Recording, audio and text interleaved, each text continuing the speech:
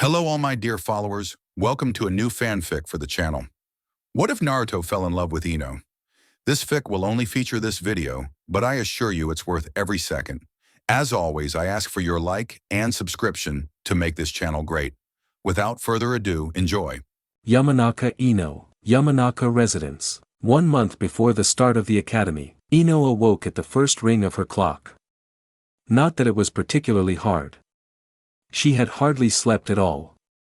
Today was a big day, the day she would take her first step to being a proper member of the Yamanaka clan. She should have done it weeks ago, but an urgent mission had taken her father across the land of fire. He had returned last night, right before she fell asleep, and promised that today would be the day he teaches her the mind transfer jutsu. She happily jumped out of bed and put on her outfit for the day. Just a green shirt and shorts. She didn't want to risk getting any of her good clothes too dirty. Once she was ready for the day, she rushed downstairs, where she saw her mother making breakfast. Yamanaka Ko turned to see her daughter come down the stairs and smiled at her. "I see someone is excited for today," she said as she set the table. INO simply grinned as she jumped into the chair she usually sat on. Moments later, her father emerged from the hall. He was clearly exhausted, but he put a smile on his face for his family. "Good morning to the two greatest ladies in Konoha," he said as he sat in his own chair. "Flattery won't get you out of teaching INO like you promised," Ko said as she put the last plate on the table and sat down herself. "Looks like today's breakfast was tamagoyaki." Inoichi widened his eyes. "I would never go back on a promise to her. It's just there's been so many important missions, especially since Kumo's been upping their border defenses even after the treaty. And then there is Lord Danzo, recommending that he take Fu under his own personal tutelage." He turned to his daughter. "But don't worry, dear. Today it will be just you and me. INO, better eat quickly, before your father blabs about any more classified information," Ko said, causing Inoichi to choke on his water. Ko took his flustered reaction as an invitation to continue. "I'm just saying, dear, you have been taking so many missions, I'm afraid you're missing out on other things. You were supposed to teach INO how to mold chakra, but I had to do it myself, otherwise today wouldn't even be possible." INO smiled as she remembered feeling her chakra for the first time. It was hard to focus at first, but it made her feel so strong when she did succeed. After clearing his throat, Inoichi turned to his daughter.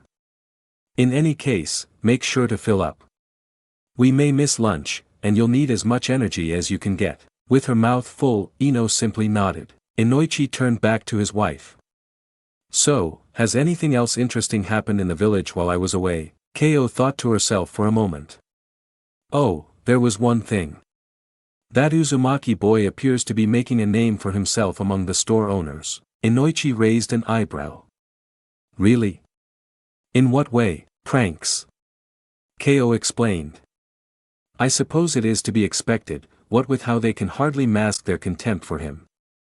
I'm just glad that he is not using." Ko spared a glance at INO, who seemed more focused on the juice in her cup than the conversation. "Not using more violent methods of lashing out," she finished. "Uzumaki Naruto, Market Street, get back here you brat," the shopkeeper yelled before tripping due to the paint in his eyes. Naruto turned and continued to run backwards, sticking his tongue out at the merchant that kicked him out. The third had just given him his monthly allowance, so for once Naruto actually had enough money to afford the prices on the signs.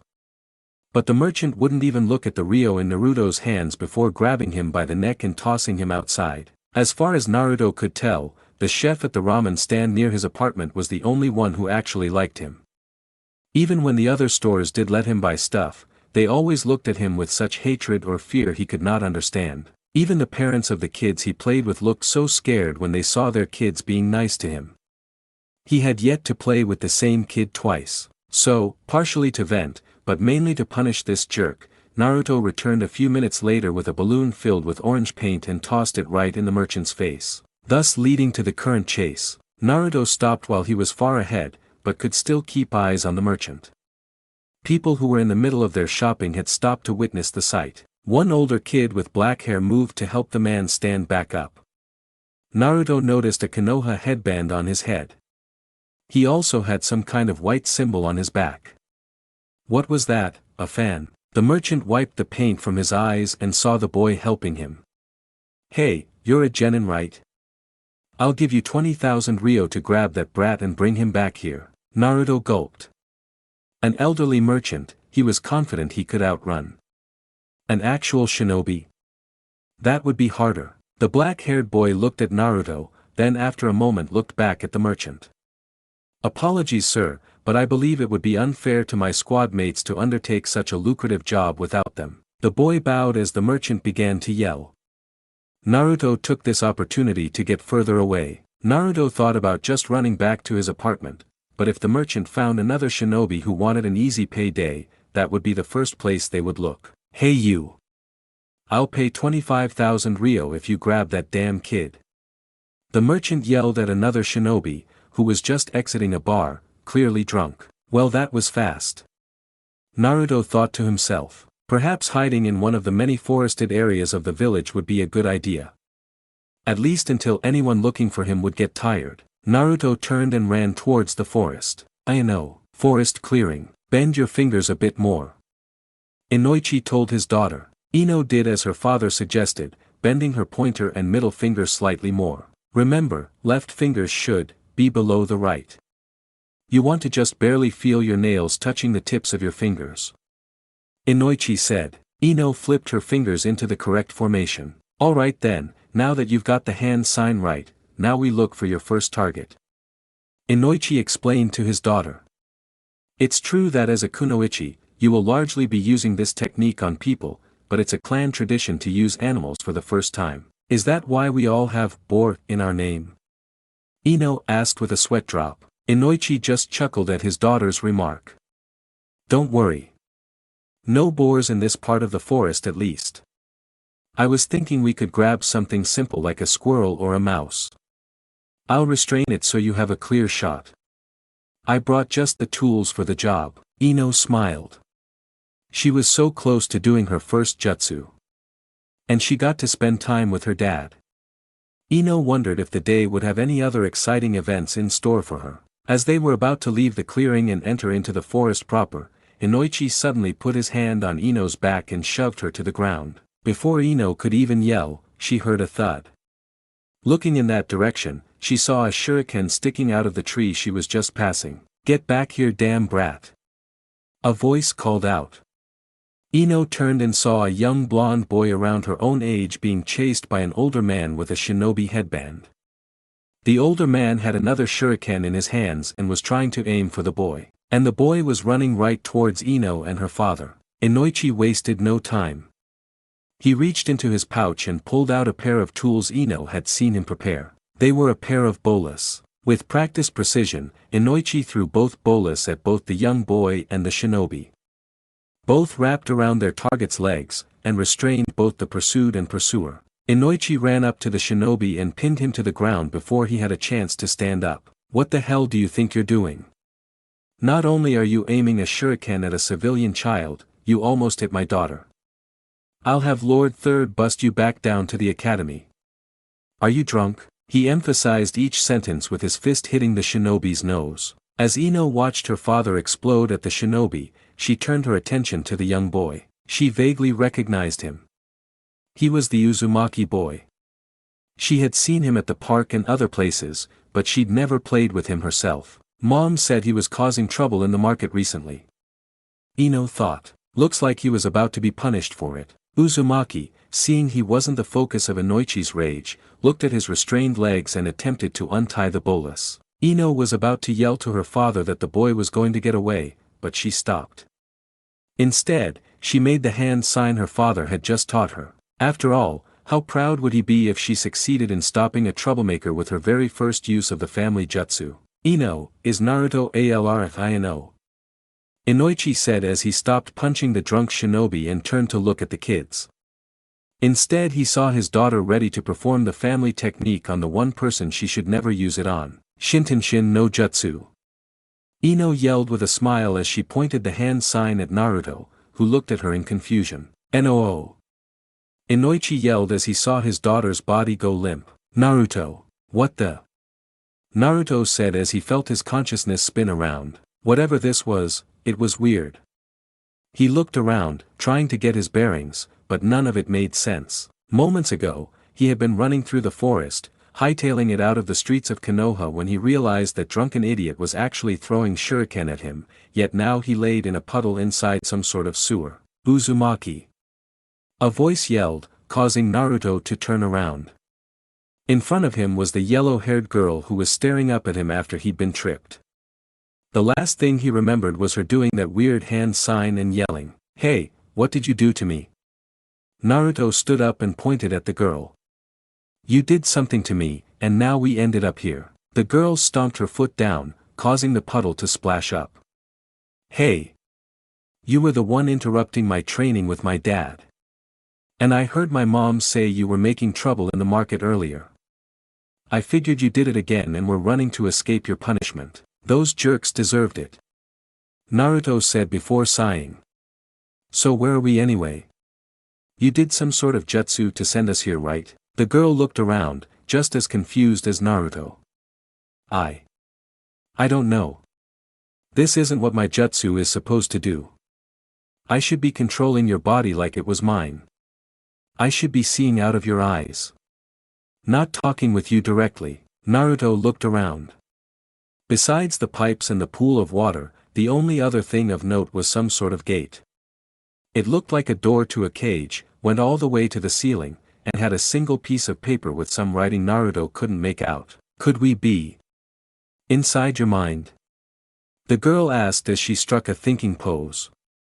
"Do you think about sewers a lot for some reason, Uzumaki?" "I hid in one last week after my first prank, but not exactly my favorite place," Naruto said. "This one at least smells better than the real thing. And the name is Naruto." It felt weird being called by his last name, INO. The girl said. "Yamanaka INO, you don't look much like a pig," Naruto said. "It's a family theme," INO said with a sweat drop. Naruto shrugged. "So, how do we get out of here? If it's really just because of my jutsu, we should be able to leave once it wears off in a few minutes," INO explained. "But if not, then my dad should save us. He is great at entering other people's minds." Naruto nodded before INO continued. "Although it is weird he hasn't already come in by now." INO crouched down and hugged her knees before letting out a groan. "Did I really mess the family jutsu up that badly? I'll never be considered a Yamanaka at this rate." A moment later, Naruto could hear the unmistakable sound of crying. Naruto didn't really know what to say. Normally he was the one who was sad, and the third Hokage would try to cheer him up whenever the old man stopped by. What was he supposed to say in this situation? "Well, I do want to be Hokage, so I should probably act like him," Naruto thought, half expecting his thoughts to be audible, as they were technically inside his mind already. Hey. "I'm sure it's not that bad," he said, trying to cheer her up, but he could fear his own insecurity leaking into his words. "Gigi always tells me that the day will come when I look back on problems I thought were big and realize they were actually small. I'm sure once we get out of here, you'll master that jutsu in no time." INO was clearly still upset with her failure, but she at least stood back up. A small smile was forced on her face. Both children could tell the other was trying to be strong for the other. It was so ridiculous they both ended up bursting into laughter. The levity lasted perhaps 10 seconds. A chill rushed over both children, causing their laughter to cease as a red light emanated from behind the gate. Neither of them would be able to associate a specific word with what they currently felt until years later. "Death, so brat. We finally meet. I'll admit, I wasn't expecting this till years later. You're just full of surprises, aren't you? I can respect that, if nothing else." The voice grunted, and the red glow suddenly had a red eye as well. One that went from staring at Naruto, before suddenly shifting its gaze to INO. "What's this? You brought me a snack. Well, brat, I'm impressed. Looks like you do know how to make a good first impression. She's a bit on the small side, but you're young, so I won't hold that against you. What's the human saying? It's the thought that counts." It was at that moment that INO's legs gave out. She fell down on her back, and did little to fight against her instinct to crawl as far away from the voice as possible. An evil laugh echoes through the sewer as whatever the voice was hurled itself against the gate, causing the whole area to shake like an earthquake. "Come closer, child. It'll be much more fun for one of us if you were on this side. Oh, to taste human flesh again. It's been far too long, and those gold and silver brothers didn't exactly go down easy in the first place.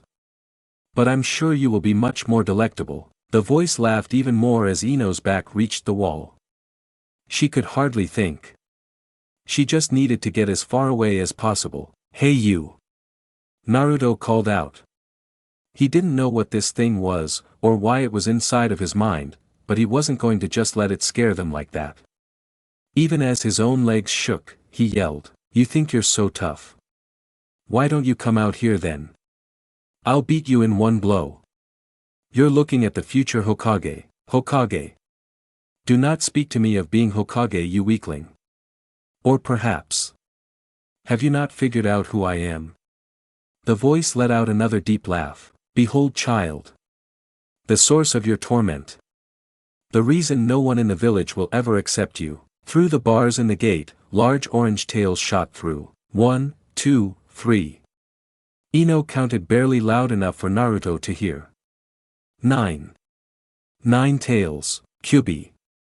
Naruto said as both of them realized just what was behind the gate. The tails retracted back behind the gate, only for one of the Kyubi's claws to strike the gate, causing the sewer to shake once more. "Know this, brat. If not for this seal, I would lay waste to you and this whole village that has kept me trapped. You may think the villagers hate you, but rest assured, my own hatred makes theirs look like love. But I consider myself generous. See this paper on the gate? All I ask is that you rip it off. I swear I will leave you alone as a reward for your service. And I will even punish the whole village that refuses to accept you.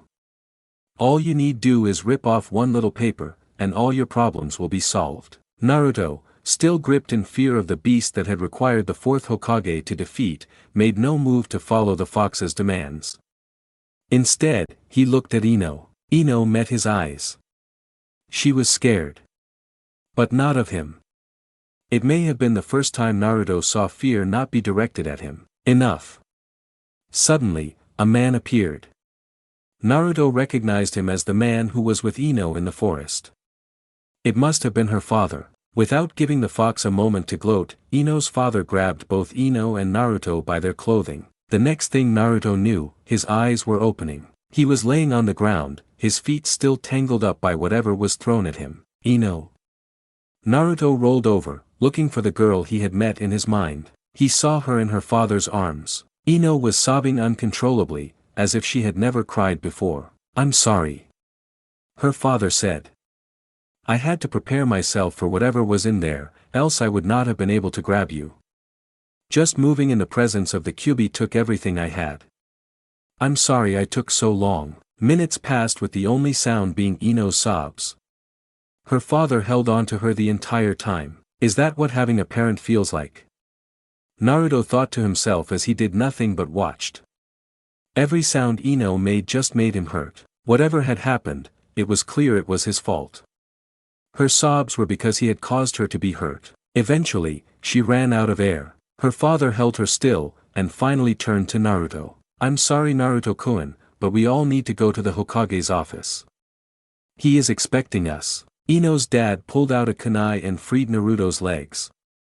The three of them left the drunken shinobi on the ground, clearly unconscious. Sarutobi Hiruzen, Hokage's office. Hiruzen looked wistfully at the portraits hanging above the entrance to the office. The portraits of his predecessors and successor. "Sensei, Hashirama-sama, Minato-san, how would you have handled this situation?" Hiruzen thought mournfully as he turned his attention to the three blondes standing in front of him. This day has been quite busy so far. On top of the mountain of his usual work, one of the academy instructors had stopped by to inform him that Fugaku Uchiha had requested that Sasuke be removed from the list of students enrolled to start at the academy next month. No doubt a sign of just how frayed the relationship with the Uchiha was becoming. He had just been preparing to head to the Uchiha section of Konoha when Inoichi had sent him the alert about what had happened during young Ino's training. The Uchiha issue would not be resolved in a single meeting, but this new development was of utmost importance. Inoichi stood behind the two children, allowing fear to dominate his face, shamed that his inaction caused his daughter so much harm. Ino herself stared more at the floor, occasionally glancing both at Naruto and Hiruzen himself. Naruto sat silently, waiting patiently for Hiruzen to give an explanation. Naruto's uncharacteristic silence was what ripped Hiruzen's heart the most. Lord Third, Inoichi began with a deep bow. I take full responsibility for everything that happened. I let my anger get the best of me when I should have simply secured Naruto myself. I will accept whatever punishment you deem fit. Hiruzen raised his hand, signaling that Inoichi could end his bow. Yamanaka-san, I would likely have done the same thing if Asuma or Sandeu were in Ino's position. I think it would be best that instead of assigning blame, we focus on repairing the damage done for this accident. Hiruzen then turned to the two young children. Naruto-kun, Ino-chan, I understand you just experienced something no one your age should ever have to experience. But if we just try to ignore it, it will just fester and grow. So I have decided to instead give you the whole story. Hiruzen said after a moment. He let his words hang in the air, waiting for the children to respond. Naruto was the first to speak. Was that the real Kyuubi? It was the most obvious question, but still one that Hiruzen took a moment to consider how to answer. It was. The story you have heard, how the fourth Hokage sacrificed himself to kill the Kyuubi. It is only half right. The Kyuubi is essentially a giant pool of living chakra with a physical form. There is no known way to permanently kill it. Even had he been vanquished back then, by now he would have returned to a physical form. But what the Kyuubi cannot escape from is being sealed away, so that it can harm no one. That is what the fourth did to protect the village. At the cost of his own life, he sealed the Kyuubi away, using the single strongest seal known to the village. That way he ensured it would never again harm this village, or any other. And he sealed it. Inside me? Naruto asked. Why? Hiruzen had always planned on revealing Naruto's parentage and the Kyuubi at the same time. But for now, it was clear such information would only do more harm to Naruto's psyche than good. Normally, seals are used to place items inside other items. This is true. But the Kyuubi was simply too powerful. Had he been sealed in a scroll or a box, his power would eventually overwhelm the seal. But a child? A child grows and gets stronger. And as the child grows, so will the seal. The fourth took you, a child that had been born perhaps an hour earlier, and sealed it inside of you. Even now, with as much growing as you have left to do, the Kyuubi is incapable of escaping. Hiruzen took a long smoke of his pipe while he let Naruto process the information. Also, Inoichi told me of the offer that the Kyuubi made to you. He overheard it while entering your mind. And you must know, the Kyuubi was lying. You could have ripped his seal off, freeing him, but you would not have been spared. Or rather, the process of releasing him would have killed you without him having to harm you himself. As long as you live, we need not worry about the Kyuubi at all. Is that all he is meant to be? Ino spoke up for the first time. A prison for the creature that tried to destroy our village. Hiruzen was glad that Ino was not completely silent. No doubt with her father's help, she would make a full recovery from the trauma she had endured. It was the wish of the fourth, that Naruto be regarded as the hero who saved the village. Hiruzen began. The fourth viewed Naruto as the true hero of the night, while he was simply the one who put things into motion. Naruto, Ino. If nothing else, know that it was not a decision he made lightly. Had there been any other way to protect Konoha, he would have taken it in a heartbeat. Hiruzen expected Naruto to speak up next, but Ino beat him to it. So if Naruto is supposed to be seen as a hero, why isn't he? Ino asked. The Kyuubi mentioned that everyone hates him. Hiruzen sighed. After the attack 5 years ago, I had made Naruto's status top secret, known only to those who had fought the Kyuubi or been informed by the fourth directly. But someone ended up leaking the information while we were still focusing on recovering from the attack. By the time I learned of the leak, it had spread to nearly half of Konoha. So I instead issued a decree that would punish anyone who spoke about the Kyuubi to those not already informed. Mainly, your generation. It was my hope that this would allow Naruto to grow up without being stigmatized by those he would be growing up with. He turned to look at Naruto directly. Yet, I noticed that it was not working. Even if the children do not know the reason, they see the fear and hatred their parents hold for Naruto, and that causes them to feel the same way. It was my wish that once his academy year starts up, that seeing Naruto in person would counteract any second-hand rumors and accountings that caused such negative views in the first place. Hiruzen then bowed his head to the children. Something that definitely took them both by surprise. Regardless, I must ask you two to also abide by the law.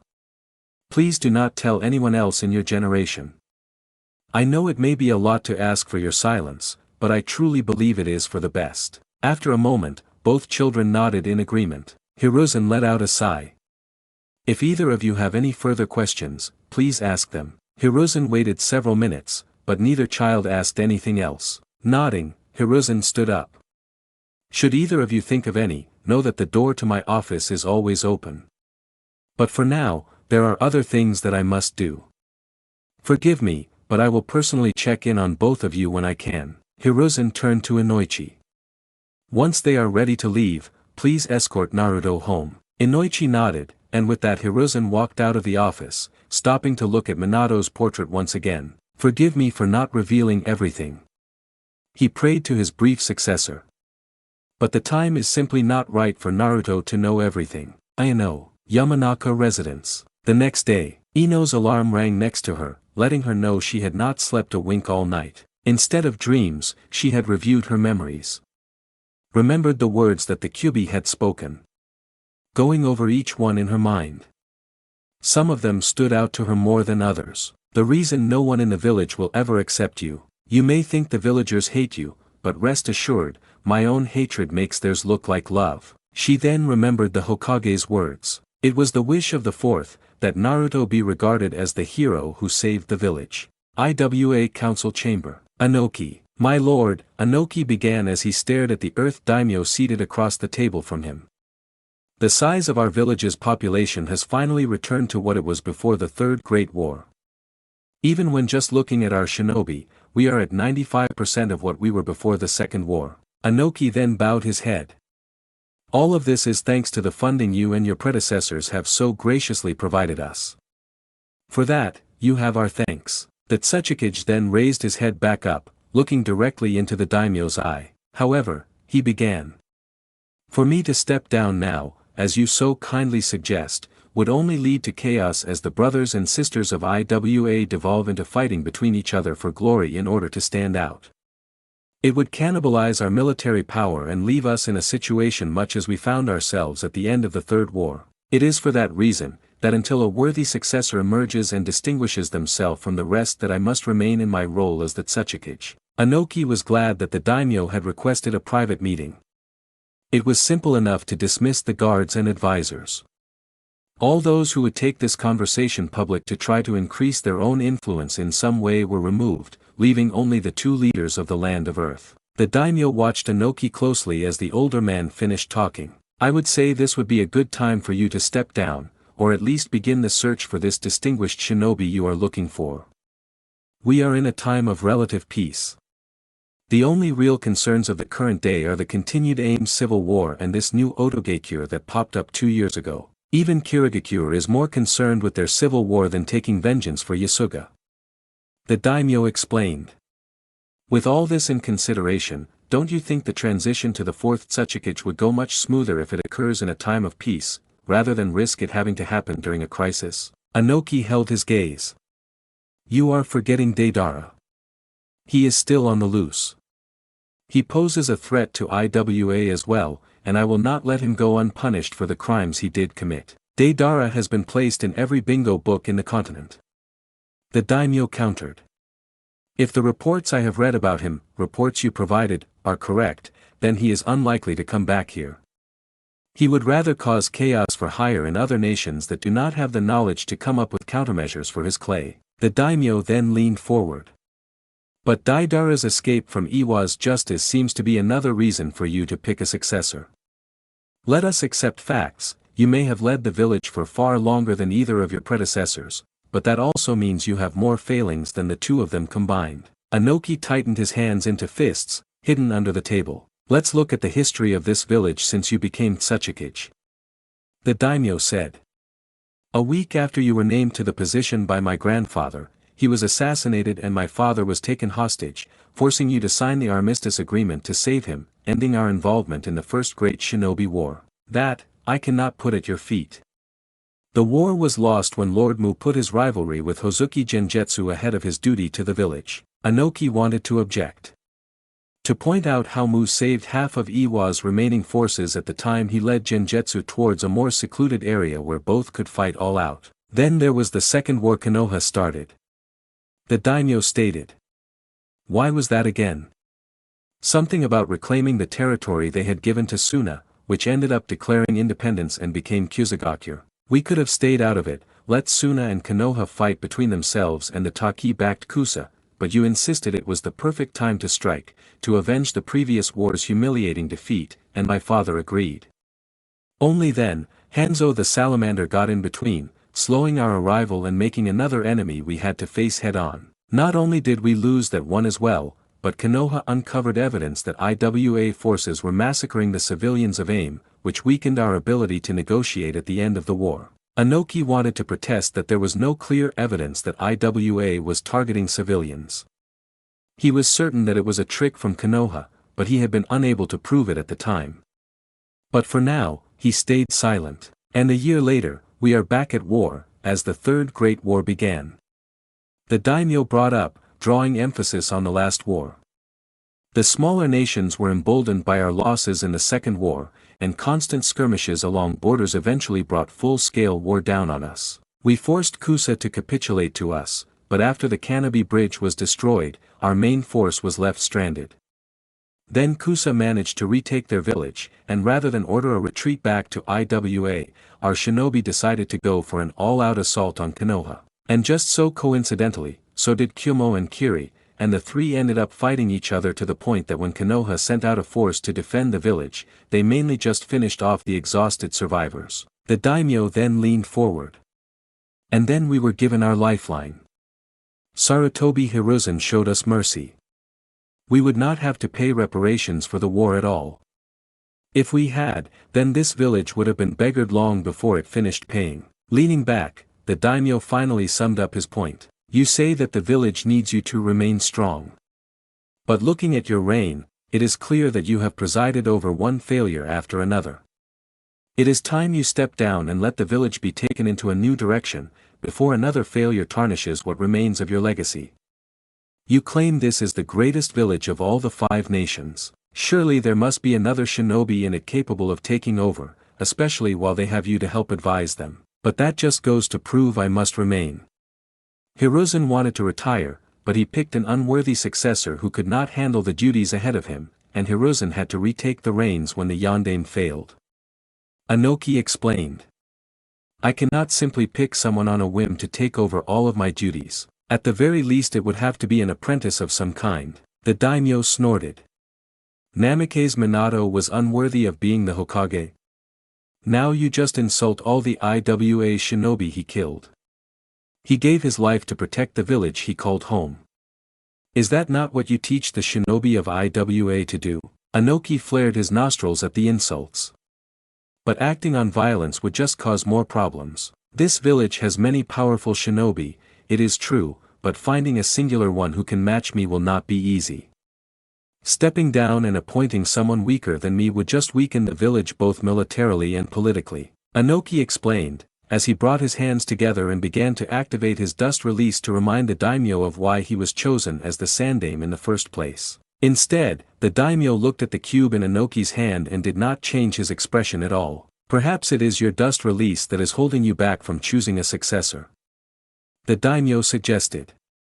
Only you and Lord Mu ever possessed it in the history of IWA. And it has been useful many times in battle, I will not deny, but perhaps relying on it is hindering the village. If you wait for your successor to be someone who also possesses dust release, then you may never find them. Anoki kept his face neutral, but inside he was smirking. With that one statement, it was obvious who in IWA had managed to grab the daimyo's ear and fill him with this nonsense. It was his cousins. The Kamizuru clan. Only they would think to downplay dust release to such an extent.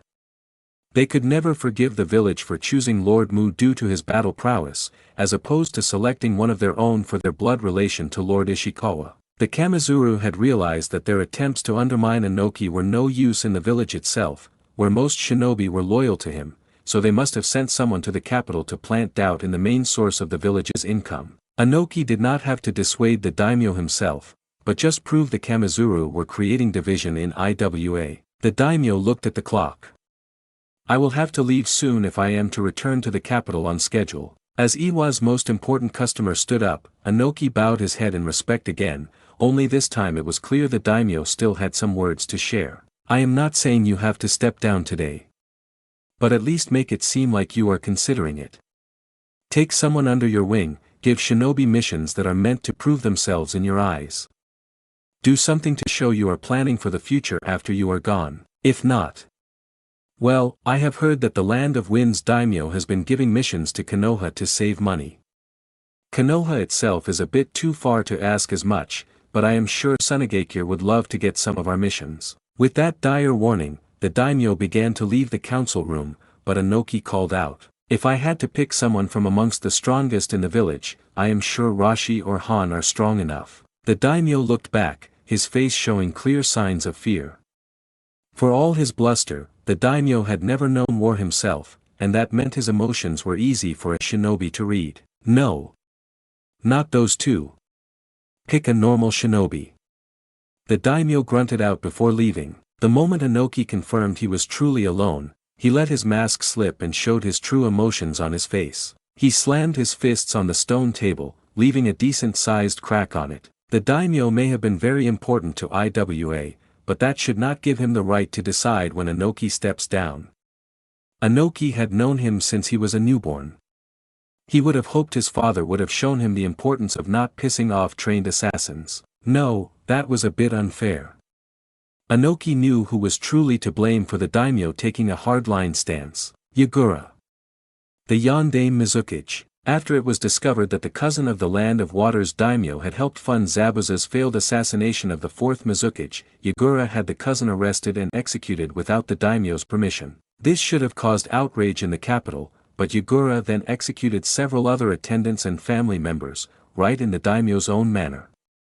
Some even said the daimyo himself was killed, and the current one was simply a Kiri shinobi in a transformation, who would approve whatever budgetary needs Yagura demanded. As such, the Earth daimyo, not wanting to end up like his water counterpart, was swinging in the opposite direction and seemed to be opposing every action Inoki could take. It was a blind panic, one the Kamizuru were taking full advantage of. Inoki leaned back in his chair. IWA was strong, nothing could ever change that.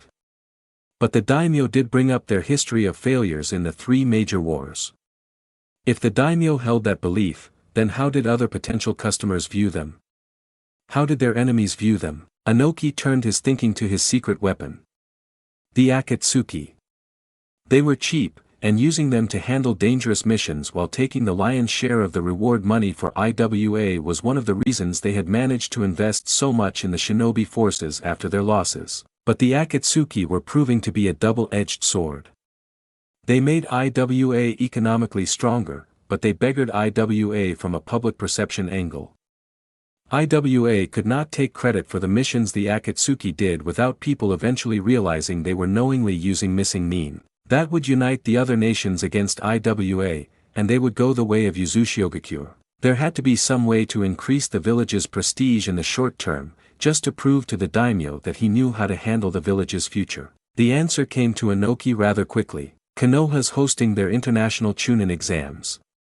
He realized. IWA hosted their own Chunin exams of just their own genin. That way they could promote those who deserved it without any outside interference, while also keeping the other villages from easily seeing their genin's true capabilities. But if IWA approached Konoha about taking part in the international one, they could take center stage and show just what IWA was capable of. Konoha was often going on about the importance of international cooperation, that was why they were willing to issue entry papers for any village willing to ask for participation. Inoki considered this move. IWA can't just flood the exams with all of our genin though. Konoha would find a reason to fail most of them. A small, elite team. A single team, the best of the best on the world stage. Meanwhile, we can host our usual 1, 2 or 3 months later for the rest of the genin. Inoki then had to consider who to send as a team. After only the briefest of considerations, he knew just who to send. Konohagakure Academy, made it on time. Naruto said as he rushed to the classroom door, INO a half step behind him. And Irika isn't here yet either. I told you that we shouldn't have stopped at the pawn shop to see if they had anything new. INO complained as she caught her breath. Naruto's stamina was the best in the class, no one would ever deny that, even Sakura, who hated Naruto for all his pranks on her. Hey, that's how I found half the stuff in my apartment. Naruto pointed out. INO raised an eyebrow. Like those calendars with swimsuit models? Or does Dad give those to you to hide that he bought them for himself? I keep telling you. Every year since I can remember, there was a knock on the door on my birthday.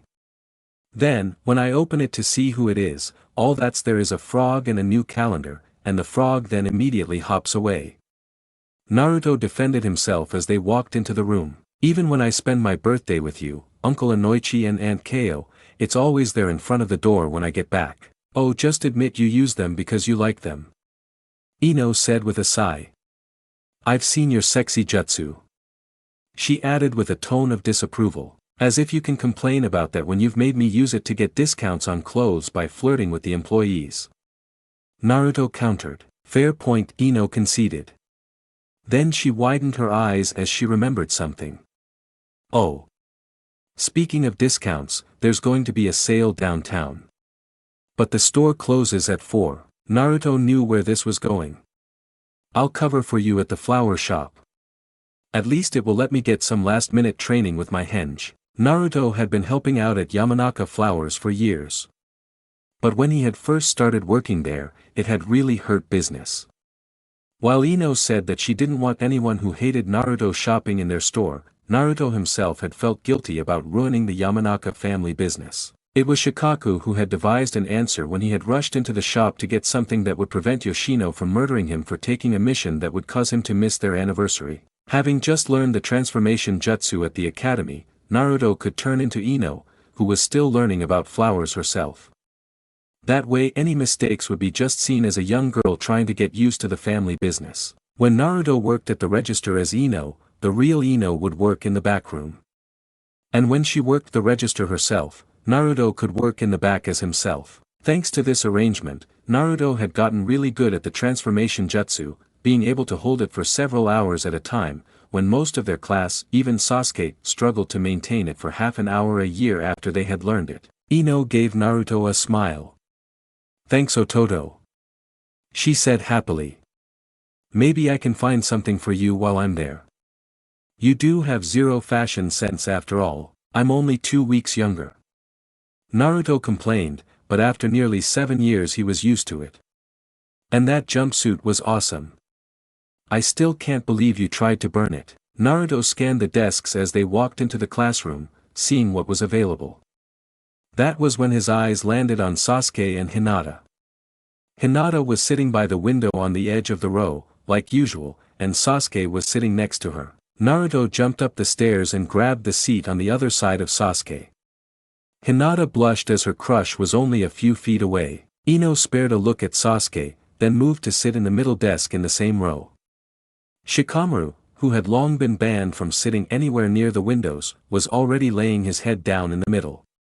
She imagined that Choji would be here soon with his arms full of snacks to take the seat to Shikamaru's right. Her eyes wandered as she looked at the front of the class, only to focus on the door when she heard Sakura step in. Their eyes met and they both glared at each other, before Sakura turned to look at Sasuke. The glare was then replaced by a smile, only to turn back into a glare at Naruto when she saw him sitting next to Sasuke. Probably the only reason Saki doesn't complain about Naruto sitting next to him every chance he has.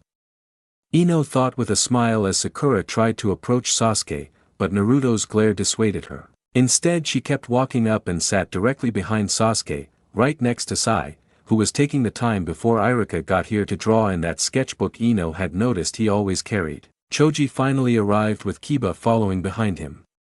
Choji sat next to Shikamaru as Ino expected, and Kiba sat below them in the first row, right next to Shino. When did Shino get in here?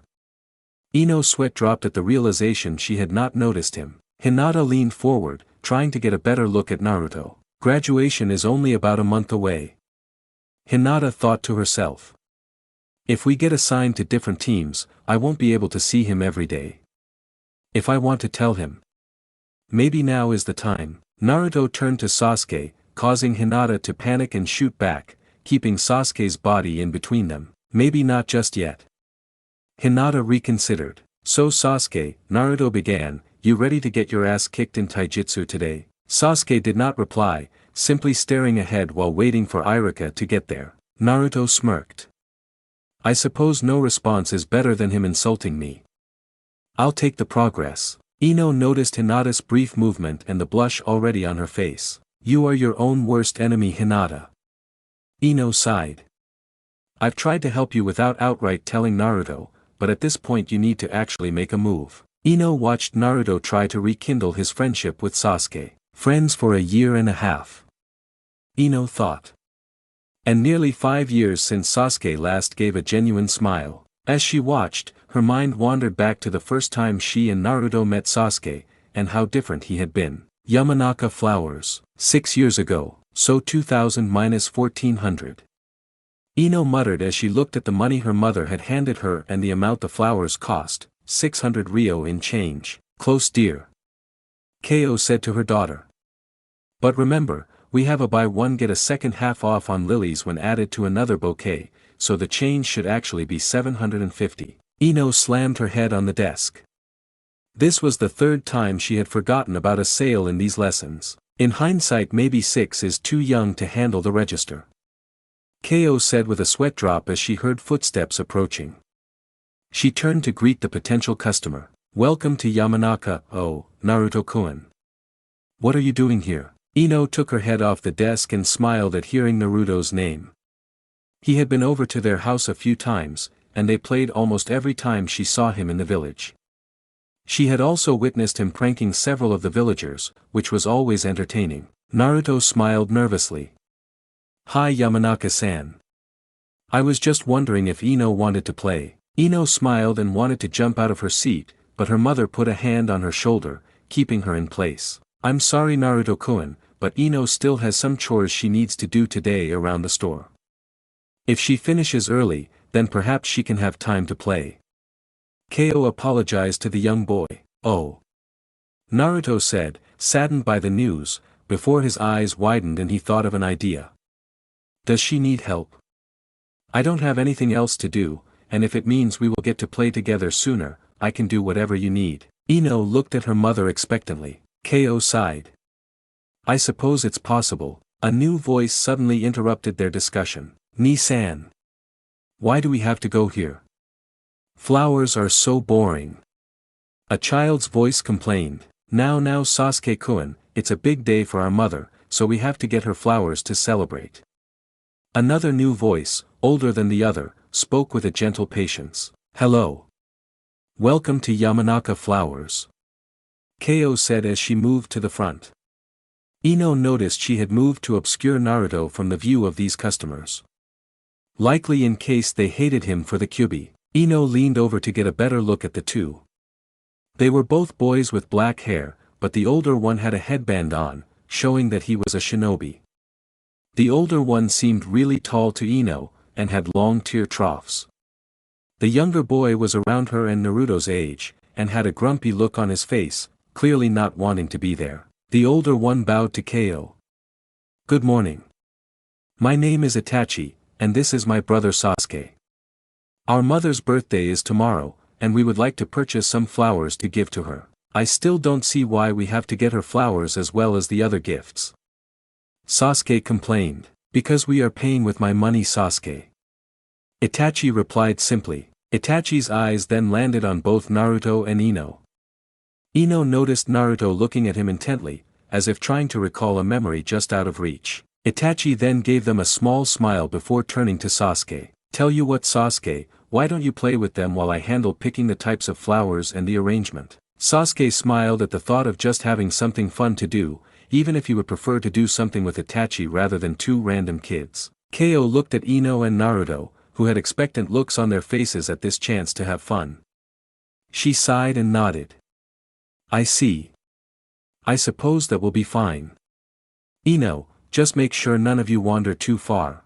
Mom. Ino said as she rushed out. Once they were out, the three of them turned to look at each other. Yamanaka Ino introduced herself fully. Thanks for coming.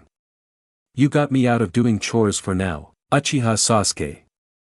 He said simply. I just wanted to get out of there. Naruto jumped in between them.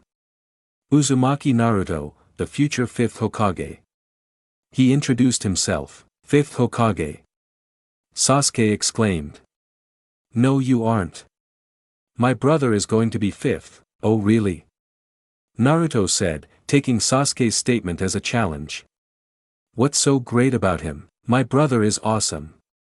Sasuke said, a wide smile on his face. He graduated from the academy super fast. He wasn't even there for a year. And then, he received special permission to take the Chunin exam by himself. Ino widened her eyes at that. She and Naruto had only just started the academy 2 weeks ago. To think someone who would have spent just a little more time there was already a Chunin. Naruto smirked. Ha! So what? If he did it so fast, so can I. Ino decided to interrupt, to keep Naruto from making any more absurd challenges for himself. Speaking of the academy, are you not planning to be a ninja like your brother? I don't recognize you from class. Sasuke looked shy for a second. Of course I'm going to be a ninja. It's just that. Well. My father said I wasn't ready for the academy yet. He said he would teach me himself instead, but he always has clan business to take care of, so we haven't had many lessons yet. Itachi promised to teach me how to throw a shuriken after we finish shopping, and he said he'd talk to father about enrolling me in the academy before the next year starts. Ino could see Sasuke was embarrassed at how little training he had. Ah, you're not missing that much, believe it. Naruto said, putting his hands behind his head. We only really get to learn shinobi stuff in PE. The rest is boring stuff like reading and math. Ino did not share Naruto's pure disdain for their lessons, but she nodded. Irika-sensei said the first year is all about general education. In addition to being required basic knowledge, it's so if anyone decides not to be a ninja, they can transfer to a civilian school and not be too far behind. Sasuke crossed his arms. Maybe it's best if I don't come to the academy yet. Mom already taught me math and stuff. Maybe once father is done with whatever the clan needs, we can focus on making me as awesome as Itachi, then I can join you all next year when the real lessons begin. Bah! Naruto yelled. Why are we spending all this time talking about school? Let's go and play already. Ino let out a laugh at her fellow blonde's outburst. Yeah, let's go to the park. Sasuke smiled as well. But then he looked around. Where is the park, huh? Ino said. You don't know. Sasuke looked nervous again. I don't really leave the Uchiha district that much without Nisan. Your family has its own district. Naruto said. That sounds so cool. Ino grabbed Sasuke's arm. Don't worry Sasuke-kun. Just follow us. Naruto and Ino rushed off to the park, while Sasuke tried hard to avoid tripping as Ino pulled him along. From inside the flower shop, Ko watched as the kids ran off while she added a pair of lilies to Itachi's order. Oh Kami, I do hope they stay safe. They are just kids, I wouldn't worry about them Yamanaka-san. Itachi said. Let them enjoy the innocence of childhood as long as they can. It's not a chance everyone gets. Ko looked at the Uchiha shinobi. He was young enough to have just earned that headband in the last class. But the way he carried himself had an air of experience to it. Ko did some math in her head. You saw some of the last of the war. She ventured a guess. Such a thing would cause any child to grow up too fast. Itachi stopped for a moment. He then offered a small nod. Ko gave him a nod in return.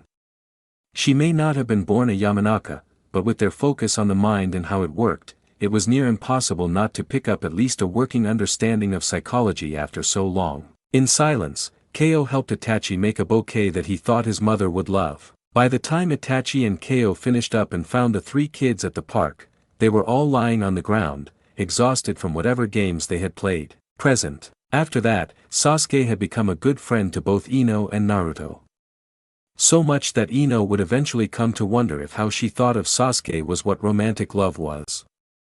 It felt different from how she thought of her parents or Naruto, but the thought of not having Sasuke with her did make her sad. While they didn't get to see each other every day, as Sasuke still did not join them at the academy until the next year, Naruto had come to view Sasuke as a brother in nearly the same way INO was his sister. For the first half of their second year, the three had been practically inseparable. Even if it did eventually lead to trouble with Sakura when the pink-haired girl had ended their friendship over him. But INO did not blame Sasuke for Sakura's choice. But then, as if INO losing one friend was not enough, soon after that was the Uchiha clan massacre. INO's father had sat both of them down and given a brief explanation of what had happened to the Uchiha. Both kids had been shocked beyond belief, but were relieved when Inoichi confirmed that Sasuke was unharmed himself. I thought giving him time to himself was the best course, but Naruto thought that he needed someone by his side more than ever. INO reflected. Maybe I should have joined him in trying to break Sasuke's walls. Would that have changed him? Or would he still be as he is now? After the massacre, Sasuke had changed drastically. He never smiled, and focused solely on his training. One time after sparring with Sasuke in class, Naruto had told INO how his eyes were filled with pure hate. INO knew she could not blame Sasuke for his massive personality change, and she had explained as much to Naruto. Sasuke had gone through the single most traumatic event possible. Especially considering how he had spoken of his brother all those years ago. But as she saw the boy who was her friend and first crush grow more fixated on his personal mission of revenge, ignoring Naruto's attempts to connect with him, calling Naruto a loser, she came to the realization that her crush was no longer present. Sasuke had simply changed too much for his new persona to appeal to INO in the same way his attitude did to most of their female classmates. INO watched as Naruto continued to try to get a comment out of Sasuke.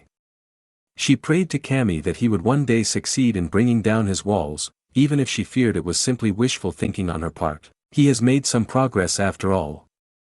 INO reassured herself that Naruto could do it. Sasuke did swallow his pride and ask for advice on the transformation jutsu when he saw how long Naruto could hold it. If not for that first crack, Sasuke would have told Naruto to shut up by now. Suddenly, the door at the front of the classroom swung open, and Iruka walked into the room. Most people who had been chattering had quieted down, leaving Naruto the only student talking. And then I had to see how it would taste if I added an equal amount of pepper to it, since I had already spilled the whole thing of salt into the ramen. Maybe they would equal each other out. Long story short, just don't. It wasn't worth it, Naruto-kun. Iruka said loudly, getting everyone's attention focused on him. Please remain quiet so we may begin class. Naruto stopped talking and gave a brief nod of apology. Iruka closed his eyes for a moment before clearing his throat. Good morning, class. Now before we get to today's lesson, I have some important news for you all. I know it is somewhat late in the year, but we have a new student joining us. Please give a warm welcome to Kujihara Hiroshi. At the sound of his name, a boy the same age as the rest of the class opened the door and walked in, standing next to Iruka. Everyone examined the new classmate. Kujihara had spiky blue hair and blood-red eyes. As he walked towards Iruka, several students noticed his blue hair was tied into a small ponytail in the back. Sensei. Shino raised his hand. Forgive me, but is it not too late to increase the size of the class? Why? Because we have only a month left until the final exams to graduate. Would it not be more logical then, to send Kujihara-san to the class a year behind us? That way, while he may be the oldest student, he would at least have time to learn what is required. Iruka nodded. An understandable question from your perspective. But there is no need to worry. Kujihara-san is not a complete novice. He moved to Konoha for his father's job, but he was always planning to become a shinobi of Konoha. It's just that his instruction up to now has been from the regional shinobi of the capital, where our daimyo lives. Regional shinobi? Choji asked, not familiar with the term. Irika's sweat dropped. Mizuki-sensei hasn't gotten that far. Irika put his hand to his face. Come on, Mizuki. They're about to graduate. What Irika meant as a whisper was heard by a fair few students in the front. Irika cleared his throat, deciding to have a talk with his best friend after the students went home. Regardless, essentially a regional shinobi is a shinobi who is stationed in an area to protect it, either long-term, or perhaps permanently. Most of them are assigned to permanent positions guarding a border spot, or in large or important towns or cities. In addition to maintaining order of their assigned lands, they also teach local students who cannot make it to Konoha. After all, there are thousands of shinobi who wear our headband with pride. Unfortunately, the academy is not large enough to accommodate classes for all those thousands to have gone here. None are as well equipped as the academy in training, but whether you graduate from the academy, or are deemed worthy by the head shinobi of the region, all are considered full-fledged shinobi of equal standing. Kujihara stepped forward and bowed. I know none of us will be here long. But I look forward to learning with you all. Irika nodded. Very nice, Kujihara-san. Now, why don't you take the seat next to Shino, right in the front? Then we can begin today's lesson. The blue-haired new kid walked to his assigned seat. Shino nodded at his new desk mate as he took his seat. Irika turned to the chalkboard.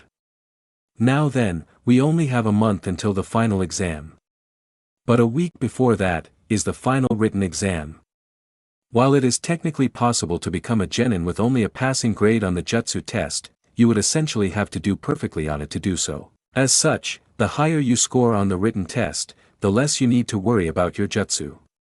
But by no means take that as a reason to slack off on your training. Hearing what the class was going to focus on, Kiba and Naruto both let out a yawn. The only reason Shikamaru did not join in on it was because he had fallen back asleep the moment after Kujihara bowed. Irika ignored their yawning, not wanting to delay the lesson anymore. Now while I can't say everything I will cover will be on the test, I can confirm at least some of it will be. So memorize everything. Irika twisted around and tossed the piece of chalk he was writing with at Shikamaru. The lazy boy raised his head in annoyance. Irika simply gave him a smile. He then tapped his finger to his temple. Well, Shikamaru? Got it memorized yet? What a drag. Shikamaru thought as he already felt the sweet seduction of sleep try to get his attention once again. Yamanaka household. Bunshin no Jutsu. A puff of smoke popped into existence, and when it cleared, there were another two Inos standing next to the real one. Ino kept her hands clasped in the final hand sign, and pushed her chakra, creating a third clone. Having succeeded at her goal, Ino relaxed, and dropped her hands. Her clones mimicked her moves. Okay, Naruto. Now you try. Despite the fact that the clones were mere illusions, each spoke at once. Great. Now there are 4 of them. Shikamaru complained before the real Ino drove her fist into his ponytail. The newest generation of Ino Shikacho, as well as Naruto, were all at the Yamanaka house, a mere 2 days before their final ninjutsu exam began. Naruto nodded. He took a breath. Everyone there understood his trepidation. The clone jutsu was the thing Naruto always struggled on. A shinobi had to be prepared for any situation, so rather than improving their best jutsus, they realized they should work on their weakest ones before the exam. Naruto weaved the signs, gathering the chakra needed. Bunshin no Jutsu. He yelled. A puff of smoke popped into existence, and when it cleared, there was another Naruto, identical to the original, but also 2 paler imitations that were lying limp on the floor. Naruto let out a yell at his failure. Don't worry, Naruto. I'm sure you will get it in time. Choji reassured the blonde boy. Yeah. Ino agreed. You'll have it down before the exam. We can practice it as many more times as you need. Naruto sat down on the couch. I just don't get what I am missing. Shikamaru sighed. Didn't Hinata help you with this? Naruto nodded. Yeah, she did. She told me that I was using too much chakra, but I don't get how that is bad. Shouldn't using more chakra just mean I am making more clones? Shikamaru sighed. Not necessarily. You have always had huge amounts of chakra and stamina, everyone knows that. But the problem is probably in the division, and how you split it. Choji.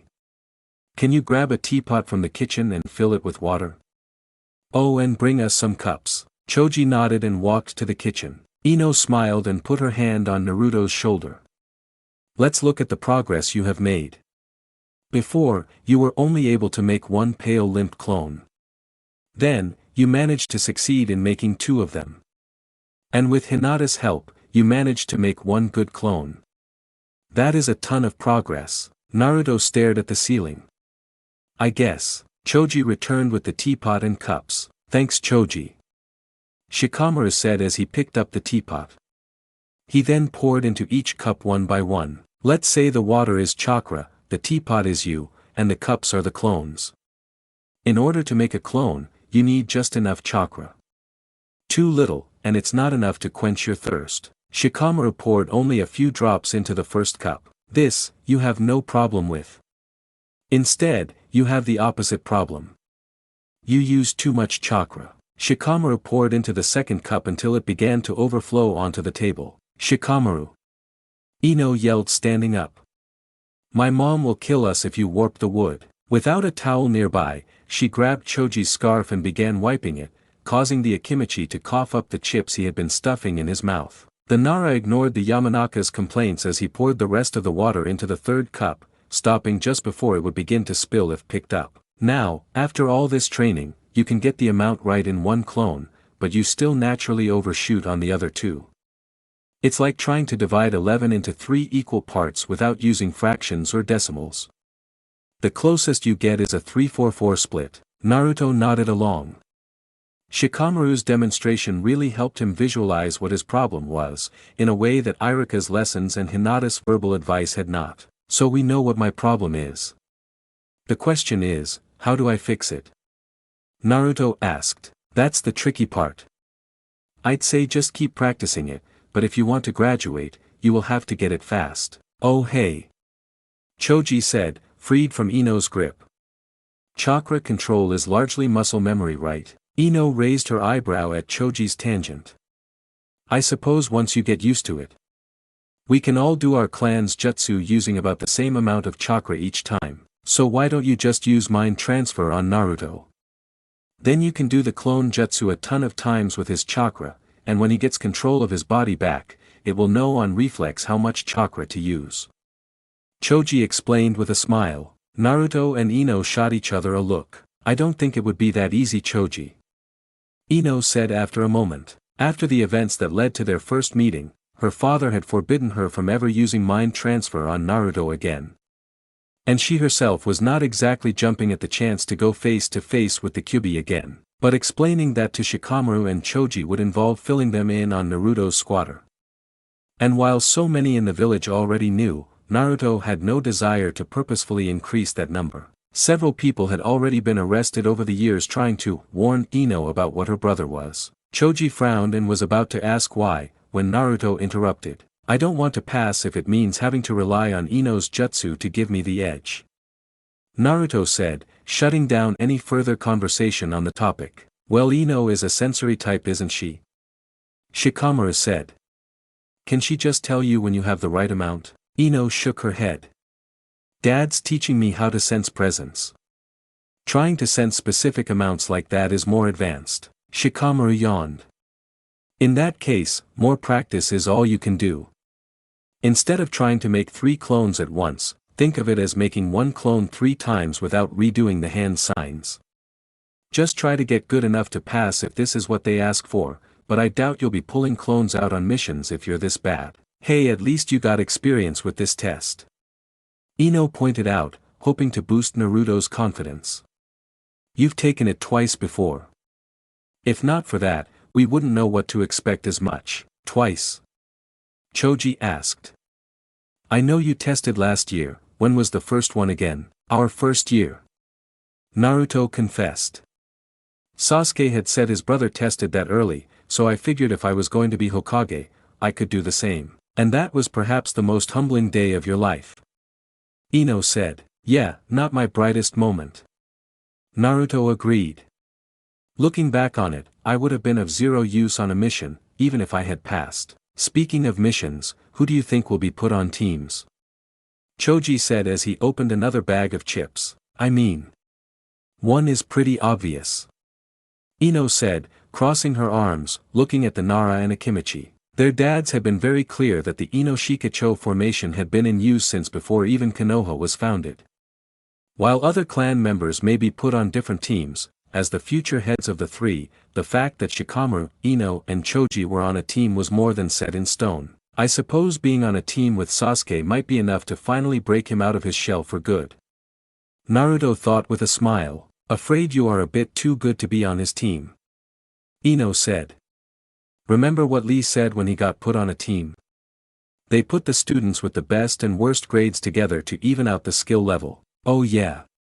We haven't seen him much since he graduated. I hope he's doing well. Naruto said while crossing his arms. Ino giggled. The main reason you took the test last year wasn't to pass, but just to show Lee you were supporting him. Naruto and Ino had met Rock Lee when Ino had asked permission from Beko-sensei to let her and her friends train at the academy on their day off. He did not like Naruto, but this was back in their second year, and Beko was not their main teacher, so he was unaware Ino was so close with her fellow blonde. He probably just assumed the future Ino Shikacho was starting early. 5 years ago, academy grounds. Why do we have to go here today? Can't we just train in the woods like normal? Naruto complained but followed Ino out to the field. Training in the woods is fine, but here we have actual targets and tools to practice with. Ino said. I tried to ask if Sasuke could join us, but his dad said that Sasuke had left with Itachi to observe him on a mission. Naruto's eyes widened. What? Sasuke is already on a mission? What kind of mission? Ino shrugged. I think Uchiha-sama said something about a wild boar. Whatever it is, I'm sure Itachi-san will keep him safe. Naruto's boredom had been erased from his mind at this news. Well, I'm not going to let Sasuke get so far ahead of me. Come on Ino. Let's get training. Ino smiled as Naruto got pumped up. Together they started running towards the fields to begin their practice. As they turned the corner, they were surprised to find a boy in a white GI doing push-ups. 96, 97, 90. The boy's left arm gave out under his weight, and he fell onto the ground. After a moment, he began to get up. 15 laps running backwards it is then. If not that, then 250 jump ropes. Ino tried to get his attention, but could not think of words to say. The boy turned to them. His eyes widened. Oh. My apologies. I didn't realize how late it was getting. I suppose my time ran out. Allow me to be out of your way. Hey, don't leave if you don't want to. Naruto said with a smile. We came here to get some training in, but it's fine if you stay, right Ino? Ino thought about it for a second. I did ask Beko-sensei for permission for me and my friends, so there shouldn't be a problem with the three of us here if a teacher comes by. You mean it? Thank you. The boy said with a large grin. He held out his hand. Rock Lee, Yamanaka Ino. Ino introduced herself and took his hand. Uzumaki Naruto, future Hokage, believe it. Naruto said as he didn't even wait for Ino to take her hand away, just putting his hand on top, making it a three-way handshake. Is that so? Rock Lee said with a smile. That is a wonderful goal to strive for. I hope you work hard and achieve it. What about you, Ino-chan? Ino blinked. She hadn't really thought about a specific goal she had. I'm not quite sure just yet. I don't really have a singular goal like Naruto. Her mind returned to the day her mistake with Naruto revealed the village's biggest secret. However, since that day, she had begun noticing the looks people sent Naruto's way, even when she tried to defend him. How no one bothered to see beyond their own beliefs. Ino clenched her fist. It's not a specific goal, but I just want to protect the people I love. Ino then felt her self-confidence start to shake. A sweat drop was on her head. Crap. That didn't sound too cliché, did it? I sounded like I was quoting some manga character, didn't I? Rock Lee's smile remained as he moved to assure her, an excellent goal to have. There is nothing wrong with wanting to protect those you love. What about you, Lee? Naruto asked. What is your dream? Lee smiled. My dream, I suppose, is in between both of yours in terms of vagueness. I want to prove that I can be a splendid shinobi. Even if I can only use taijutsu. I will prove that hard work will always beat out natural talent. That declaration caught INO off guard. Lee could only use taijutsu. How did that work? Yeah. Naruto cheered, brushing off any questions Lee's statement should have given him. I get what you mean. I always have trouble with lessons and new jutsu, but that doesn't mean I won't become Hokage. I'll just keep trying until I get it. That is exactly it, Naruto-kun. Lee agreed. We must work hard to prove our doubters wrong. Come. I was about to run laps backwards to motivate myself to never give up. Will you join me? Yeah. Naruto yelled as he and Lee began moving. It's like they share a brain cell. INO thought to herself as she watched the two boys start running backwards. Hey. Wait up. INO said after a moment. She ran forward like a normal person, which is how she saw Naruto and Lee crash into each other. She jumped over them, continuing her first lap. Back to present. What grade did you end up getting last semester, Naruto? Choji asked. Naruto grinned. I got 15th in class, so top of the bottom half. Shikamaru simplified, and I have INO to thank for it. Naruto admitted. She said for everyone besides you I scored higher than, she would buy me a bowl of ichiraku, and I had to pull a double shift selling flowers to pay it off. INO sighed. You know I meant one bowl per trip, not one trip of 13 bowls. So Sasuke, who has the best grades of all the boys, will be on that specific team. Shikamaru summarized, getting back on topic. That leaves 2 other spots on it though, INO sighed. As much as I hate to admit it, Sakura has me beat in grades, but just barely. I can kick her ass in taijutsu sparring, but she usually manages to score just 1 or 2 points above me on tests. Hinata and I are probably about tied for second. A pity though. I am sure Sasuke would prefer Hinata to any of the other girls in class. She won't be constantly flirting with him, and that just leaves last place. Choji said. So Sai, probably. Naruto agreed. Sato Sai joined their class at the start of their 3rd year, a year after Sasuke joined. Apparently something had happened that caused a good number of students to join the academy, taking up various spots in different years. He was usually a very quiet kid, which led his classmates to believe that he must be very smart, even when he struggled with the physical aspects like shuriken practice and sparring. That proved to be wrong when they got their first rankings of the year. Sai turned out to have some of the lowest grades in class. At first, he had simply been in the bottom half of the year, but the next year, he got even lower. By the time they were in their 5th year, all of them about 10 years old, Naruto had started a betting pool on whether Shikamaru or Sai would get the lower grade. It netted him a good 1,000 ryo before Iruka shut it down and gave him a week of detention. Though it does make you wonder, Shikamaru spoke. What would happen if I did get a lower grade than him? Which tradition would be more important to uphold? The balancing of the teams or INO Shikacho? Definitely the INO Shikacho. INO said. No way they break up our formation without a good reason. Naruto chuckled. If you do get last place overall, then maybe they will throw out balancing the teams altogether and put me with Sasuke. Though there is Kujihara. Shikamaru pointed out. I know they said he had training from some shinobi near the capital, but I still feel like a month of lessons is too little. Well, how about we make sure we all pass ourselves? INO declared. Let's see the clone jutsu again. Naruto grinned and made the hand sign. Being reminded of Lee, Naruto was filled with a renewed desire to prove himself, just like the older kid had said. Bunshin no jutsu. 3 puffs of smoke appeared, only to clear away and show 2 Narutos standing identical to the original, with a 3rd laying down. There you go. Choji said with a smile.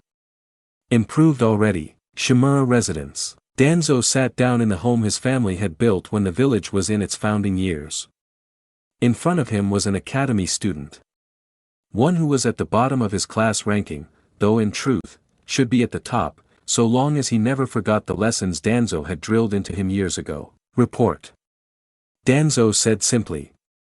With graduation and team selection coming up, how have you done in maintaining your spot as the dead last? The fact that Danzo even had to ask annoyed him.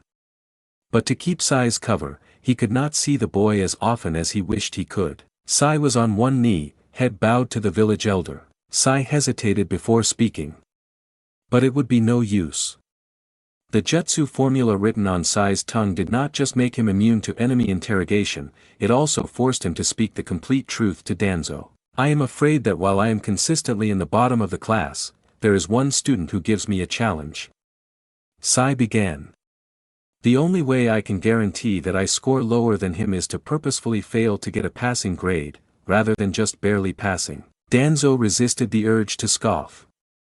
I ordered you to maintain the dead last spot, Sai. Do not forget, this is only the start of your mission. It does not truly begin until you are on a team with Uchiha Sasuke. Danzo wished that he could have gotten his hands on Sasuke much sooner, using the massacre as justification for putting him into protective custody. But Hiruzen had shut that down before it even began. Not only had Root been officially disbanded, but he had barely managed to keep his own seat as an advisor. Hiruzen was far less lenient now than he had been during his first reign, yet that had brought with it its own boon.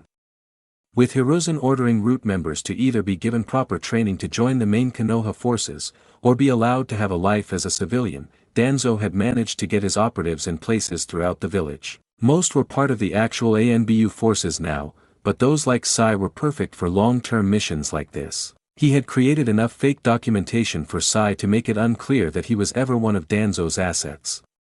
As such, pairing him up as the dead last to Sasuke's #1 student would occur, allowing Sai to influence Sasuke into the absolute loyalty to Konoha that the rest of his bloodline had sorely been lacking. Hiruzen always loved that method of balancing the teams. After all, it was how Tobirama had formed his own team.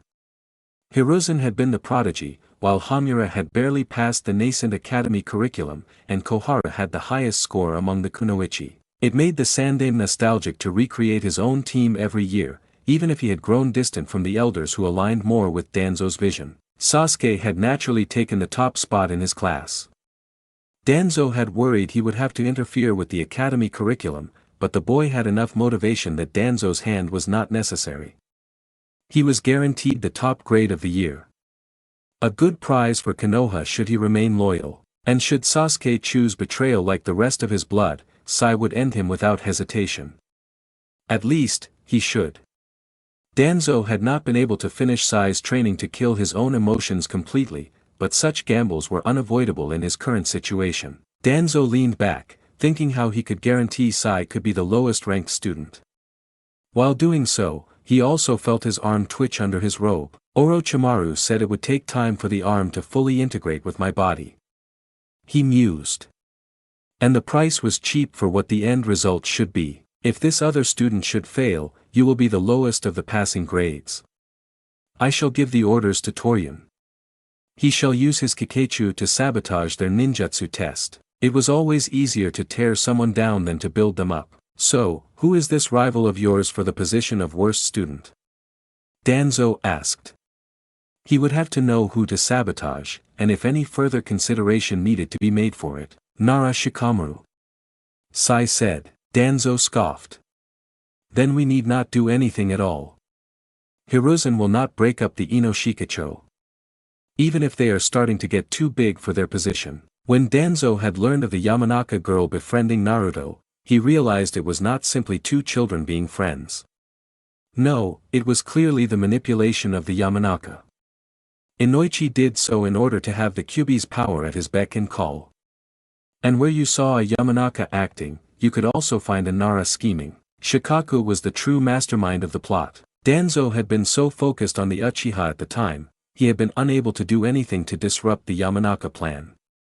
He had taken Yamanaka Fu into Root, but now the boy was back living with his clan, his loyalty assured only by the same seal as the one on Sai's tongue. The very concepts of clan autonomy should be a thing of the past. Danzo thought to himself. Their loyalty should be to the village only. Danzo was about to dismiss Sai, when he stopped himself. Perhaps there is a way to create a crack in the clan's unity. Danzo realized. It will be a small crack for now, but one that can be built upon as needed. Sai, give Torian the following orders.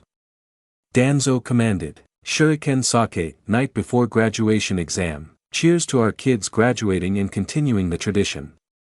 Choza Akimichi said as he raised his sake cup up, and a moment later it was joined by Inoichi's and Shikaku's. Cheers to finally having some peace around the house while they go on missions. Inoichi said with a grin, I don't know how you've dealt with 2 kids. Shikaku said as he refilled his cup.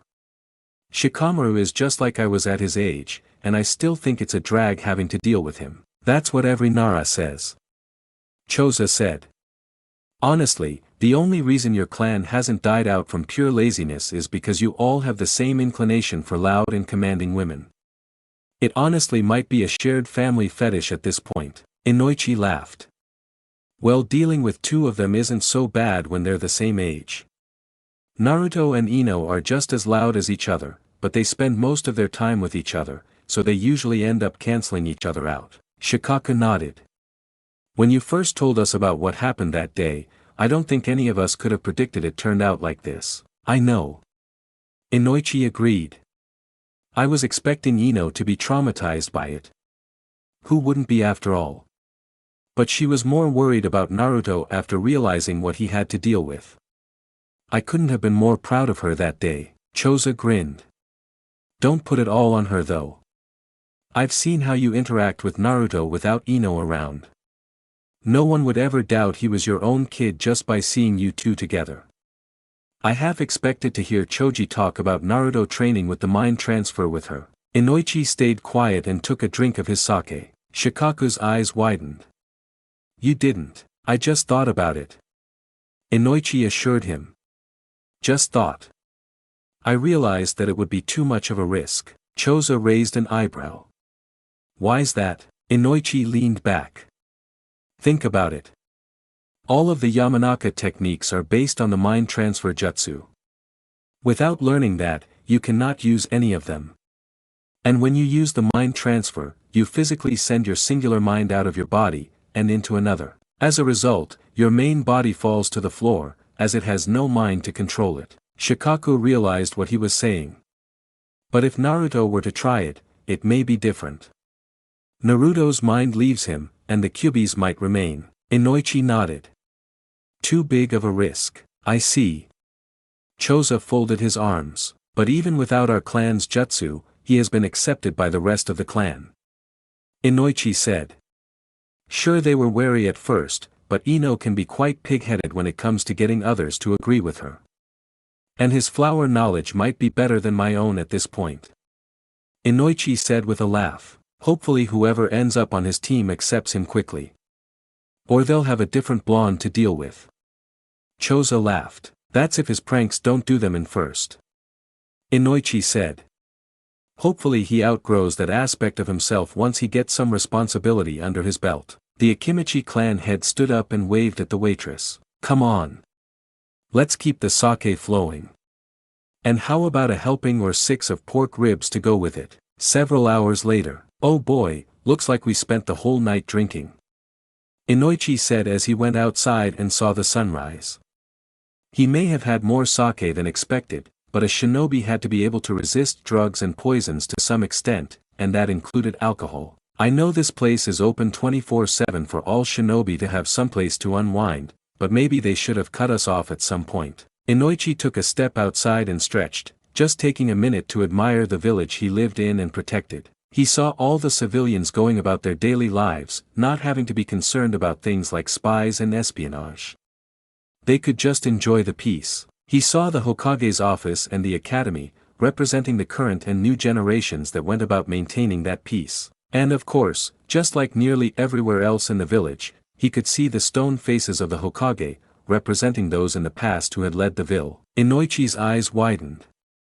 Instantly he was sober. He could not make out the actual words, but he saw messages painted on each of the Hokage faces. And just barely within his view, he saw a small blonde dot jumping around the stone faces. Naruto! Inoichi yelled as he began running towards the Hokage monument. What was that, Inoichi? Shikaku asked as he and Choza came out themselves, only to see the Yamanaka of their trio was no longer in front of the bar. Looks like his son has found what prank to end his career on.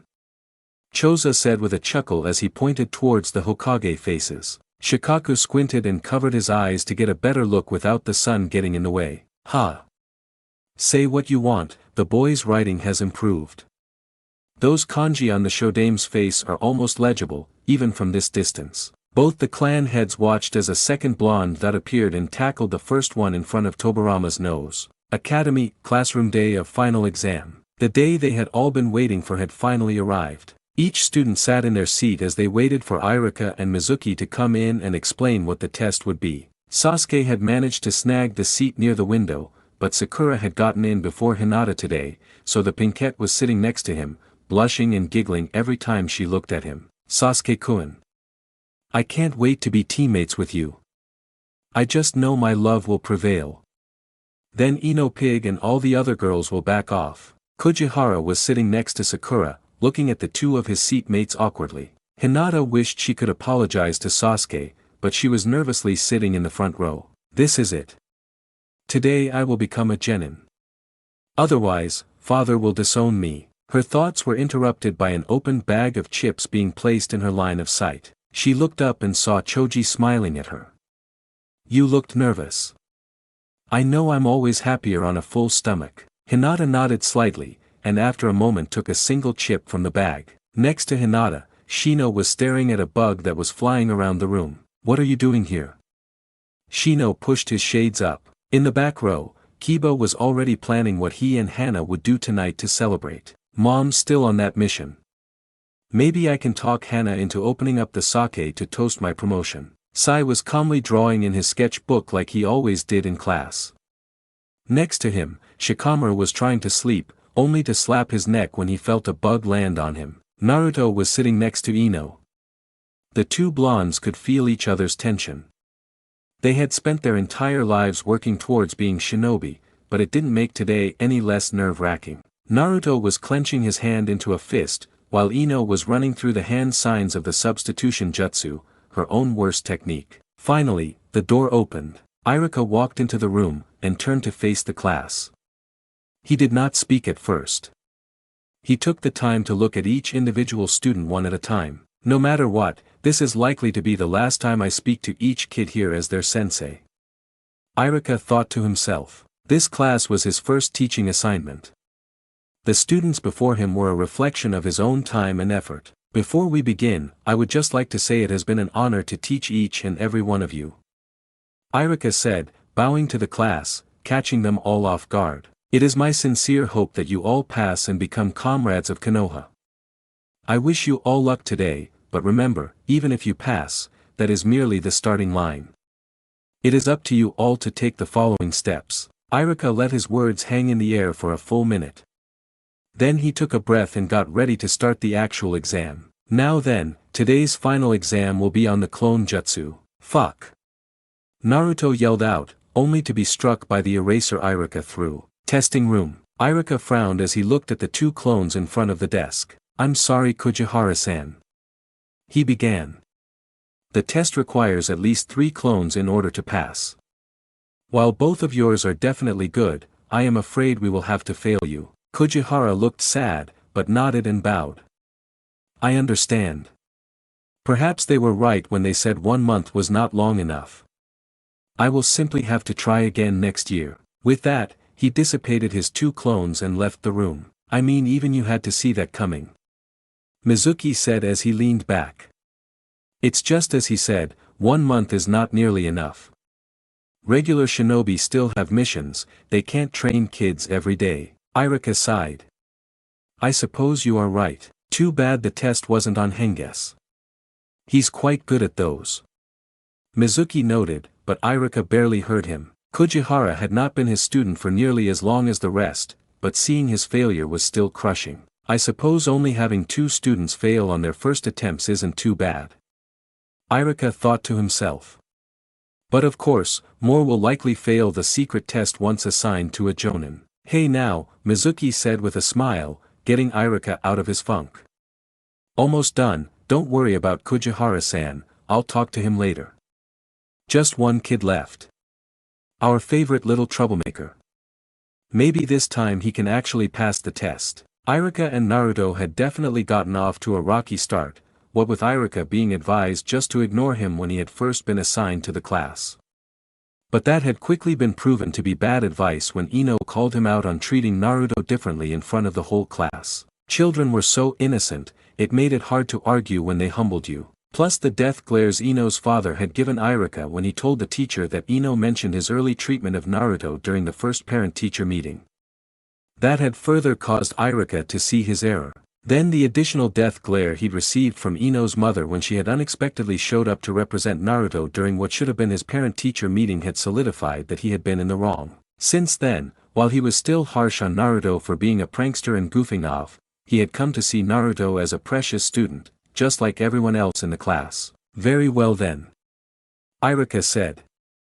Let's have him come in. A few seconds later, Naruto was standing in front of them. Alright Naruto, Mizuki began, smiling at the boy. You did well on the final written exam last week, so now you just need to do one jutsu and you are a ninja. Irika nodded. Please produce a minimum of 3 clones. Naruto nodded and took a deep breath. I can do this. Naruto thought as he began to gather his chakra. He let the chakra rise up, and then felt the familiar amount he needed to do a good clone. He started going through the familiar hand signs. Bunshin no Jutsu. In a puff, a perfect replica of Naruto was standing next to him. 1 down. Naruto thought as he began to let the chakra rise up again, coming up faster this time since he was already prepared. A second later, a third Naruto was present. 2 down. Just 1 more. Naruto let his chakra keep rising up. He had to be careful. This was where he always messed up. He had to have the same amount as the other 2 clones. Almost. Almost.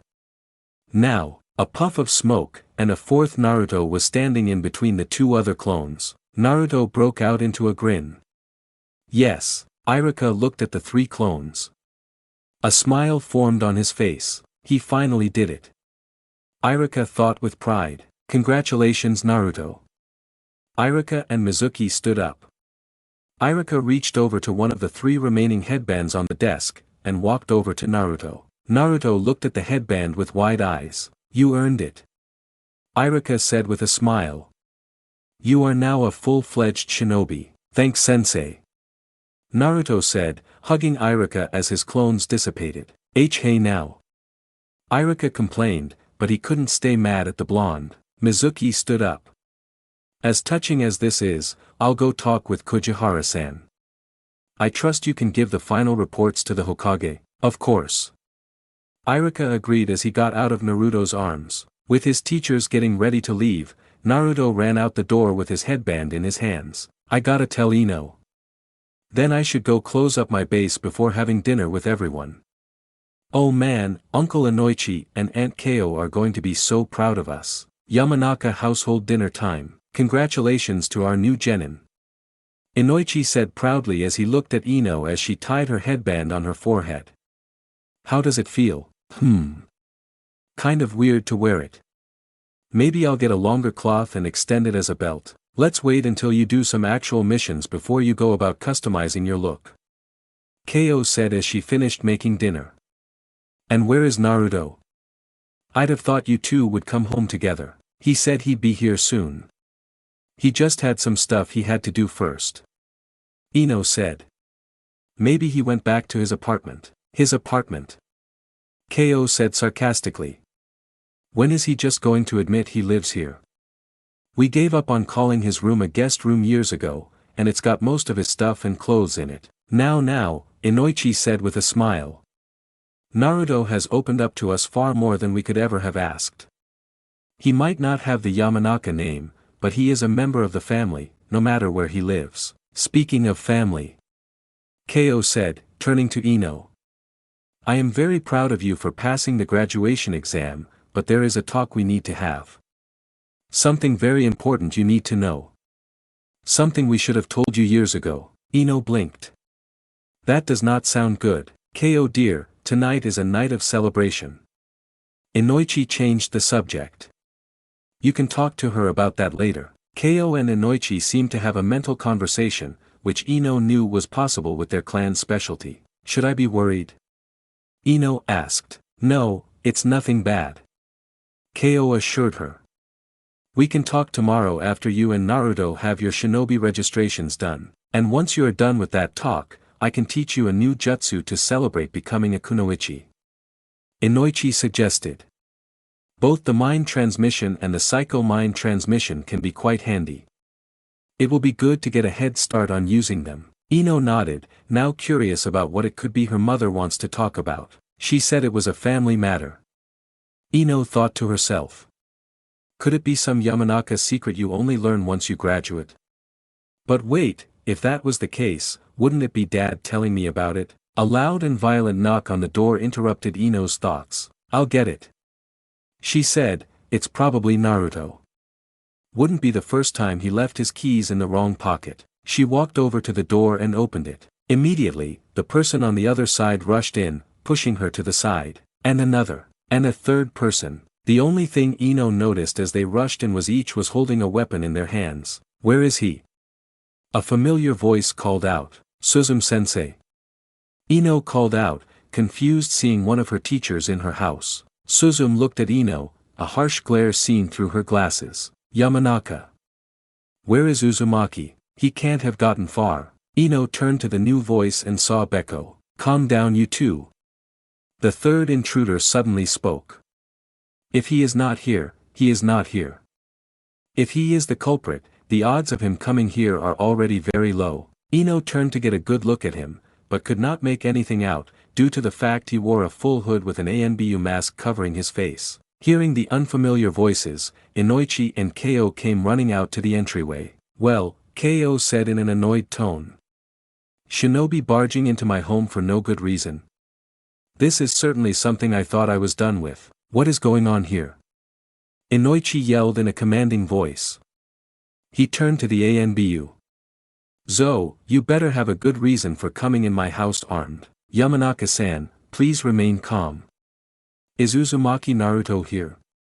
The ANBU asked, putting his hands out to show he meant no harm. Inoichi's eyes turned into a glare. What do you want with Naruto? To punish him like the traitor he is. Beko-sensei said. The ANBU held out his hand. Enough. You only make this worse if you antagonize them unprovoked. The ANBU turned to Inoichi, and took his mask off. Inoichi's eyes widened. Sandeu, we are not here to cause trouble. The unmasked man said. But a few hours ago, the Hokage's residence was broken into, and the scroll of sealing was taken from its vault. According to Sandem-sama, it was Naruto who did it. What? Ino yelled, finally standing up. Naruto would never do that. I agree. Sandeu said, turning to Ino. Ino saw his face for the first time. There was something about it that seemed familiar, but she could not place it. He was tan-skinned, and had light brown hair, with the beginnings of a goatee visible. Even if Naruto was the kind of person to steal from the Hokage, he does not know where the scroll is kept. Sandeu explained. Only a select number of high-level shinobi should be aware of that, but recently there was a case where Sandem-sama was consulting the scroll for research purposes, and several shinobi with 2 low ranks burst into the room to deliver important news. Sandem-sama was just returning the scroll to the vault when they came in. As such, that group is where we will likely find our true culprit. You mean you think Naruto is being set up? Ko asked, worried about the young boy. I hesitate to say he is completely above reproach as a suspect, but transformation jutsus are not exactly A rank in learning difficulty. Sandeu said. Disguise oneself as Naruto, who many in the village are predisposed to having a negative view of, and leave while acting as though you are searching for the framed student. That isn't what you told us. Suzume complained. Yeah. Why didn't you tell us that theory?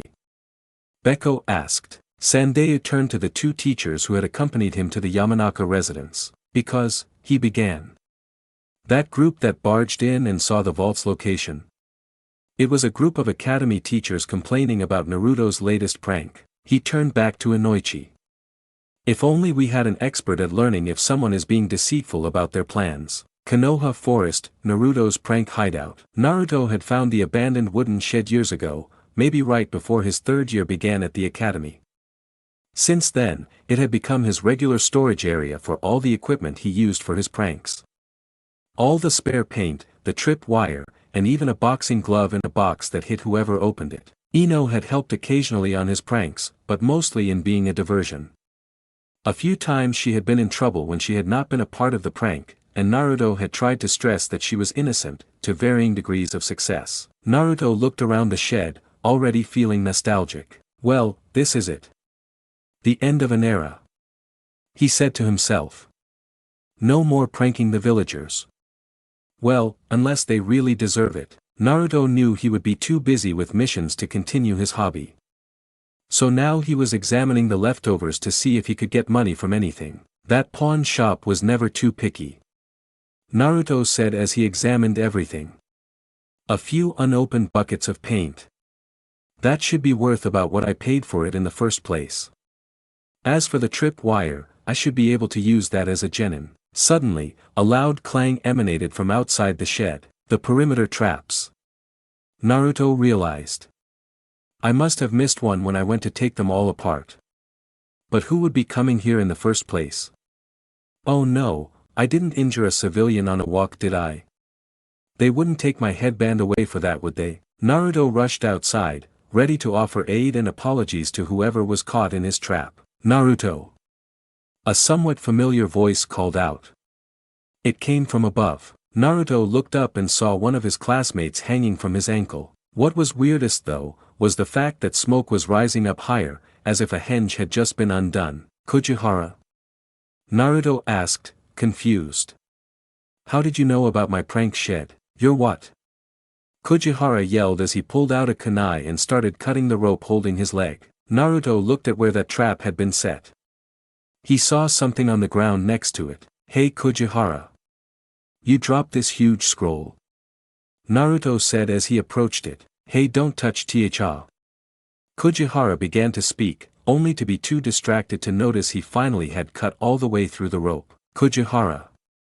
Naruto ran to try to catch him, only to be too late. Uchiha had braced for the fall with his arms, but still struck his head. Uchiha. Naruto yelled as he ran over and examined his classmate. Alright, I'm no medic, but I think you're fine, just unconscious. Naruto spoke to Uchiha. I suppose you can't hear me say that though. Naruto did not understand what was going on. He gently lowered Uchiha's head back onto the ground, and turned his attention to the scroll Uchiha had apparently been carrying when he got caught in Naruto's trap. It was a large scroll. Larger than any Naruto himself had ever read. Didn't the old man sometimes write in large scrolls like this to relax? Naruto opened the scroll and began to read it. A scroll full of jutsu. He thought as he read it.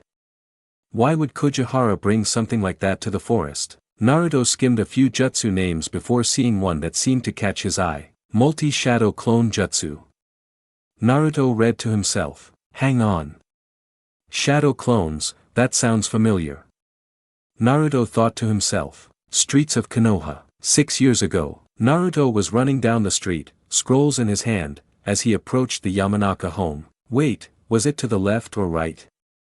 Naruto asked under his breath. He had only been to Ino's home 3 times, and none of those times had him start at the academy, so he was a little turned around. Naruto. Good to see you today. How are you enjoying the academy? Hiruzen's voice called out. Naruto turned more and saw the old man approach him. Hey Gigi. Naruto greeted him casually. Do you know how to get to Ino's from here? Iruka-sensei wants me to give her the work we did today. Ah, this might not be the best time, Naruto. Hiruzen said. You see, her father, Inoichi, just returned from a mission to the land of birds, and he ended up catching something there and passing it on to his family. That is why Ino was absent today. Best you stay away yourself for a few days. I'm sure you don't want to miss it when they start teaching actual jutsu soon. Naruto looked at the scrolls in his hand. But what about all these? Irika-sensei said to make sure she got them. Hiruzen smiled. Well then, I have just the solution. Hiruzen brought his hands together in a hand sign. Kage Bunshin no Jutsu. Suddenly, in a puff of smoke, a second Sandaime was standing next to the original. I'll take these Naruto, and I'll be sure to pass on what you did for young Ino. Hiruzen's clone said as he took the scrolls from Naruto's hands, before heading down to the right. Wayo! Naruto gasped as he examined the clone. When do they teach us that one? Hiruzen chuckled. I'm afraid that is not in the academy curriculum, though there is something similar you will learn. As for this, it is a bit too advanced for you. But if you keep studying, perhaps one day you will manage it. Naruto nodded. If only Irika knew this. I overheard him complaining to Mizuki-sensei about having to grade all our homework in one night.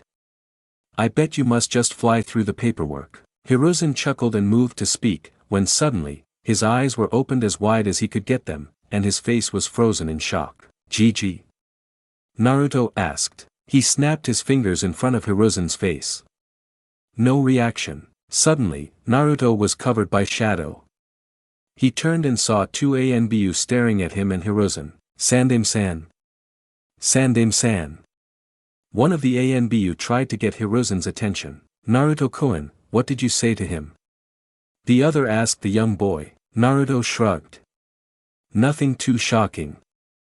I just said that I bet his clones mean that he can get paperwork done fast. Ha! The ANBU in front of Hiruzen said as he folded his arms. Looks like you just broke his mind. He has been Hokage for decades, but no one ever suggested that, and he can't believe how much time he has wasted. Well, how do we get him out of this state? The other ANBU asked. Maybe we can shock him again and that will cancel it out. The first ANBU suggested. He turned back to Hiruzen. Sandaime. Orochimaru has returned. No response. Sandaime. A horde of women are approaching Konoha, demanding Jiraiya-sama pay them child support. Still no response. Ha. I thought hearing Jiraiya actually managed to seal the deal with someone would have gotten a reaction. The ANBU said as he crossed his arms in frustration. Maybe try a positive surprise rather than something dangerous or annoying. The second ANBU suggested. Excellent idea, Weasel. I know just the one. Sandaime. Uchiha Mikoto has gotten really drunk and is currently in the market district spinning around a light pole like it's a stripper's p-dash. At that moment the second ANBU Weasel punched the first ANBU with enough force to send him careening into the nearby store's wall. Before he could react, Naruto felt the cold metal of a kunai pointed at his throat. You heard nothing. The ANBU said.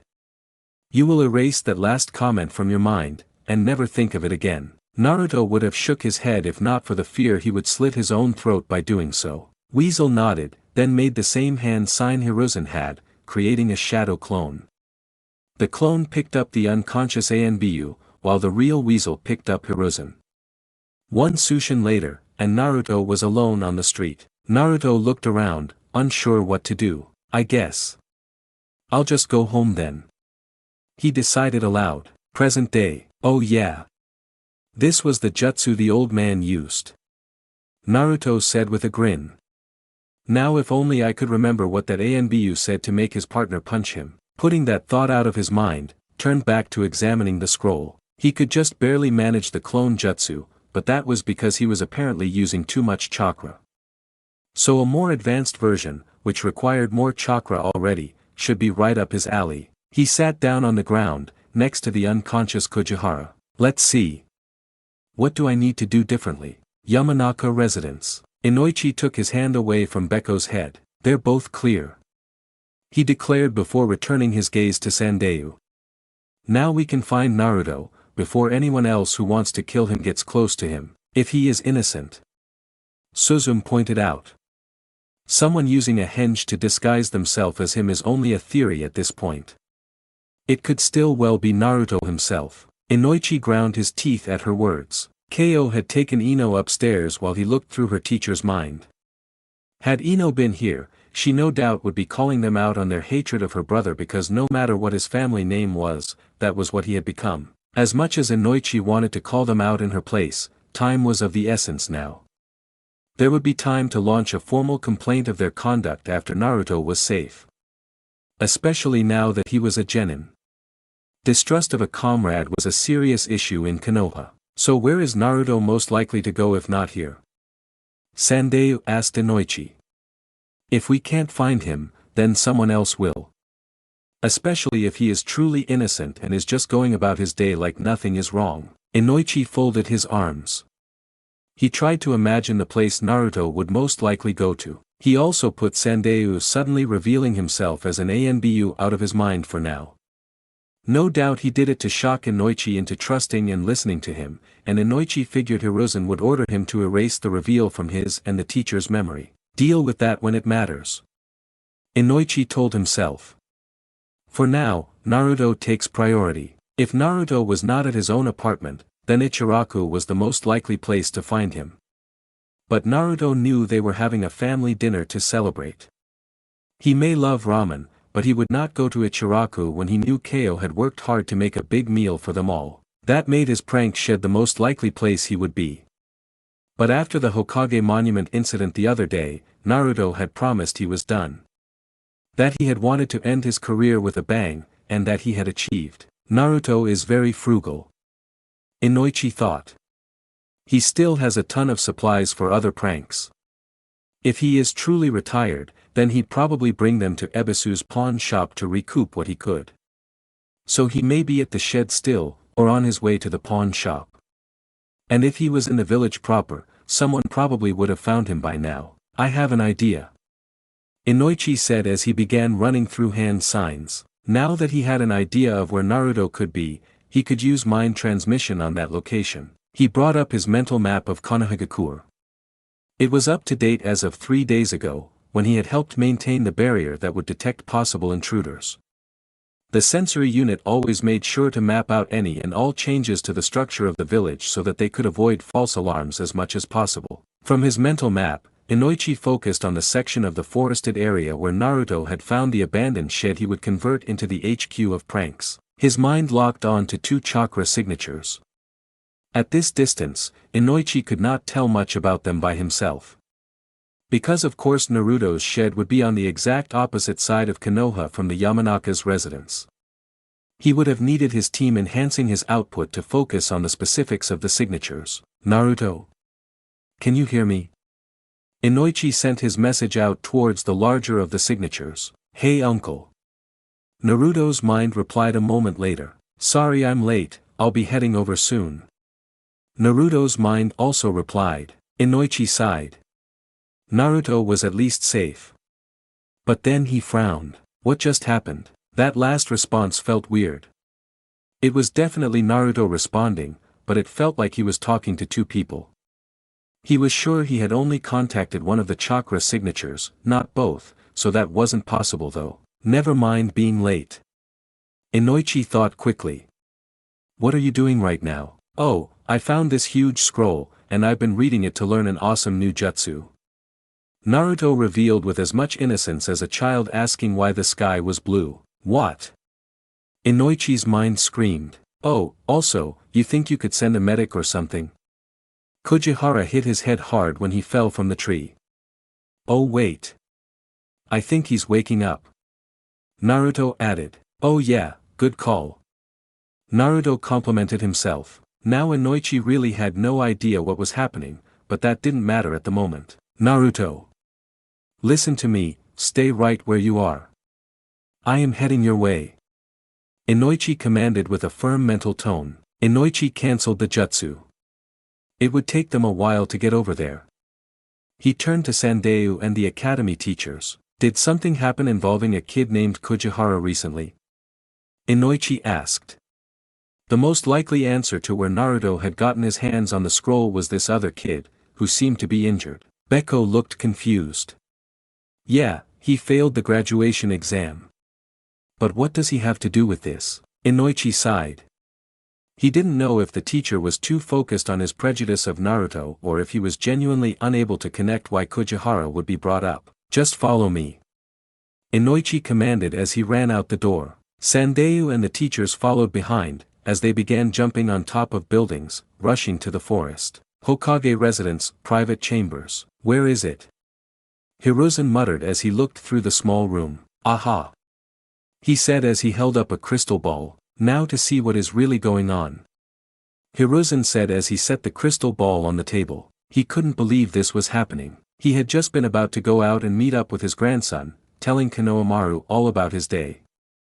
After all, Sandayu and Kamachi were both so wrapped up in their work as ANBU that Konohamaru hardly ever saw them together, but tonight Sandayu was a part of his guard, so the 3 generations of Sarutobi could spend some time together. The boy needed some constant parental figure in his life, and Ebisu was just a tad too professional to provide that to Konohamaru himself.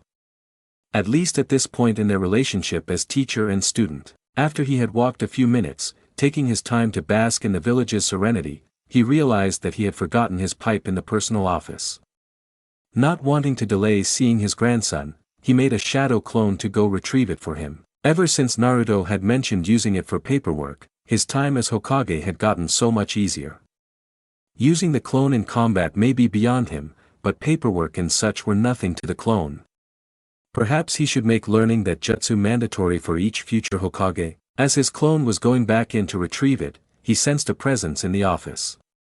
Immediately on guard, Hiruzen's clone had a shuriken in his right hand while the left was already getting ready to form a hand sign. He burst through the door only to see Naruto of all people standing in front of the bookshelf that hid the Hokage's secret vault. Naruto had acquired quite the reputation of a prankster, so Hiruzen's first thought had been he had been caught in the act of booby-trapping the office in some way.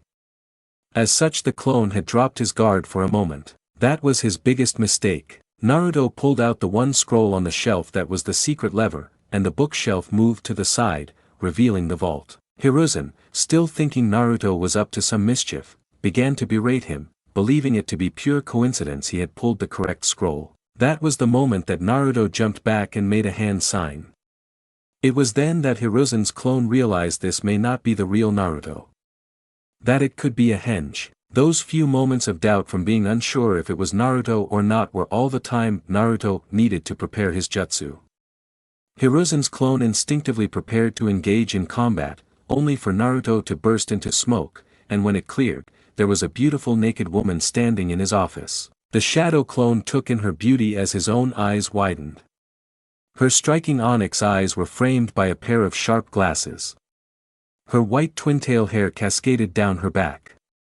And a notably sized chest, while not much compared to Tsunade, it was still definitely on the larger side, drew the main focus of the clone's attention. The blood from the shadow clone's nose, because apparently shadow clones could still get nosebleeds, shot him back with such force that he was sent flying back against the wall, dispelling the jutsu, and sending the experience into Hiruzen's original mind. After feeling the blood drip down his own nose from his new memories, Hiruzen ordered his ANBU guards, including Sandayu, to return to the office, but by then Naruto was gone, as was the scroll of sealing. In my defense, I have been a widower for over a decade. Hiruzen tried to defend himself from his own conscience. Besides, even if Biwako was still here, she would have reacted just like I did. No, her nosebleed would have been even larger. She may have had the younger generations tricked into thinking she was the very definition of stately and proper, but I remember our early days together very well. She definitely would have considered at least hinging into such a form herself to make things more interesting one night. At first, he had sent the ANBU out to look for Naruto himself. Who else would use the sexy jutsu other than its creator? As his son prepared searches to be sent out, Hiruzen rethought over the encounter. Whenever Naruto used the sexy jutsu, he always looked the same. So why make a new one now of all times? It was when Sandayu said the search parties were ready that he realized his clone was likely correct when he had thought about Naruto being an imposter. Though that did raise the question, how would an imposter know about Naruto's sexy jutsu? He told this theory to Sandayu, but by then, some of the search parties had already been told to look for Naruto himself, and had decided to go off before being updated with this new information. As such, Hiruzen rushed back to his personal office, and here he was, staring at the crystal ball in front of him. Telescopic viewing was a very useful jutsu, but it did have its flaws. The range was normally limited to just a few kilometers around the ball itself, but by having the sensory unit funnel some of their chakra into it, the range could be extended to cover about 5 kilometers out of the village entirely. Hiruzen doubted the imposter would get that far, but first things first, he had to find the real Naruto and make sure no one attacked him because of Hiruzen's original orders. As Hiruzen poured his chakra into the crystal ball, he saw Naruto start to appear in the reflection. Hiruzen instantly noticed the blonde boy was not alone. Konoha Woods, prank shed. Naruto had just dispelled his shadow clone when he heard another guest arrive to his prank shed. Found you. A familiar voice called out. Naruto looked up to see Iruka standing in front of him. He offered his teacher a sincere smile. Oh hey sensei. What are you doing out here? Were you who Kujihara was planning to meet? Hearing the class troublemaker ask about another student took Iruka out of whatever anger he was feeling towards the blonde, replacing it with confusion. Kujihara. Sure enough, Iruka turned his head and saw Kujihara clutching his head while laying on the ground. Naruto though, just nodded. Yeah, Kujihara explained it to me. He said he failed the graduation exam, but that a teacher told him about the secret exam, and to meet here. Apparently that was what this old shed is for, but it's been so long since anyone was worth trying the secret exam that it fell into disuse until I stumbled upon it. Speaking of, why wasn't I told about this when I failed to pass before? Does it not count if you try to pass early? Anyway, please don't hold him getting trapped against him. I even forgot about that leg trap, and I come here every day. Iruka's eyes widened. Kujihara was the one to steal the scroll. And he did it on a teacher's orders. Iruka ran over to Kujihara and examined him. Other than the clear concussion the boy was dealing with, he seemed to be in good shape. Guess that just goes to show his shinobi training was useful. Iruka turned to look at Naruto. The boy was covered in dirt and was breathing somewhat heavily, but he seemed to be relaxed otherwise. Naruto, are you telling me you have been up here all night? Iruka asked. And you haven't gone anywhere else? Naruto looked confused. Yeah. I mean I'm supposed to have dinner at INO's tonight, but Uncle Inoichi contacted me a few minutes ago and said to stay here for now. Iruka had been Naruto's teacher for years. He could tell the boy was telling the truth. So he turned to Kujihara. Kujihara, where did you get that scroll Naruto is holding? Iruka asked. The blue-haired boy looked up, a guilty look in his eyes. The Hokage's residence. What?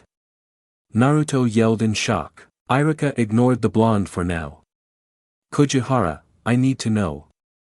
Who told you where it was? For Iruka, it felt like the silence had frozen time.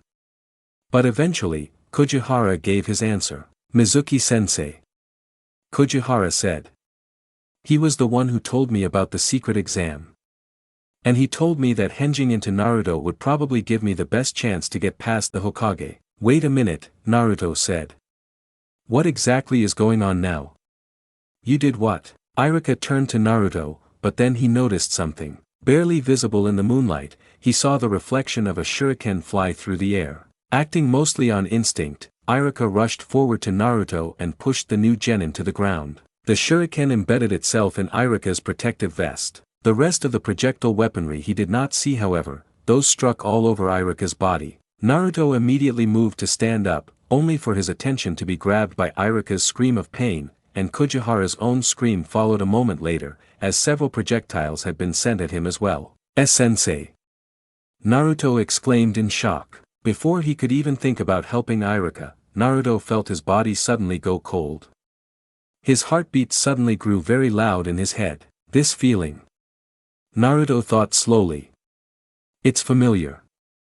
Where have I felt this before? A laugh broke through the night, and all three men on the ground looked up in the trees surrounding them, spotting a familiar teacher standing there, two large Fuma shuriken strapped onto his back. Mizuki's laugh died down as he observed his prey. Impressive job Kujihara. I knew you could do it. Unfortunately, it seems you were caught, not just by Iruka, but by your own classmate as well. I don't think you made the cut for genin. And those who don't deserve to be shinobi, don't deserve to live either. Mizuki. Iruka yelled as he pulled a kunai out of his leg. What the hell have you done? I figured you would be the first to find Naruto. Mizuki said nonchalantly, like he was speaking to Iruka in the teacher's lounge.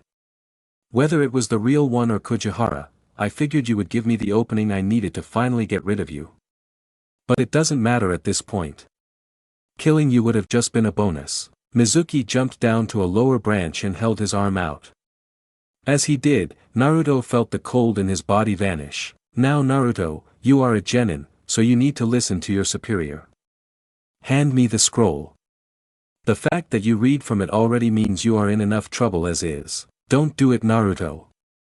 Iruka yelled. Mizuki just wants the scroll for himself. If you hand it over, there is no telling what he will do with it.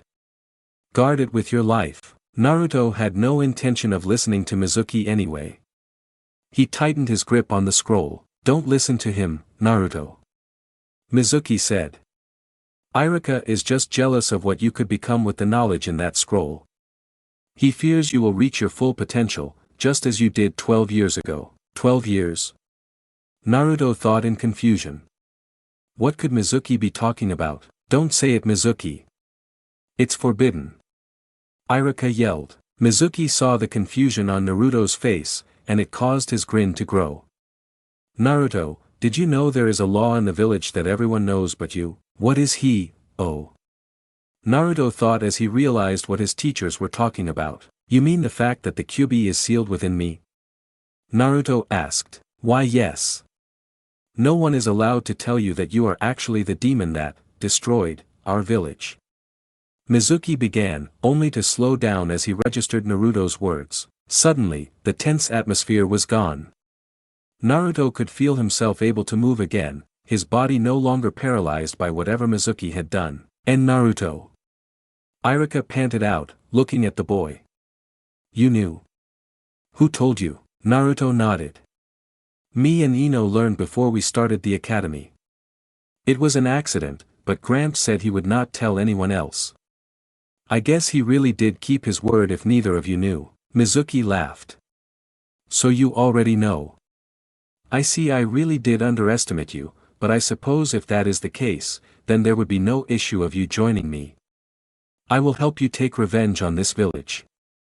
Just hand me the scroll and we can kill Iruka and Kujihara and get out of here before anyone knows what happened. The people of Konoha will die regretting the way they've treated you. Naruto took a half step back.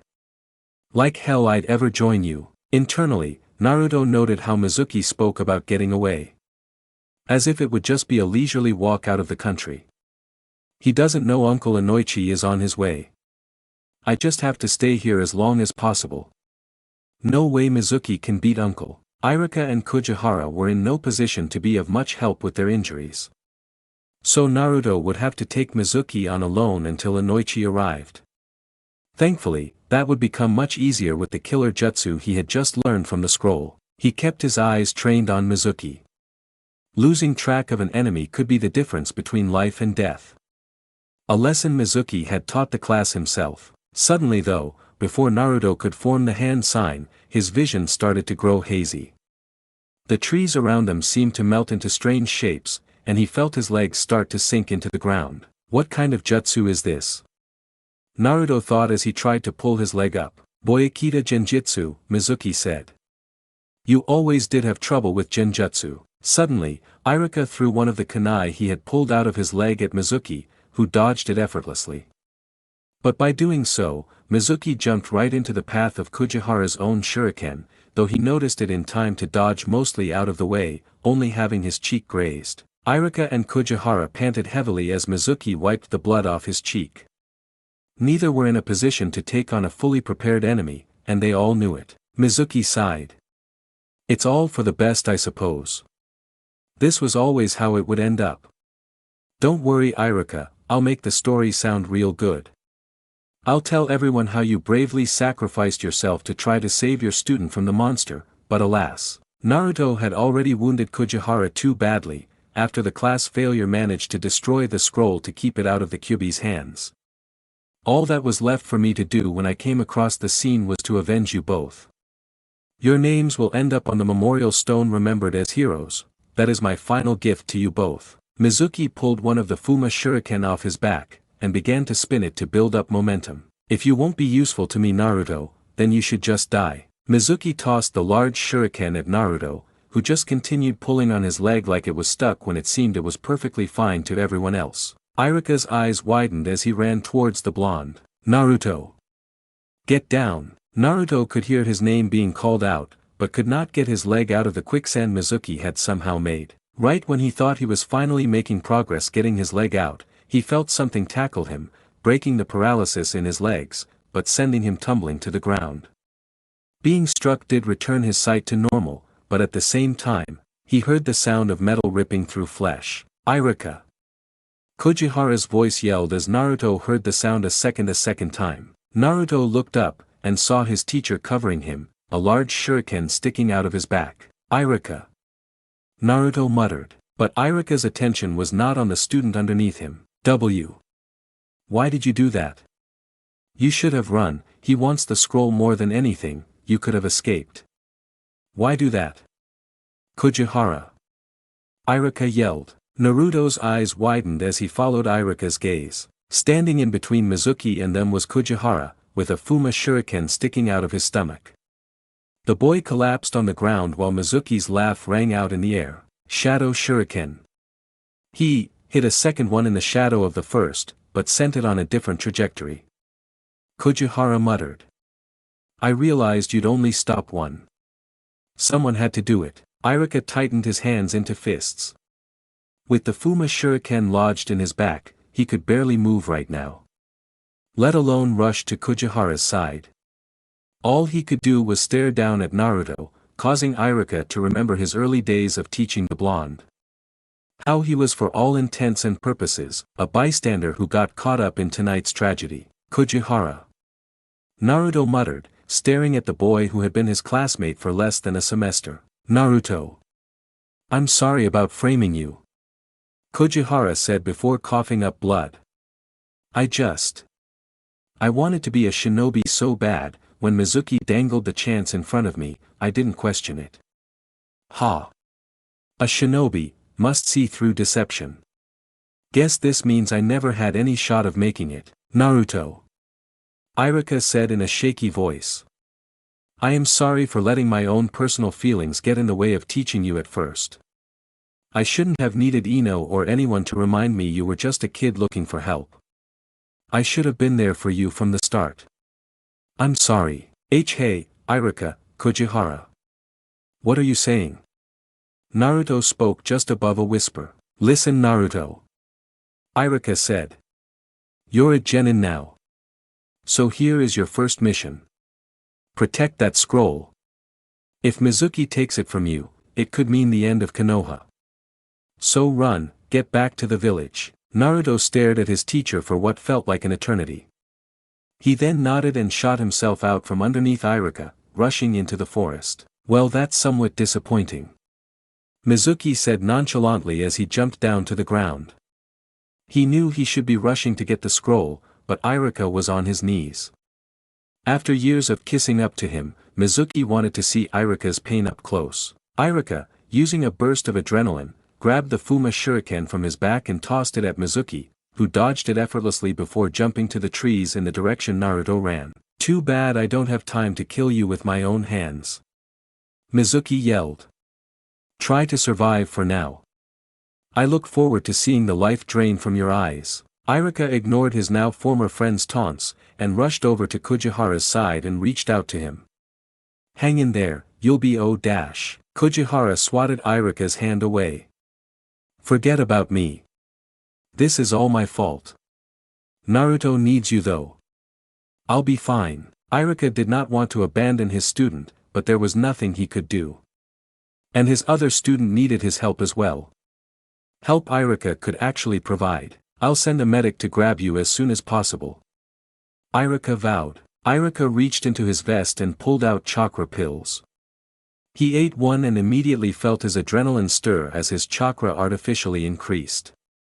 He then gave a second one to Kujihara. It would not replace an actual medic, but Irika needed to be in the best form to catch up with Mizuki, and Kujihara needed as good a chance as possible to survive.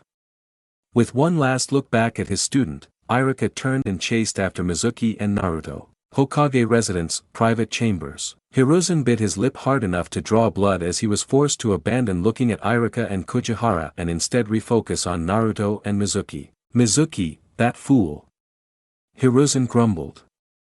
Part of him wanted to rush out right now and intercept the traitor himself. But taking a breath, the logical part of him took over. Hiruzen's office was too far for him to make it before Inoichi and Sandeu's team reached them.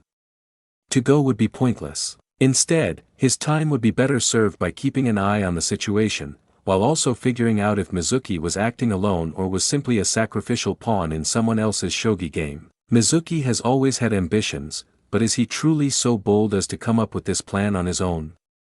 Hiruzen thought to himself. Unfortunately, whenever there was a problem within Konoha, one face immediately came to Hiruzen's mind. Hiruzen made a quick hand sign and the picture in the crystal ball changed from Naruto jumping among the trees, to a dark room where Shimura Danzo sat reading a book. One could never tell with Danzo, but he seemed relaxed enough that he truly did not have a part in tonight's events. I wonder if I'll ever be able to look at an issue without immediately jumping to, is this Danzo's fault? Hiruzen muttered to himself. Ever since that tragic night where Tobirama-sensei had died, Hiruzen could feel that Danzo had allowed the darkness in him to take over. But it was a time of war, and Hiruzen thought together, they could use that darkness to end the war quickly. A mistake he now deeply regretted, for what he thought was controlling the darkness, was simply feeding it until it grew too large to control. Until the Danzo of his youth had drowned in it, and came out a monster. Hiruzen's first act as Hokage had been to send Danzo and several volunteers back into Kumo's territory to retrieve Tobirama's remains. They had received word from a spy that Ginkaku and Kinkaku were planning to display his corpse in front of the Raikage's office to show that one of them should be named Raikage over the Nidame's son AI. Even if such a display did not sway the people, Tobirama was an unparalleled genius at crafting new jutsu. The longer Kumo had his body, the more secrets they may uncover. Danzo returned, the sole survivor of the mission, but it was successful, and Tobirama had been given proper funeral rites before being put to rest beside his brother. Danzo had been a village hero, one who earned the respect and thanks of everyone in the village. Something Danzo himself had downplayed as unimportant to being a shinobi. After that, Hiruzen had named Danzo one of his advisors. Koharu and Hamura were also eventually granted spots as Tobirama's own advisors stepped down. Hiruzen trusted that they would always help keep him in a logical mindset, befitting a leader of shinobi. Hiruzen had thought himself unworthy of the Hokage's seat, comparing himself to Hashirama and Tobirama. He found himself lacking. The weakest of the Hokage. That was why he had thought to rely on his comrades. They would be there to keep him on the right track, to never let his position go to his head, and let him make the right decision, no matter how hard it would weigh on his heart. But looking back at his long reign, he saw how foolish he had been. How his weakness had caused him to defer to them when his original thoughts were clearly the right choices in hindsight. After passing the hat over to Minato, the young man kept them around as advisors while he had settled into his position. But Minato had confided to him how he planned to name his own advisors and let Hiruzen's comrades join him in retirement. But that meeting had also been when Hiruzen had learned Kushina was pregnant, and the rest of Minato's tragically short reign came far too soon. He had given Danzo and his root too much influence, he realized that far too late, when the Uchiha came under suspicion. Hiruzen's own weakness had put Itachi on a path that boy was too innocent to walk down, but he did his duty, trusting Hiruzen to do what was right for both Sasuke and Konoha. Another failure that weighed heavily on Hiruzen. When Danzo then spoke about other clans possibly plotting similar actions as the Uchiha, naming the Yamanaka for their close relationship to Naruto, Hiruzen had put his foot down. Several decades too late he bemoaned, and stripped Danzo of all his authority. Ordering all root to be moved to the main forces and put under strict scrutiny. The only reason Danzo still drew breath was so Hiruzen could investigate any contingencies Danzo had made to take action after his death. Danzo claimed he loved the village and wanted what was best for it, but Hiruzen suspected if he could have no control over it, he would rather it burn. At the very least, he is unlikely to be connected to Mizuki. Hiruzen thought aloud. Mizuki was a part of Irika's class. He would have had no time to be trained by Danzo to the extent root members usually were. For now this will have to be treated as the actions of a single missing nin, rather than a conspiracy. As he made another hand sign to return the crystal ball to Naruto's location, Hiruzen sent up a silent prayer that this would prove to be just that, with no third parties pulling any strings. Konoha Forest, Prank Shed. As the traitor, the protector, and the scapegoat got farther and farther away, the fourth shinobi sighed and started to get up. I was actually worried he'd never leave. Kojihara muttered to himself as he pulled out the Fuma shuriken Mizuki had used to attack. His body was already healing from the assault using his own personal cellular activation medical ninjutsu. First things first, get the information delivered before all else. Kojihara took the Fuma shuriken's edge and began to press his thumb against it. Once he drew blood, he wiped it on his opposite palm, and began running through hand signs, before jamming his palm into the ground. Kuchiyos no jutsu. He muttered. A puff of smoke came from where he struck, and a small snake was slithering on the spot, looking up at him expectantly. Kojihara reached his hand into his mouth and began to cough, and then gag. But after a few seconds, he held up his prize, for this bonus objective Mizuki had sprung up on him after he failed the graduation exam. It was a bag. A bag with a roll of film tape inside. Pictures of all the forbidden jutsu the scroll of sealing had within it. He had put the roll of tape in his mouth after he destroyed the camera he had used to take the photos. He placed it in front of the snake. A moment later and it was safely in the snake's mouth. Be sure to get that to Orochimaru-sama. Kojihara ordered before the snake vanished in another puff of smoke. Kojihara stood up and stretched. Finally I can go back to normal. The overall mission will basically be the same as it is now, but at least I'll be in my normal body for it. Kojihara finally dispelled the henge. Once the smoke cleared, the blue-haired 12-year-old was gone. In his place was a taller white-haired 19-year-old. Kabuto smirked as he pushed up his glasses. This had been an interesting side quest, all thanks to Mizuki. And it gave him an answer to the only snag in his mission, how to burn this identity without too many questions. It was 2 months ago he received word from Orochimaru. Uchiha Sasuke, the only other Uchiha body besides Itachi, was in the next graduating class at the academy. Kabuto was to infiltrate, get some DNA samples, and send it to Orochimaru to analyze. When Kabuto had first learned of the immortality jutsu Orochimaru had developed, he had thought it meant Orochimaru had become fully invincible. But every jutsu had its limits and weaknesses. Apparently some bodies were simply incompatible with the Sannin. The curse marks had been developed and improved largely to act as a way to prepare possible vessels for Orochimaru's soul. A form of vaccination, to put it in medical terms. It was simple enough for Kabuto to fake an injury on a C-rank mission once he received his new orders. As such, he and his squad mates would stay in the village, while Mitsuhide-sensei would be sent on A-rank mission to fill his time. With no other direct supervision, Kabuto could fill Yoroi and Misumi on what Orochimaru wanted from them. Using the DNA samples of Sasuke that Kabuto had retrieved during their taijutsu lessons, Orochimaru had confirmed that Sasuke would need the curse mark to even stand a chance of hosting his soul. After that, all that was left for Kabuto was to fail the graduation exam so as to sever his connection with his classmates, and he would be free to resume his main infiltration of Konoha. It would be simple enough to have Kojihara's parents, Yoroi and Misumi in Henges as well, leave for some urgent business opportunity, and the whole family could be killed off with plausible deniability. What Kabuto had not been expecting was for Mizuki to tell him about the secret graduation exam. Stealing the scroll of sealing from the Hokage himself.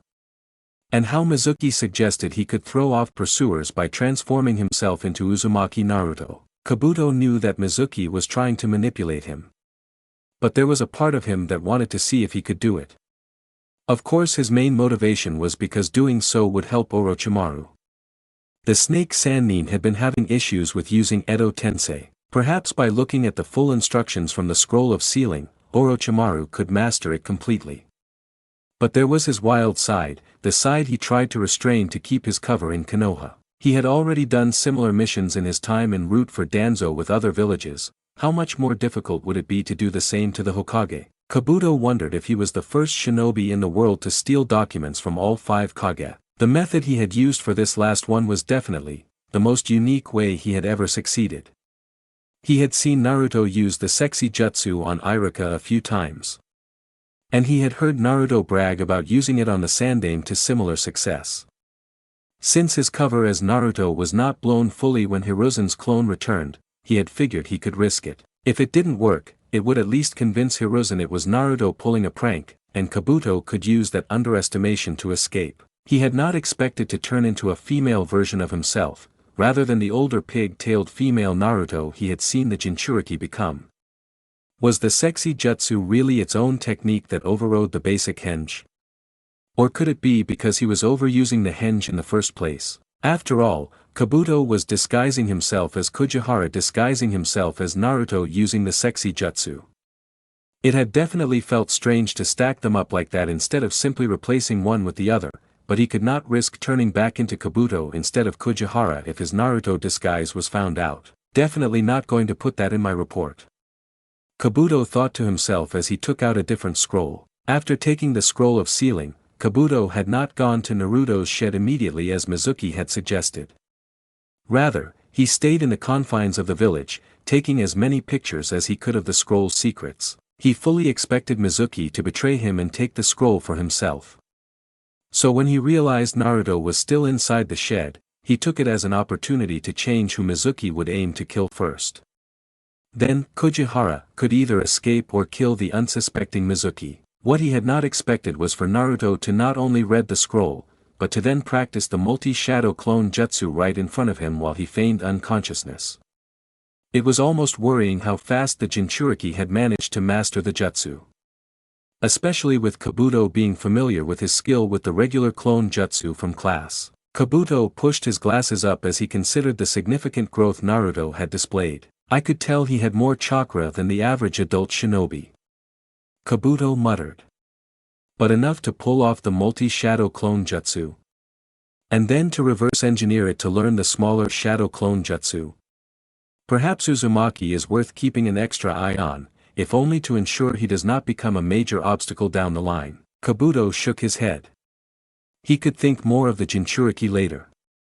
For now, he had to cut the last loose end of this mission. He opened the scroll, activating it with a hand sign as he did so. The writing on the scroll poofed into smoke, and an unconscious human, approximately 12 years old, was in front of Kabuto. Kabuto examined his own body for the injuries Mizuki's projectile attacks had inflicted on him. Besides the Fuma shuriken to the stomach, there is a normal shuriken embedded in the right calf. A kunai to the left forearm. 3 kunai to the chest, but only one of them pierced further than a few millimeters.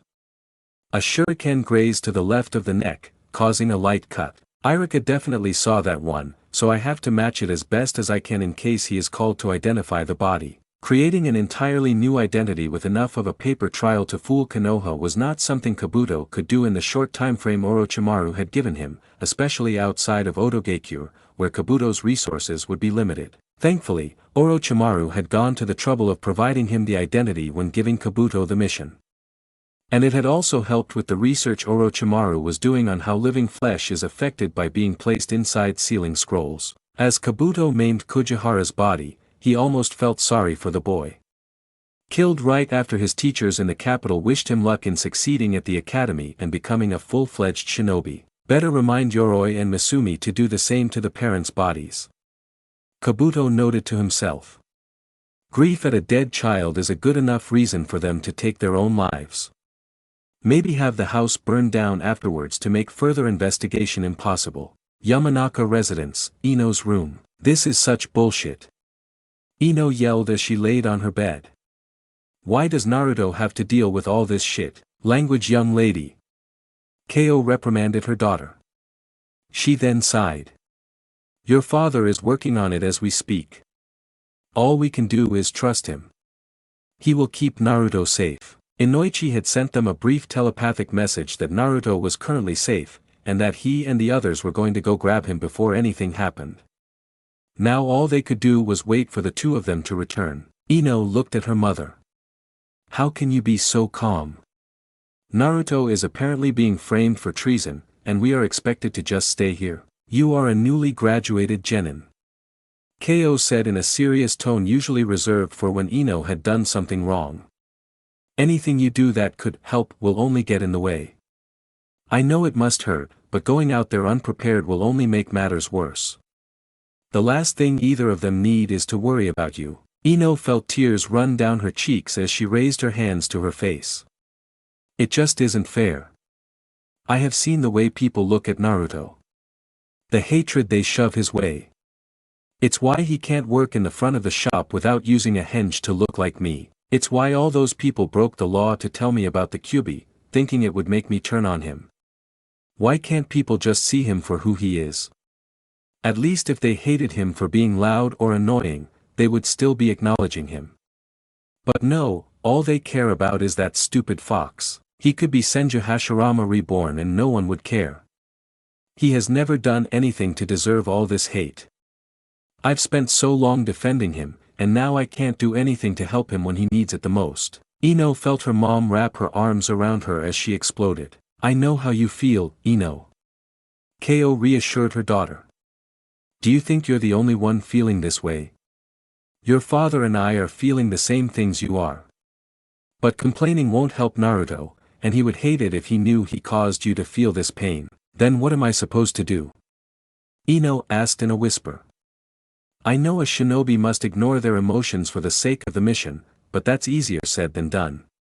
What am I supposed to do with these feelings of dread and rage and everything else? KO simply held INO for another few seconds before sighing. Well, this isn't exactly the ideal situation, but it seems this would be a good time to have that talk I mentioned earlier. KO said as she let go of INO. At least that will get your mind off this for a bit. INO raised her eyebrow. She had almost forgotten her mother wanted to tell her something before her teachers and an ANBU burst into their house. KO smiled, happy that she could at least distract INO from her worries for a while. You know, I'm honestly surprised you never thought to ask about this topic yourself. KO began. Were you never once curious about your family, huh? INO asked, confusion clear on her face. What are you talking about? I know just about everything about the Yamanaka clan. Except for the jutsu that Dad said I'm not ready for. KO let out a small laugh. No dear, I don't mean the Yamanaka. Did you never wonder about my side? Where I came from? INO began only to stop. Really, she never did think much about her mom's side. To her, her family had always just been the Yamanaka. I don't blame you. KO said.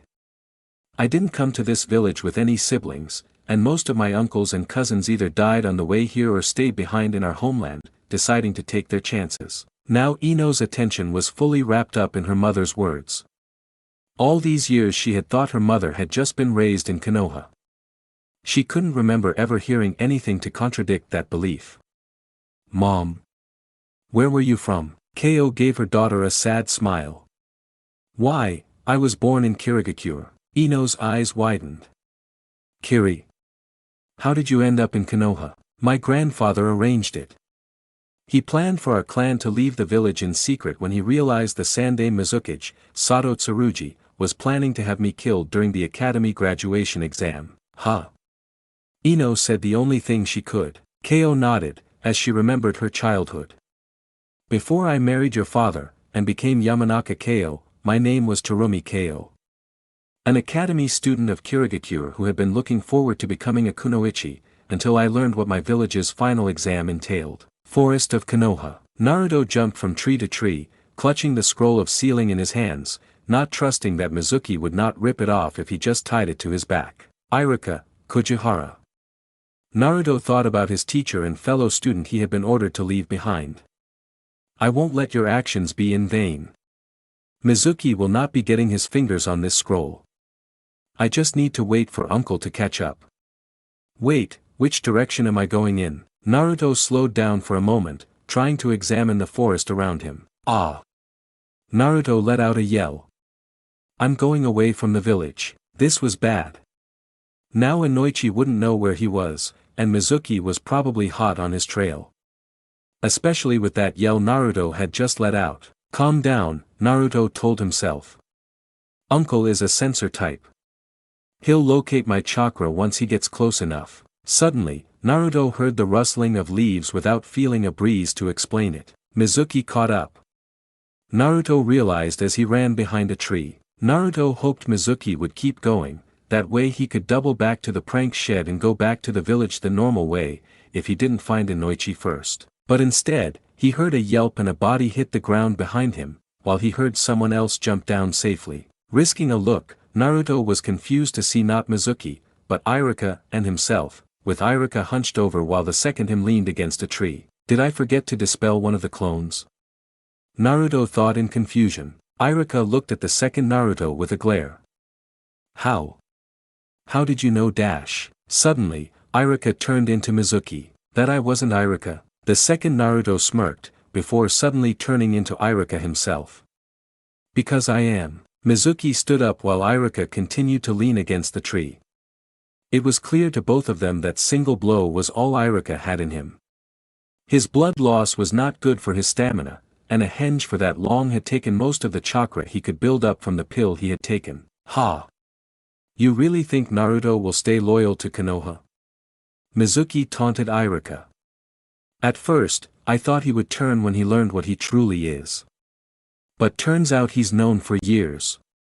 That means he's been waiting, biding his time to take his revenge at just the right moment, when Konoha least expects it. He truly is a demon, just as he was 12 years ago. Naruto tightened his hands into fists as he listened to Mizuki's words. Ever since he learned the truth of why he was hated, he felt he had understood where the villagers were coming from.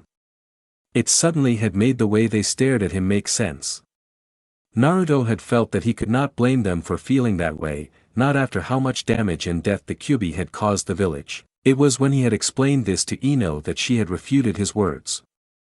She said that she knew better than anyone that he and Kyuubi were different, and as such, he had no reason to ever give the villagers justification for how they treated him. Those words had been a comfort to the younger Naruto at the time, but over the years, his thoughts would always eventually turn back to understanding why he was hated the way he was. And here was Mizuki. Despite the fact that the man was actively committing treason, he was championing the villagers who most despised Naruto at the same time. Even as Naruto knew the words he spoke were wrong, he also knew that far too many in the village believed them. Yeah, you're right. Iruka spoke up. Hearing that caused Naruto to pause. I see. So even Iruka-sensei thinks that way deep down, even if he did treat me better than most. That is how a demon would act. But Naruto is different. Iruka continued. Naruto's eyes widened at that remark. He has had every reason to hate Konoha, but instead of punishing those who hate him, he says he wants to become Hokage. But even without that specific goal, what he wants is far more simple. He wants to be accepted. Iruka explained. It took me far too long to accept him, but I have. He is Uzumaki Naruto, a comrade of Konoha. Ha! Mizuki laughed as he reached for his Fuma Shuriken, only to pause when he remembered he had used both already. If you really think that demon is a part of Konoha, then you are an even bigger fool than I thought. Mizuki pulled out some normal shuriken and kunai, and tossed them towards Iruka. Iruka closed his eyes, praying he had bought Naruto enough time to find some other shinobi and get away from Mizuki, only to then hear the unmistakable sound of metal on metal as the shuriken and kunai hit the ground. Iruka and Mizuki both turned to see Naruto standing on a branch, his hands outstretched from his own projectiles he had thrown. Don't ever threaten my sensei. Naruto warned Mizuki, before making the hand sign he had become so familiar with these past few hours. Oh really? Mizuki taunted. What are you going to do about it, demon? Tajukage Bunshin no Jutsu. Naruto yelled at the top of his lungs. Suddenly, the forest was bathed in smoke. Mizuki instinctively took a step back. Then his eyes widened as he saw the forest had been covered in shadow clones. Impossible. Mizuki yelled. Why, you actually learned a kenjutsu. Each of the Narutos began to yell and cheer as they all psyched themselves up. Yeah. Not so tough now, ha asshole. Talk to the fist, you bastard. Time for the ultimate beatdown. Iruka was simply speechless at the sight before him. There must be over 100 of them. He noted as the clones began to rush at Mizuki. Mizuki let out a yell of anger. Alright, demon. I can take you. I'll finish what the Yondaime started. The first clone reached for Mizuki's leg pouch, hoping to disarm the Chunin of further weaponry.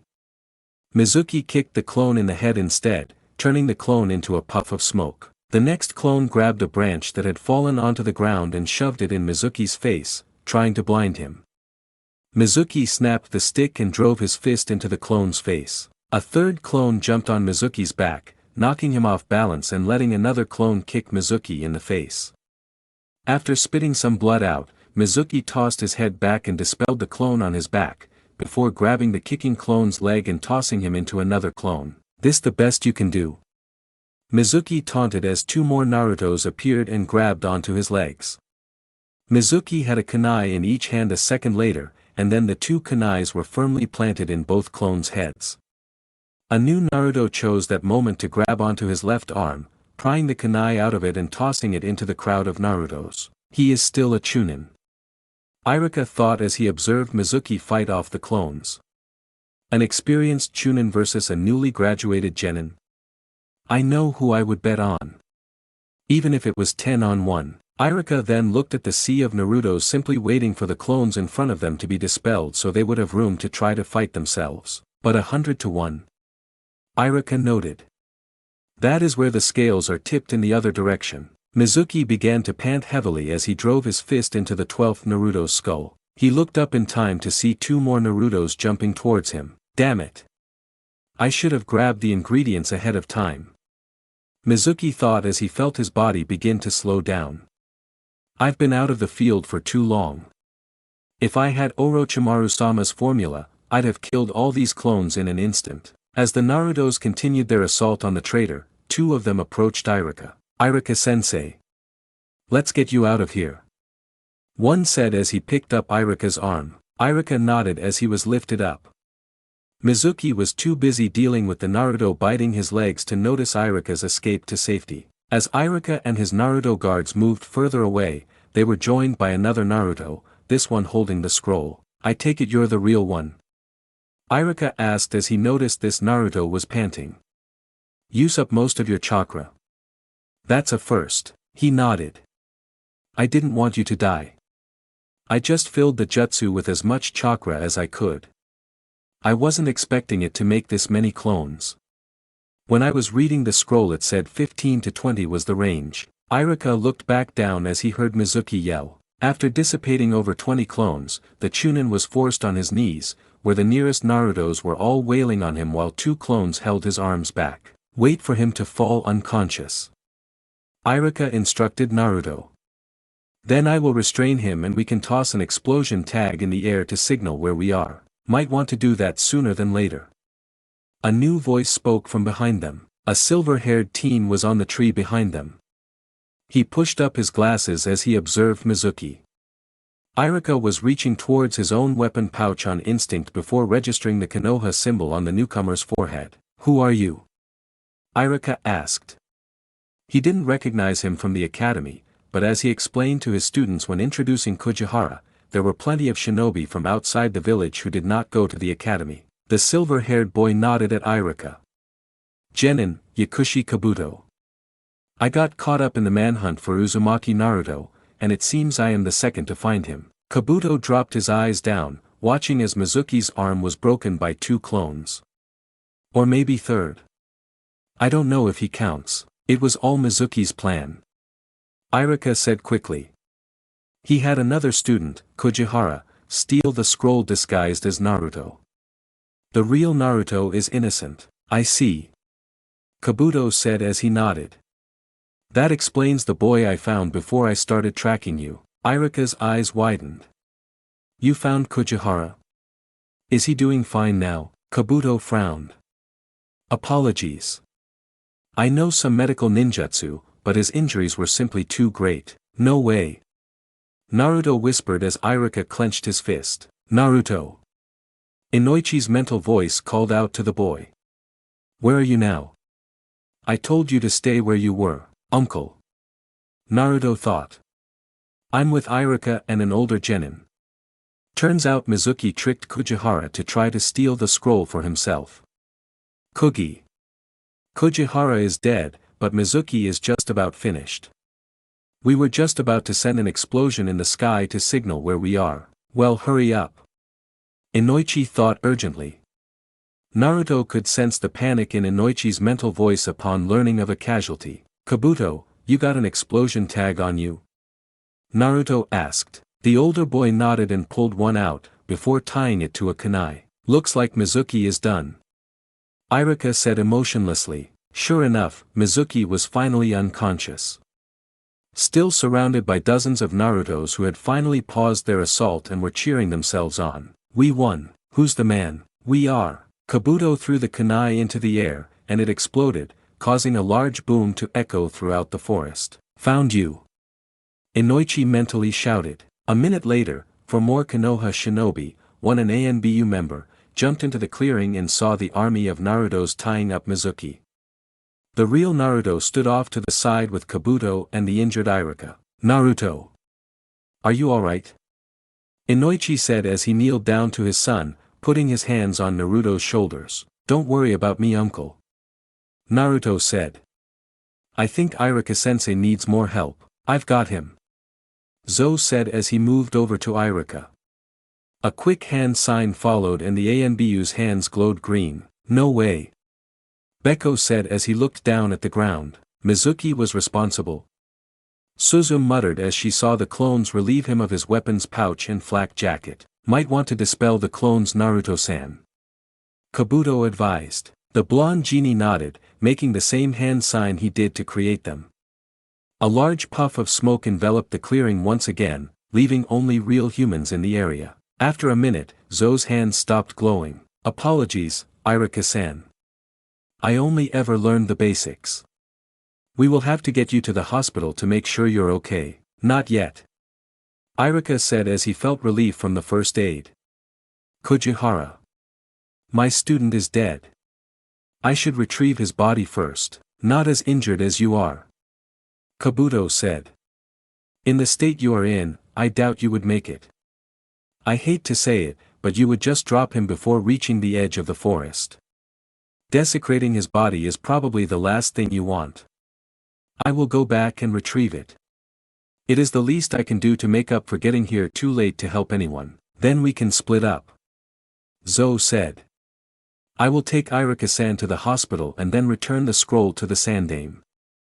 Beko-san can bring the restrained Mizuki to TNI. Suzume-san and the genin will retrieve the student's remains. And Inoichi-san can take Naruto-san home. Hang on. Suzume said. Even if Uzumaki was not directly involved in this incident, he is still a part of it. Should we not bring him along with Mizuki until we ascertain the full truth? Naruto felt Inoichi's grip tighten on him as the kunoichi spoke. Naruto has been through enough, and we have enough testimony to be certain that he has no connection to the actual theft. Zou explained. And that should be enough for you, given your position. Finding the scroll was an emergency mission, and that has been completed. The interrogation and investigation will be solely the purview of TNI and the ANBU. Of which you are not part of, which means I'll be looking through his mind tomorrow. Inoichi noted as he looked at Mizuki. That is going to be fun. Zou nodded. If everyone knows what to do, we shall now split up. Expect an ANBU to summon you if you are needed for further details. With that, the ANBU put Irika up on his shoulder and took the scroll from Naruto before he body flickered away. Suzume-san, Kujihara is this way. Kabuto said to the kunoichi, who looked annoyed that her suspicion of Naruto was shut down so succinctly. She thankfully took the out Kabuto was providing, while Beko picked up the tied-up Mizuki. Everyone else jumped off, leaving Inoichi and Naruto alone in the clearing. Inoichi sighed in relief. Well, Naruto, I am sure this has been a very eventful day. He said to the young boy. You can say that again.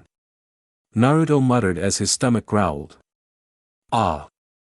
Shadow clones really take a lot out of you when you use this many. Inoichi smiled. Hopefully Keio's cooking is still warm. If not, maybe Ichiraku is open late. That put a smile on Naruto's face. Well, what are we waiting for? Let's go home. Yamanaka residence, Ino's room. Ino and Keio sat in silence as the daughter absorbed the story she had just listened to. You had to kill your friends to graduate? She asked in disbelief. Keio nodded. It was meant to be a sign that one would be ruthless enough to be a shinobi, while also showing one would put loyalty to the village above loyalty to a person. But even that was not the true purpose, just another layer of mist hiding the true nature of Kiri. Ino raised her eyebrow at that. What was the true purpose then? Dividing us. Ko explained. My grandfather filled me in before I left Kiri. The matches were neither random, nor always friend versus friend. Instead, children that were related to shinobi who opposed or spoke against the Sandai Mizuki's policies would face each other. That way, no one could think of forming an organized group to oppose Sato's policies, as constant blood feuds meant that everyone would hate each other more than they hated him. And as such, he could maintain his blood-soaked grip on Kirigakure. Ino took a breath. Okay, so your grandfather said something he should not have, and realized you were in danger, so the whole clan was supposed to leave? Ko nodded. By this point in time, everyone had realized that the Second Great Shinobi War was on the horizon. While Kiri would remain neutral when it actually broke out, we did have some minor skirmishes with Kumogakure as Kiri attempted to establish territory on the mainland in the event they got dragged into it. This made it easy for the shinobi of different clans who had angered Sato to escape. Just act like we were heading to fight in the land of lightning, and make sure the ships carrying us had more like-minded shinobi than those loyal. And Konoha was not in much of a position to be turning away more manpower, as they were trying to fill their ranks as fast as possible for what was to come. Ko then looked up to the ceiling as she remembered the escape from her village. It was harder for me to slip away, since I did not graduate yet. But luckily there was a storm that flooded one of the nearby islands. Many people died, mostly civilians, so it was simple enough to add my name to the list, saying I was there for a simple errand, and my death was proof I would not have made a good shinobi anyway. Everyone accepted it easily enough, I was told. Kind of annoying how everyone who knew me just accepted it though. Did they really think I was that weak? Ino noted the last part had a joking tone in her mother's voice, but there was quite a bit of pain underneath that. This story is about the worst part of her life. Ino reminded herself. She's using her own pain to distract me from focusing on my own pain about Naruto. So how did you end up in Konoha alone? Ino asked after a minute. I was not alone at first. Ko explained. My uncle Kajiki was the one who brought me to the mainland. A simple henge and I was a civilian who he had a mission of escorting to an arranged marriage in aim. In truth, my grandfather had already alerted Konoha to the clan's planned defection, so once we hit the shore, there was a Konoha escort waiting for us. Kajiki and I spent about a month being interrogated to make sure we were genuine, and my uncle was made a Konoha shinobi after meeting with Sarutobi-sama.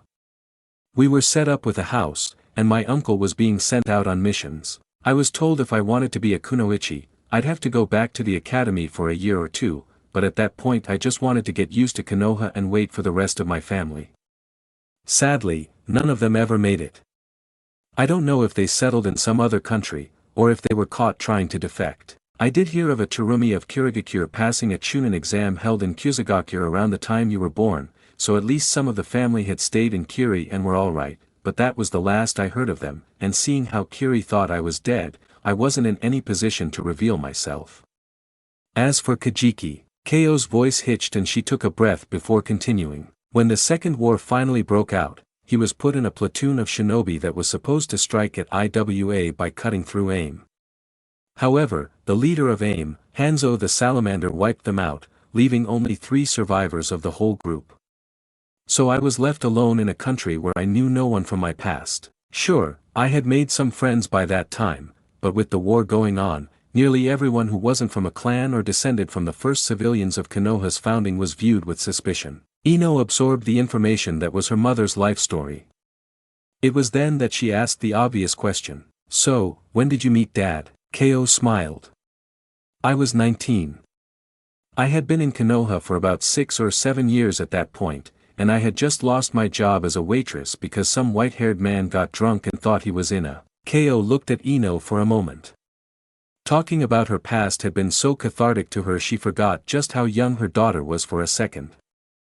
Well, he thought he was in a very different kind of establishment, let's leave it at that. I punched him square in the face, and even the blonde girl he was with punched him through the table before dragging him out. Unfortunately, they had run out without paying. Add in the disturbance they caused for the other customers, and so I was blamed for causing the whole issue. Then I went and reported that place for all the health code violations it had, so it got shut down, but I still needed a job. And luckily, Yamanaka Flowers was hiring. Keio's smile returned as she remembered first meeting Inoichi.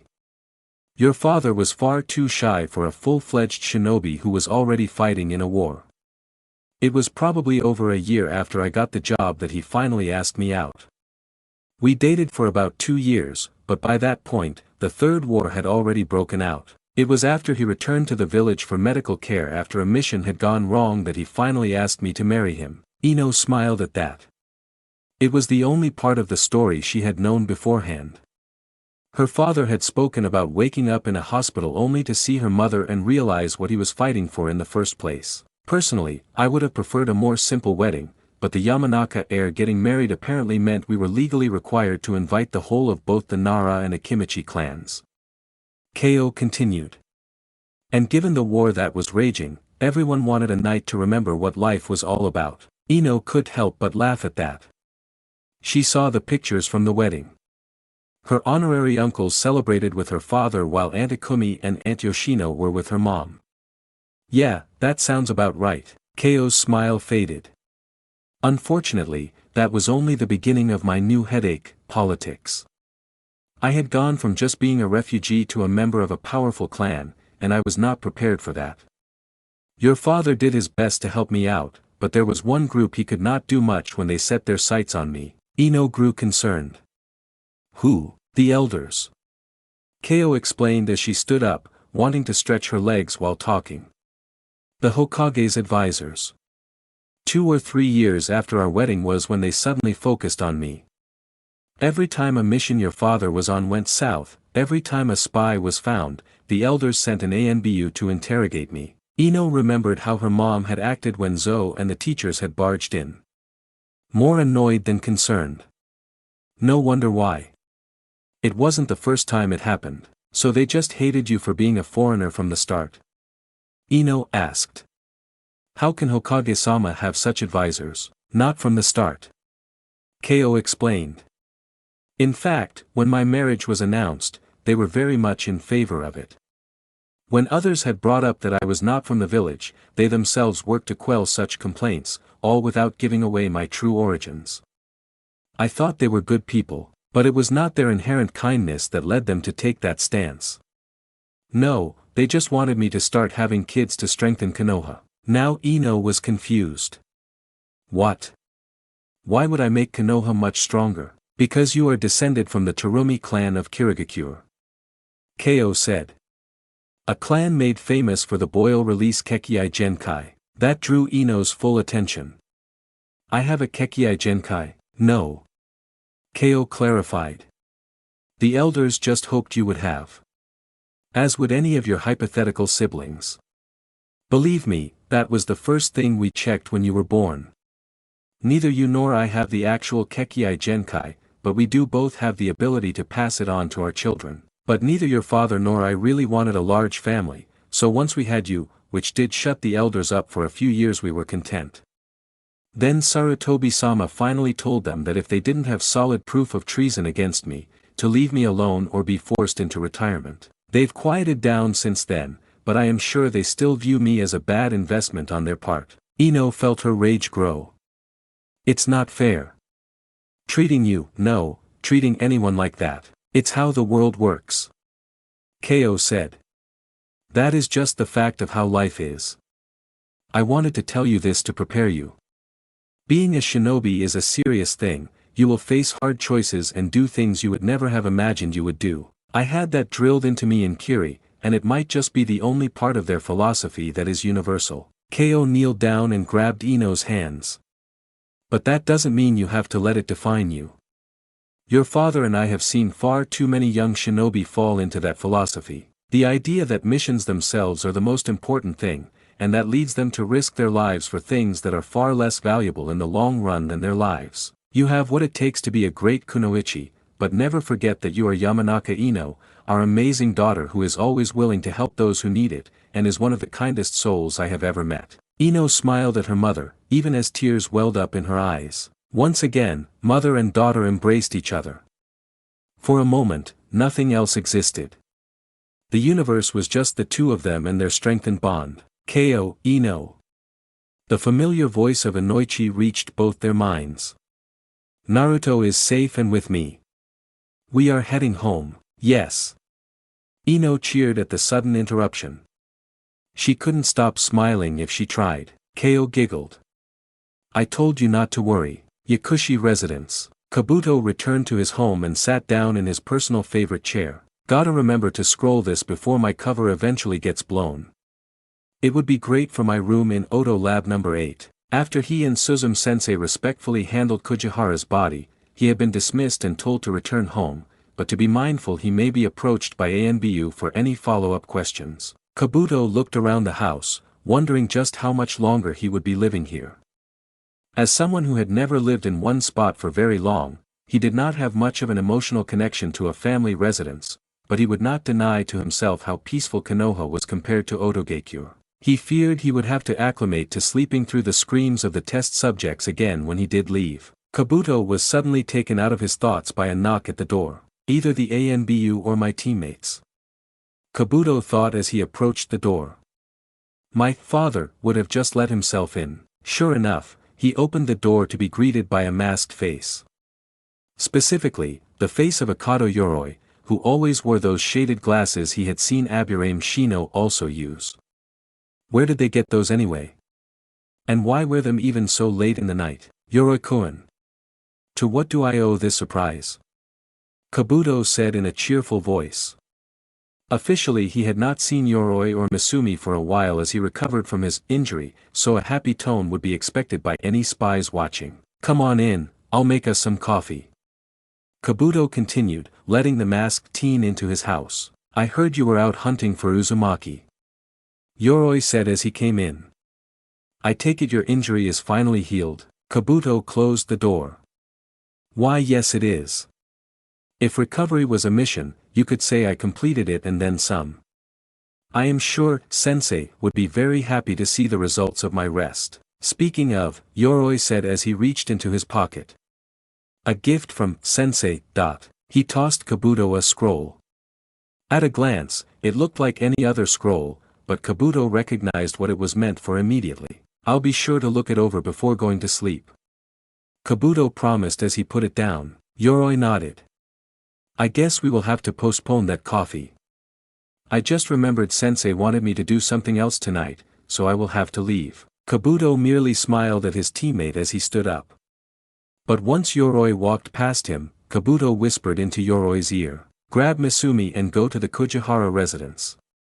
You two need to act the part of his parents when Iruka arrives to explain his fate. Kabuto ordered. Yoroi gave the tiniest nod as he walked out of the house. Once he was left alone, Kabuto opened the scroll and examined the writing in it with a smile. Ah, so the time-delayed messaging was complete. It was something Orochimaru had been toying with the last time they had been together. A scroll where you could write in it, and another scroll would copy it down like you had written it there. It would allow for long-distance communication, especially useful for spies or those in the more remote labs. Kabuto watched as the ink began to fill in on his scroll. No doubt once he had it in his hands, Orochimaru's scroll had signaled it was ready to the Sannin. Kabuto, I was not expecting a reward such as this. You will have to fill me in on just how you obtained the scroll of sealing. Hopefully it did not occur in a way that reveals yourself and put the rest of our operation in peril. Kabuto read the words thoroughly before picking up his own ink brush and writing on the opposite side of the scroll. Information was obtained through a truly serendipitous scenario. Though I am afraid it cannot be said to have been fully without cost. Unfortunately, we have lost your inside man for the academy, Mizuki. To Kabuto, it was obvious that Mizuki was loyal to Orochimaru. He did not know if Mizuki had clocked him as also a servant of Orochimaru, but his plan for the scroll would have required a powerful backer in the event Konoha issues a kill-on-sight order on the now former teacher. Kabuto waited for the scroll to either continue to respond or give a sign Orochimaru was done speaking to him. Instead, only a single word materialized after several minutes. Who? Kabuto frowned at that. Well, That wasn't the response I was expecting. Hokage residence. Report. Hiruzen said simply to his kneeling son. Zo nodded as he held up the scroll of sealing. The objective has been completed, Hokage-sama. Good work. Hiruzen said.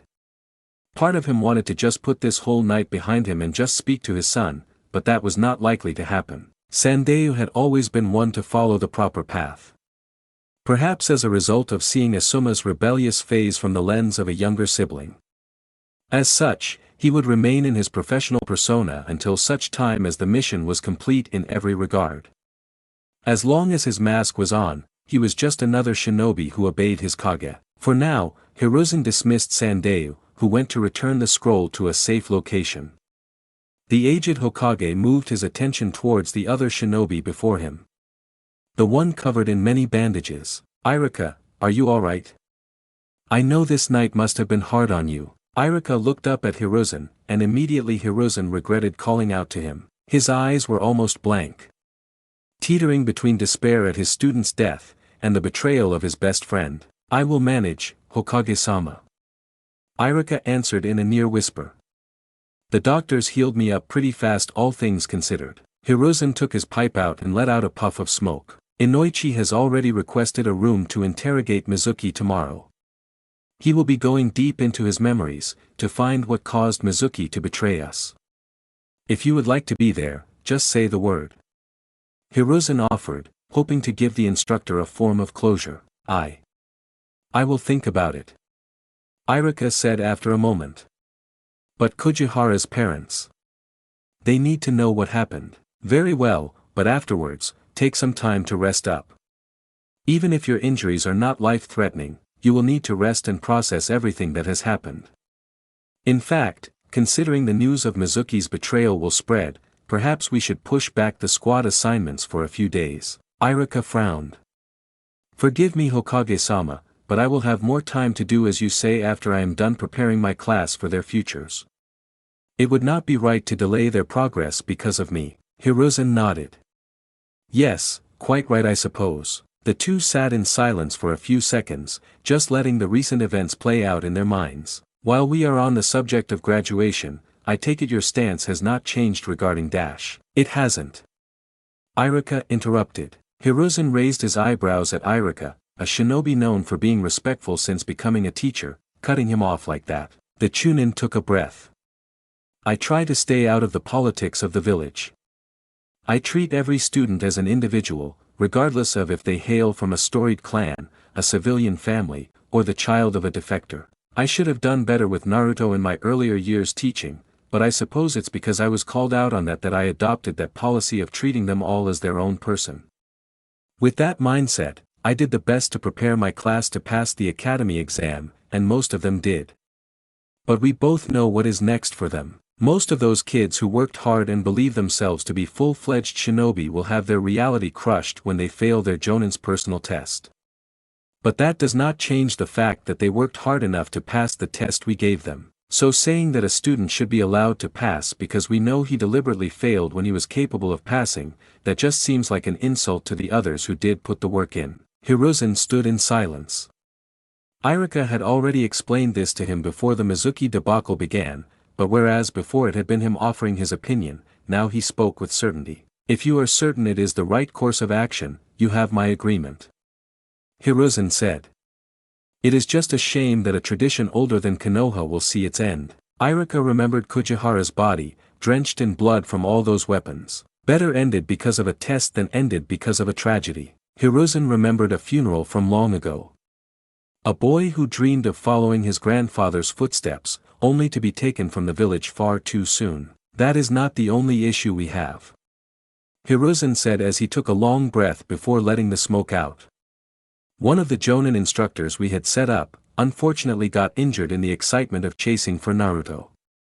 Two different groups thought the other was Naruto and possible accomplices, resulting in the two groups coming to blows. As a result, Minazuki Yuki came out seriously injured.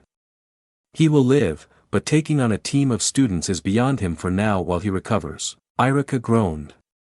Do we have anyone who can fill in for him? Not among the Jonin currently in the village. Hiruzen explained. Most who have the acuity for it are either already a sensei, or currently out on other missions.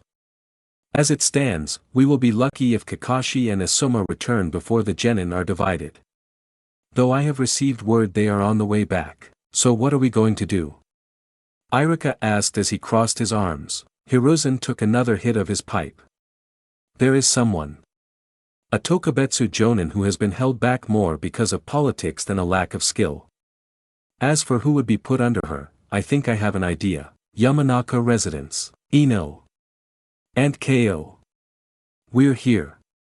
Naruto yelled as he and Inoichi walked into the house. As soon as he finished his announcement, Naruto heard the sound of a door being kicked open as Ino appeared on top of the stairs a second later. Naruto.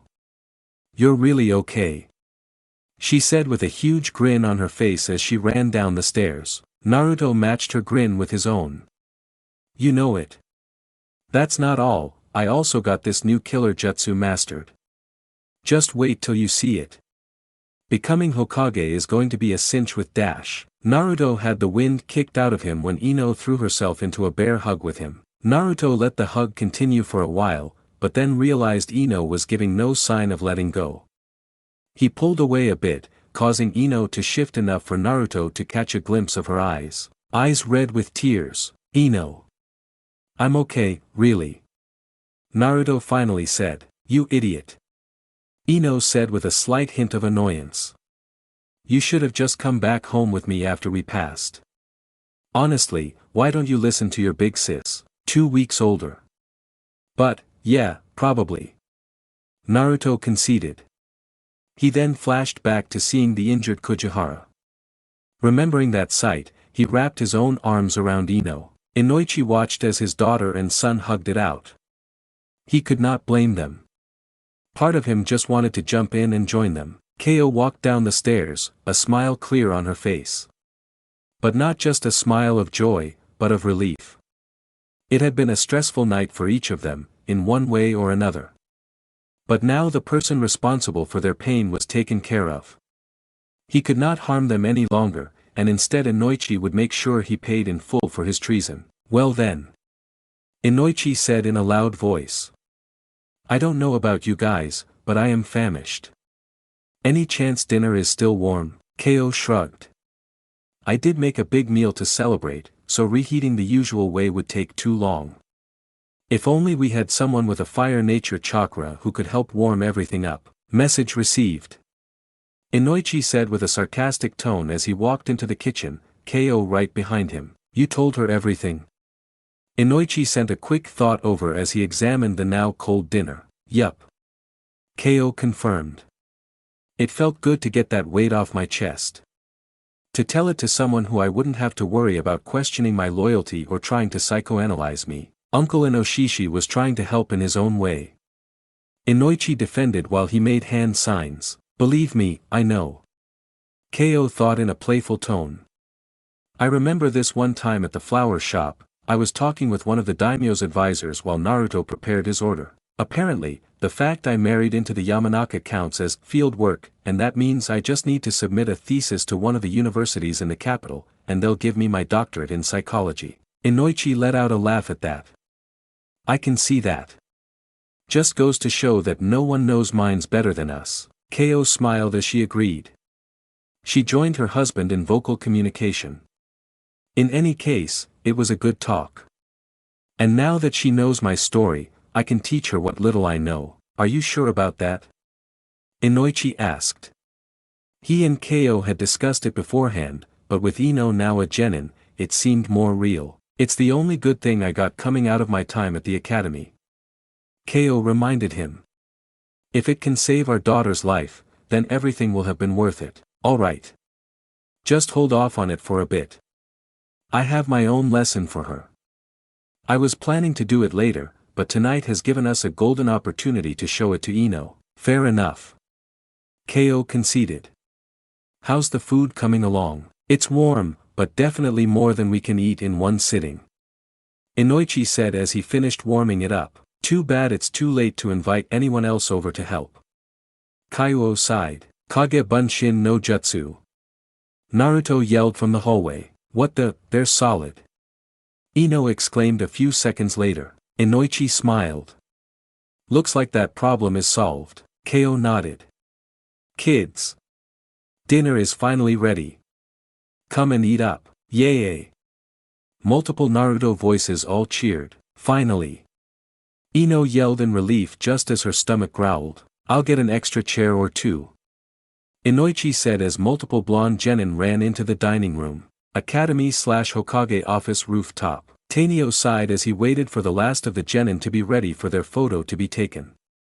He'd had this job for nearly 15 years, so he was used to new shinobi wanting to stand out or do something to set them apart from their peers, but even they knew to maintain an air of dignity. The same could not be said for the two kids in front of him now. He worried their light-hearted actions could get them or their teammates killed. You know, I would love to get paid overtime, but I don't think they'd count it if you two take too long. He complained to both the blonde boy sitting down, and the blonde girl holding the brush to his face. Apologies. He is just about ready. Ino said as she put the finishing touches on Naruto. You owe me. Yeah. Naruto muttered. Alright camera dude. Let's get this picture taken. Tanio looked at the boy's decorated face. Is Hokage-sama really going to accept this? He asked Ino. The girl simply shrugged. Tanio sighed. Alright, might as well take it. Then it's your turn, miss. The camera made an audible snap as the flash turned on at the same moment Naruto posed. Off to the side, Ino held a bucket full of water, waiting for Naruto to finish up. Cleared out academy room. Hiruzen examined the two photos of the blonde genin standing in front of him. I had no idea you were a kabuki fan, Naruto. Hiruzen said with a chuckle. A pity, a well-known troupe just left the village a week ago. Had I known, I would have invited you to see them. Naruto, now without the stage makeup, simply grinned. I didn't want my photo to be boring. Well, take it again. Hiruzen said simply. Tanio is going to demand overtime pay for this, and I am inclined to take it out of your initial mission payments, already taken care of. Ino said as she took out a photo of Naruto without the kabuki makeup. Managed to squeeze it in right before his time was up. Good job Ino-chan. Hiruzen said as looked at the normal picture that would be used for Naruto's file. Ino's own picture had her grinning and sticking her hand out in a victory sign. Naruto's picture had him with a large grin proudly adjusting his headband. It also had him completely drenched in water, but if Naruto did become Hokage one day, Hiruzen imagined people would just think there was a freak storm on that day. Is this everything Gigi? Naruto asked as he put his hands behind his head. Everything for Ino is set. Hiruzen said. But Naruto, if you would stay behind for a moment, could you? The two genin looked at each other. No one is in trouble.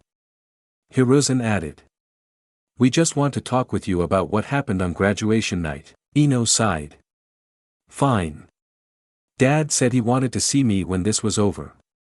Naruto, I'll find you after whatever he wants to talk about. See ya. Naruto waved as Ino left the room. Now Naruto. How are you doing? Hiruzen began. Naruto asked, tilting his head. In what way? Hiruzen sighed. Well, what with Mizuki's plot and his attempt on your life. I understand that adrenaline can carry one far in the moment, but once the danger is over things tend to hit you all at once. Naruto shrugged before leaning back. I mean, I get the idea. After dinner uncle sat me down and asked me some questions. Honestly, I get that it was a big deal, but I don't really think it affected me that much. Does that make sense? Hiruzen raised an eyebrow. I'm serious. Sure, maybe if I didn't know about the fox, it would have rocked my world. But I've known that since before the academy. And that seemed to be Mizuki's big trump card against me. Hiruzen nodded, letting the boy speak his mind. Other than that, there was a moment when Irika seemed to agree with him while I was hiding, but he refuted Mizuki instead. That was nice to hear. Hiruzen waited for Naruto to continue, but when the new genin did not keep going, he brought up the obvious part Naruto had omitted. And what of Kujihara's death? That caused Naruto's posture to change. He slouched slightly, and his hands instinctively turned into fists and squeezed for a moment. And there it is. Hiruzen noted. I mean. Kojihara and I weren't really that close, Naruto admitted. And I didn't actually see him die. So it shouldn't be that bad for me, should it? Hiruzen could tell that Naruto was having issues processing the events of his classmate's death. He was trying hard not to think of it, but at the same time, part of him tried to figure out what exactly he should think about it. Should I attend his funeral? Naruto asked after a moment. Or would that not be good? Irika informed me that Kojihara's parents are planning to return to the capital and hold the funeral there. Hiruzen explained. By their account, it is to be a private affair of just family. I see. Naruto said, leaning back. I suppose that's that then. Hiruzen took another breath from his pipe. Naruto, do know that you do not have to be alone with your feelings. I know both myself and Inoichi would be more than willing to talk with you if you need either of us. And I can assume that Irika would agree if he was here. Do not keep these feelings bottled up inside you. I've seen it happen many times over the years, and it never ends well. Naruto raised an eyebrow. What about the whole, a shinobi can never shed tears or whatever that rule was? That only applies for missions. Hiruzen reminded him. To try to live by that rule for your entire life invites nothing but darkness and distrust into your soul. Believe me, I have seen it before. Hiruzen remembered a time long ago. He and the Shimura heir ran through the forest, laughing as they chased one another. It was a time before either had any idea of what it truly meant to be a shinobi. Before their paths diverged beyond the point of reconciliation. Oh, how different the world would have been if he had been able to explain that to Danzo at the time. But that was long past now. He could not change it. He could simply remember and learn from it. Naruto nodded. Well, thanks Gramps.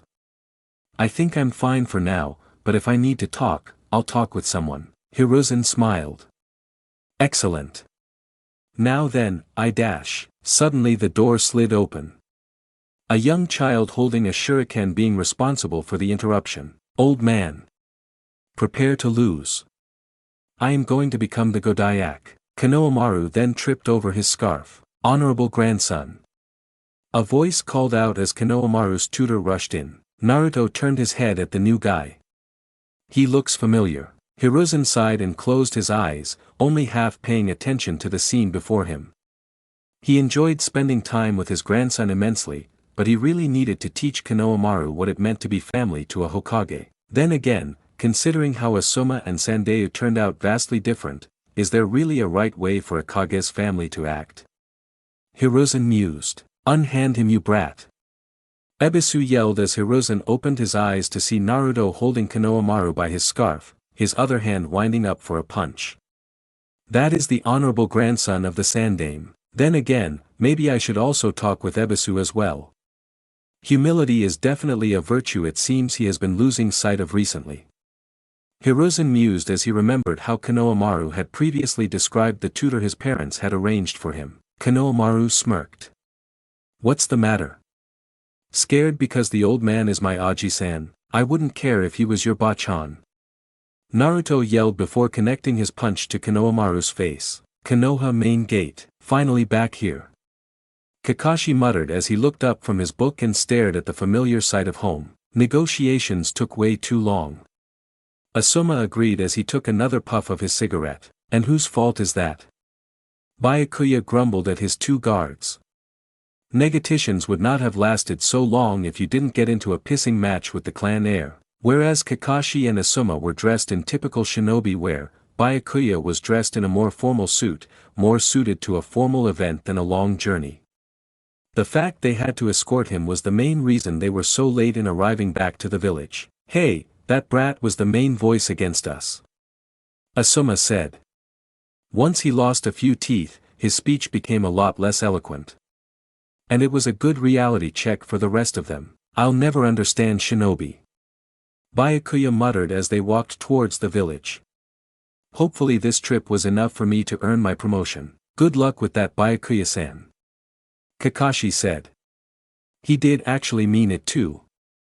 If Byakuya got his promotion, he would be just another executive at the bank, rather than the civilian council's chief of finance. The chief of finance position was unique in that only formal employees of Konoha's bank could hold the position. Such a rule had been established after the first to hold it, an ordinary merchant beforehand, was found to be skimming from Konoha's budget. Under the new system, the bankers tended to view the position as a form of community service necessary to be promoted to an executive position. Anyone found messing with the money would lose their job and be blacklisted from ever working in the banking industry again. Considering the gap between how much an executive could make, and how much they could skim before being noticed, one would have to be an idiot to give up a steady fortune for what was comparatively pocket change. As Byakuya had repeatedly mentioned, this mission would be his final assignment before his promotion, so he had desired everything to be perfect. Kakashi hoped the next financial chief would be more humble. As they approached the gate, Kakashi began to greet Izumo and Kotetsu, only to stop when he saw 3 total shinobi sitting there, none of them the regular chunin always on gate duty during the day. "Hey Kakashi," Genma said with a wave. "Oh, you two are back," Yugao said as she looked up from her own book. "Kind of wish you two were here earlier. Would have solved a lot of problems." Aoba spoke with a smile. Asuma and Kakashi looked at their 3 friends before turning to each other. "Genjutsu," they said at the same time, immediately trying to break it, only for nothing to happen. Realizing this was not an illusion, they turned back to the trio behind the desk. "No genjutsu tricks, but you guys are the third to try that since we got behind the desk," Genma said with a sigh. Kotetsu and Izumo were too tired from last night's excitement. "Oh?" Kakashi asked. "Did one of them finally confess?" "Good for them. I figured it was only a matter of time." Knowing Guy, I'm sure he'd challenge me for the right to organize a bachelor party." "Crap," Asuma muttered as he pinched his nose. "I had 1,500 Ryo on them getting together during the winter." "Your bet isn't lost yet," Yugao said with an annoyed tone. "As obvious as those two are, they were just a part of last night, not the main show." "So what happened?" Kakashi asked, raising his book back up to his face, but not actually reading it. Even if Kotetsu and Izumo were not here, 2 chunin was the standard for guarding the main gate. 3 was excessive, and that was before considering their ranks. A Tokubetsu Jonin who is part of the Hokage's guard, a second Tokubetsu Jonin of decent skill, and an ANBU captain, though the others probably assume she is just a Tokubetsu as well. Something major must have happened to have simple gate duty go to such a high-level trio. Apparently one of the academy students got manipulated by a teacher into stealing some classified scroll. Aoba explained. "The teacher is in custody, but the kid died." Kakashi figured Aoba would be the one to explain it first. The man could not keep a secret unless it was laid out for him in a mission briefing. "Who was it?" Asuma asked, worry clear in his voice. "Some civilian kid from the capital," Genma explained. "Poor kid. Word at the bar was that he moved here just a month or 2 ago, failed the graduation exam, and was told this would prove he had what it takes to be a shinobi." "Who was the teacher?" Kakashi asked. He clenched the book in front of him harder. For a student to be betrayed in such a way, it was truly despicable. "Mizuki is who I heard," Aoba said. "Apparently an ANBU stopped him before he could take the scroll." "Really?" Genma asked. "I heard Irika was the first to find him, and that was why he was in the hospital earlier. Apparently Beko brought him in, so it makes sense it was the other teachers who found him." "I heard it was Uzumaki," Yugao said. "No," Aoba insisted. "Mizuki was framing Naruto by using a henge when the kid broke into the Hokage's office. Besides, a new genin couldn't take out an experienced chunin." "Well, at the very least, it seems that everything is fine now," Asuma said as he lit another cigarette. "Are you two done now?" Byakuya asked impatiently. "We still need to deliver our report to Sandim-sama." "Of course sir," Kakashi said with his classic eye smile. "We will be right on our way." Saying goodbye to the gate guards, Kakashi and Asuma moved to bring Byakuya to report to the Hokage. As they walked, Kakashi thought over what had been said. Yugao would know the most, being an ANBU. So Sensei's kid must have been involved. Kakashi reasoned. Under his mask, he smirked. I almost pity Mizuki if he thought endangering Inoichi's ward was a good idea. Well, not really. With that thought, he began to read his book for real. Torture and Investigation. When Mizuki returned to consciousness, he found himself tied up, shackled, and covered with several seals meant to disrupt his chakra flow. The first thing he did was let out a scream of rage. Oh! Looks like the guest of honor has awoken from his beauty sleep. A voice called out with an exaggerated sense of joy. Oh good. Another voice said with a more casual tone. That would not be necessary for me, but if you can get some fun out of it, I suppose that will be useful. They were both voices Mizuki knew. Turning his head, Mizuki's fear was confirmed. Not only Mitarashi Anko, but Marino Ibiki were standing in the room while he leaned against the wall of a cell. Anko waved as if they saw each other at the bar. Mizuki-san. It's been a while. Look how much you've changed. From a mediocre school teacher to a big-time trader. You've really gone up in the world. Mizuki shook in his restraints as his body instinctively tried to crawl away. Leave me alone. Ah. Anko pouted. But then we won't get to have any fun. Mizuki took a calming breath as his shinobi instincts took over and he began to plan out what he needed to do. These seals are the main problem. Disrupting my chakra makes this a really bad situation for me. Mizuki pondered. For now though, they think it was just my own ambitions that led to this night. They do not know about my relationship with Orochimaru-sama. Mizuki realized. I just need to keep my connection to him a secret. He will come for me, I know it. You've had your fun, Anko. Ibiki said as the lock on the door was audibly undone. But someone else has called dibs on this interrogation. Anko booed. Come on. He doesn't even enjoy it. And you heard Sandem-sama, I won't be here for much longer. Let me enjoy my last day at this division while I can. You can stay here.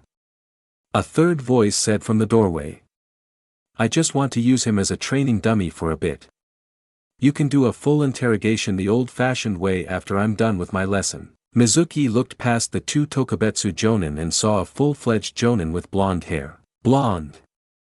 Mizuki thought angrily. He never wanted to see that hair color ever again. Not after what the demon and his clones did to him. As if to mock him, another blonde entered with her father. Inoichi-san, are you sure about this? Ibiki asked as he cast his gaze at the untested genin. Normally a parent would want to keep their child away from this place. Inoichi sighed. I understand, and I do feel that way somewhat, but I promised to teach her this jutsu when she passed the exam. She will eventually be standing where I am now, so it is important she learns while she can, preferably while I am here to guide her. Add in the fact I don't really care if this traitor ends up brain dead, and this was too good an opportunity to pass up. INO walked forward, getting a good look at her former teacher. Just yesterday he was smiling as he handed her her headband. Now he was attainted upon that memory. INO-chan. Mizuki said with a smirk. I didn't expect you to come here of all places. I suppose ISH-. Mizuki was cut off when INO punched him right in the jaw. You don't get to talk to me. INO seethed. Not after what you did to my brother. Brother eh? Mizuki laughed as he spit out some blood. Still gotta work on your taijutsu INO, that punch was in bad form. You always did favor kicks instead. Anyway, I knew you two were close, but I figured you'd be trying to use him for your clan. The Yamanaka get a demon's power, and all for the price of being his bit dash. This time Inoichi's fist slammed into his jaw. Even as he felt the pain rush through him, Mizuki was trying to hold back his laughter. More. I need to antagonize them more. He was never a part of T, and it wasn't exactly something they covered in the academy. But Mizuki was Ino's teacher. So he had picked up on some of the Yamanaka's abilities just by watching her train and how she talked about it in class. She can't take over a body that is unconscious. Or at least, there would be no point in it as she would also be knocked out in the body. If they learn about Orochimaru by looking through my mind, then it's over for me. So the only question left is, does that limitation apply to whatever jutsu Inoichi is about to use on me as well? Meaning I'll be safe if I pass out first? Mizuki hoped the answer was yes. Hokage Office. Report. Hiruzen said simply to the two Jonin-level shinobi and one civilian council member standing before him. After telling Ebisu that Konohamaru had gone chasing after Naruto, he had hoped to have some time to stare up at the stone faces and consider what the other Hokage would do to handle the issues he had dealt with, but before he could get up to the roof, he sensed his eldest son's chakra approaching and realized their mission was finally complete. Byakuya nodded as he began to speak. We arrived at the designated meeting spot with the Fuma clan with no significant delays. The negotiations began on schedule and we have returned with what they consider the price for their loyalty. As the banker put the scroll on Hiruzen's desk, Hiruzen nodded and dismissed him. The man left, leaving the three shinobi to discuss matters. Byakuya did well, all things considered. Kakashi said. He talked them out of some of their more outrageous demands. Like custody of Sasuke, Hiruzen scoffed. Did they really think we would ever accept that? They figured he'd want to live among his kin. Asuma said. I doubt Sasuke would view them as such though. I doubt many Uchiha did so, even if they had a direct Fuma relative.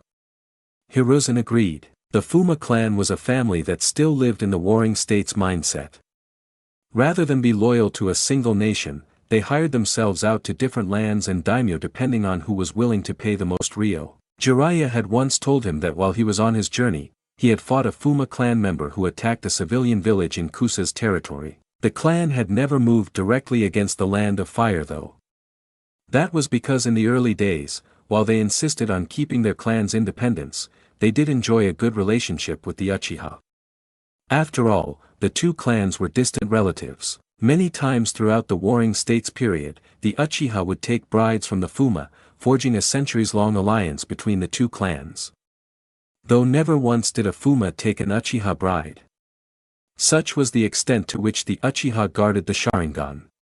Even the more recent generations had kept to this tradition. Sasuke's grandmother through his mother Mikoto had been a Fuma. Some had claimed that the Fuma's only claim to fame was selling off their daughters, but the Uchiha would never have accepted an alliance if that was the case. They had been the ones to develop the aptly named Fuma Shuriken, and their proficiency with long-ranged weapons of all kinds made them a clan to be feared in the modern day as much as the warring states. If they wanted custody of Sasuke, it meant they would likely try to wed him to one of their women, and hope for a daughter who would eventually marry back into them, giving them the Sharingan that had eluded them for centuries. I know this mission was important, Asuma began, but do we seriously need to bring in an entire clan of shinobi?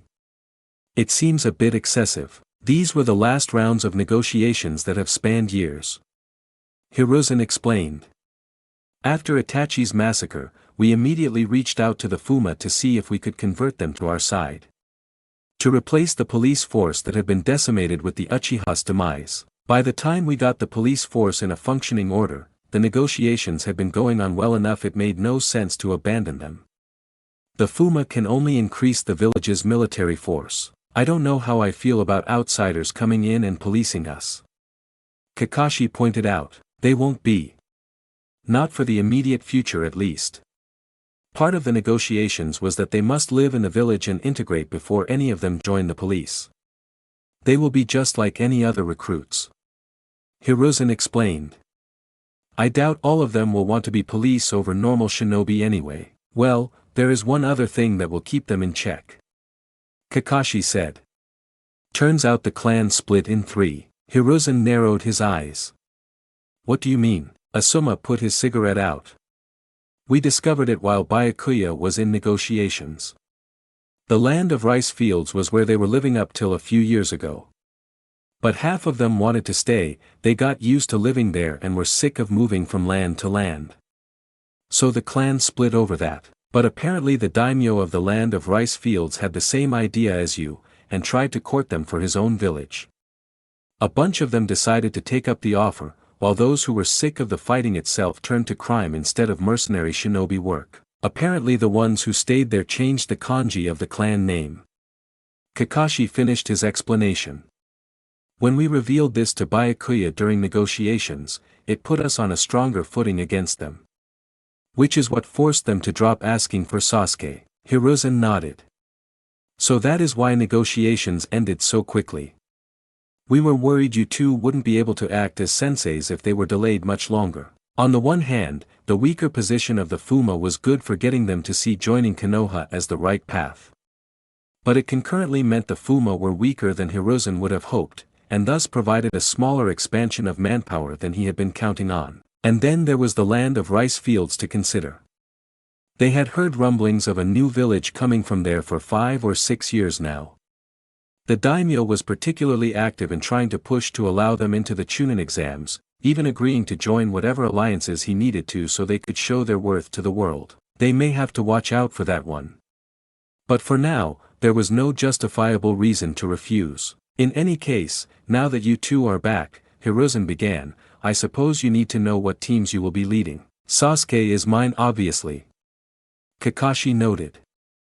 I'm the only one who can train his Sharingan. Hiruzen nodded. Sasuke also earned the highest grades among the boys. So that means the girl with the highest grade, and the lowest grade in the whole class are also your responsibility. I'll explain both of them to you later, and I've got the INO Shikacho.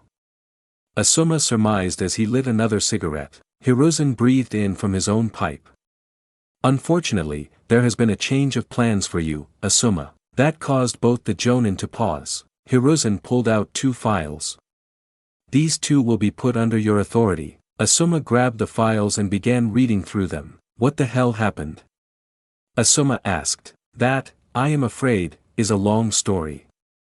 Hiruzen said. Kamiyama works. Tenten sighed as she stood behind the register, counting the seconds until her shift ended and she could join her teammates for their afternoon training. Normally Team Guy trained several times a day when they were not on missions, but they had just completed their 10th C-rank mission, so Guy had told them all to take it easy for the next 2 days to make sure they would be in top shape for their next training session. Unfortunately for Tenten, not being on shinobi time meant she was free for family business time as far as her father was concerned. Kamiyama works had been a large reason why Tenten had even wanted to become a shinobi in the first place. Even if her father was technically a civilian, the store he had opened had meant she had spent her life being surrounded by shinobi, and so it just had seemed to her to be the natural path in life. With her dad busy forging a new blade, that left her to watch the storefront. Which could be either exciting when customers were looking over the wares, or utterly boring when no one was there. One reason for this was the simple fact that stores selling kunai and shuriken were a dozen in hidden villages. This meant that each store would have to have something to make it special compared to the others. In her father's case, that meant selling body armor and other clothing as well. They also did flak jacket repair and other small accessories that could make the difference between life and death on the battlefield. Her uncle Renta took care of those for the most part, but he was out retrieving supplies for the next couple of days, so that part of the shop was basically closed. Excuse me. A voice called out as the door opened. Tenten immediately stopped slouching and stood up straight. Hello. Is there anything I can help you with today? The customer approached the register. She was a woman in a teal dress with brown hair tied into a bun by a red ribbon. She smiled at Tenten. Hello, just to make sure, this is the store that specializes in shinobi clothing as well as tools, correct? Tenten smiled. That's right. My uncle is currently out on a business trip for a few days, so we can't really do any commission work, but we have a wide enough selection of available options. I am sure you can find something. Tenten noted the calendar in the corner of her eye. Realization hit her. I take it your kid just graduated from the academy? She smiled. Why yes. Both my daughter and my son managed to graduate. My son is actually why I am here. Long story short, his sister does not approve of his fashion sense, and frankly, she is completely right. So now that he is going to be going on missions, I thought I would surprise him with a new outfit that will help keep him safe outside the village. Tenten nodded. Internally, she hoped this woman's kids would make it past the true final test their Jonin sensei would give them. She still shuddered at the memory of guys. The human body should not be capable of that many push-ups. Repressing that memory, Tenten walked over to the part of the shop where they kept the clothing. It was in a separate room, so the customer would not have seen it walking in. I take it you know his measurements and everything. As I said, my uncle is out, but I should be able to do any quick alterations needed. Tenten explained. Oh, forgive me, I forgot to introduce myself. I'm Kamiyama Tenten. The customer smiled at her. Yamanaka KO, torture and interrogation. Got the hand signs memorized? Inoichi asked. Ino nodded as she went through them with practiced efficiency. Good. Now I am going to put my hand on your shoulder, and you activate the jutsu and grab his head. Extend your fingers so they cover as much area as they can. Inoichi instructed while Enko sat in the corner spinning a kunai. In front of them, Mizuki, now gagged, was straining against his restraints, but unable to move from the spot. Ino took a deep breath as her father touched her shoulder.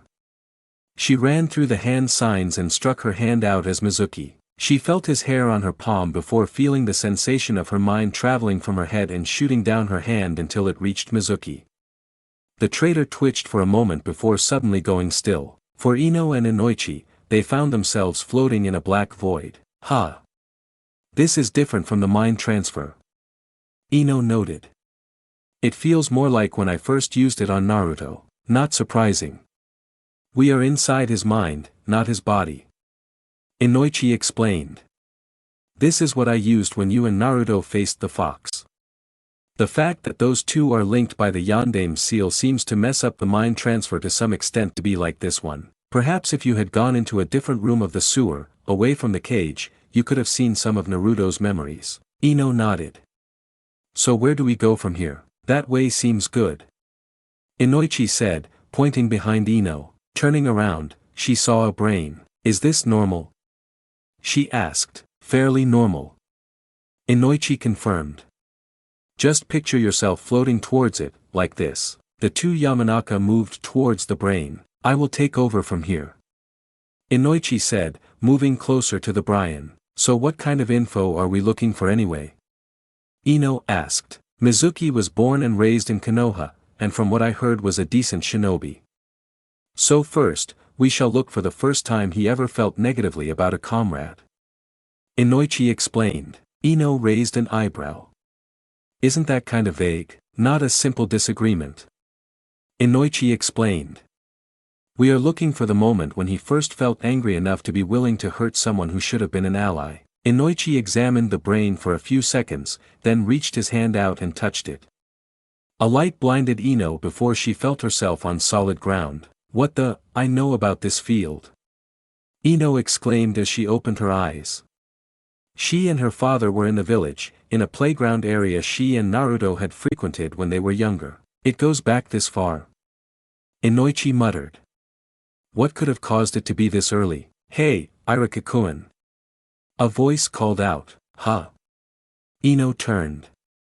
She saw several boys waving their hands. Come play with us. A different boy asked. Okay. A new voice responded as a young Irika who was across the street ran over to join them. Poor Irika. He's gone through a lot since his parents died. The first boy said. Hearing that, Ino raised her hands for a moment. Irika never talked about himself in class. To hear he was an orphan at such a young age.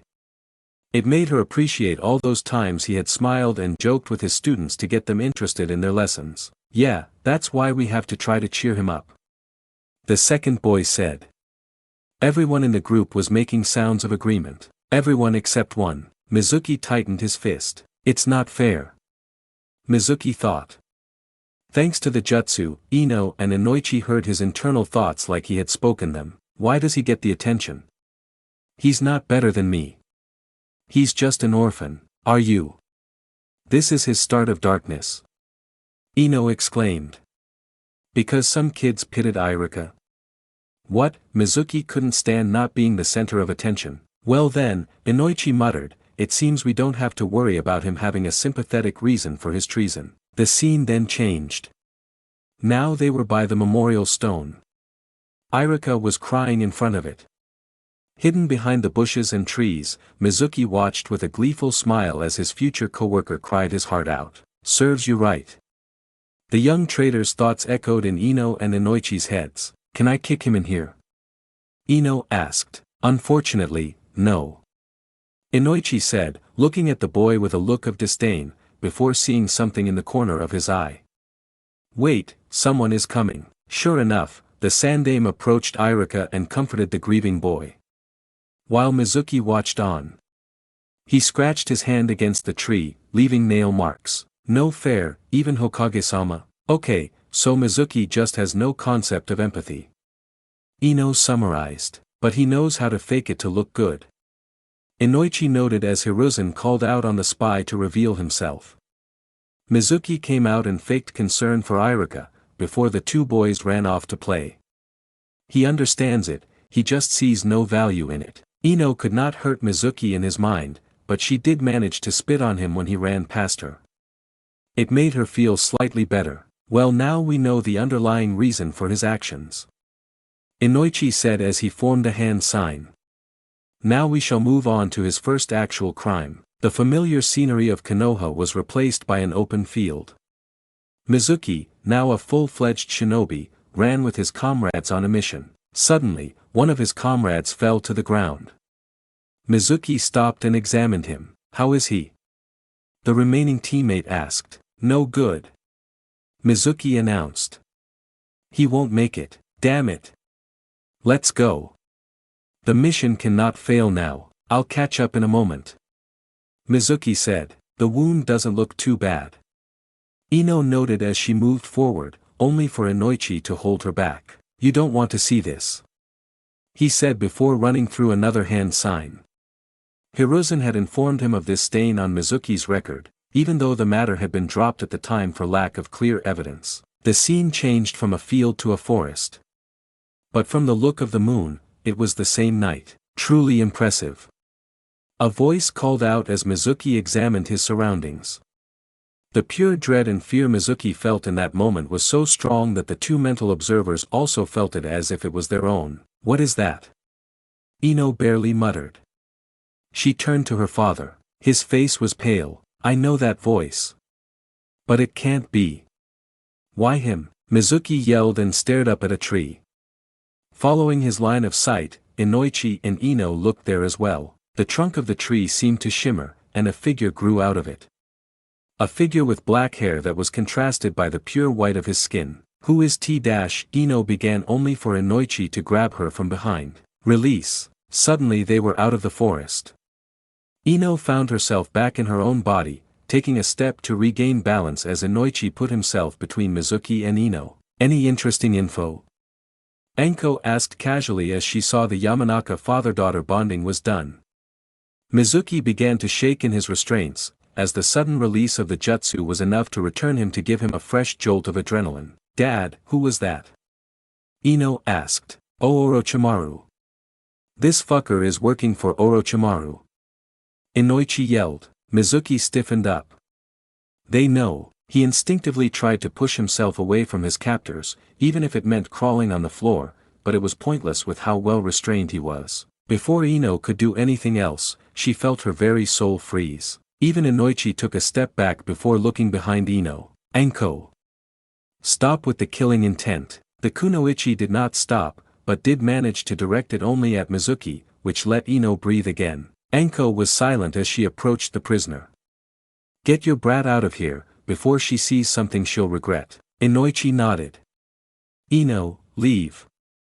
Now, still dazed from what felt like she was being killed, Ino slowly made her way to the exit. She closed the door behind her and just sat down in the hall. What was that all about?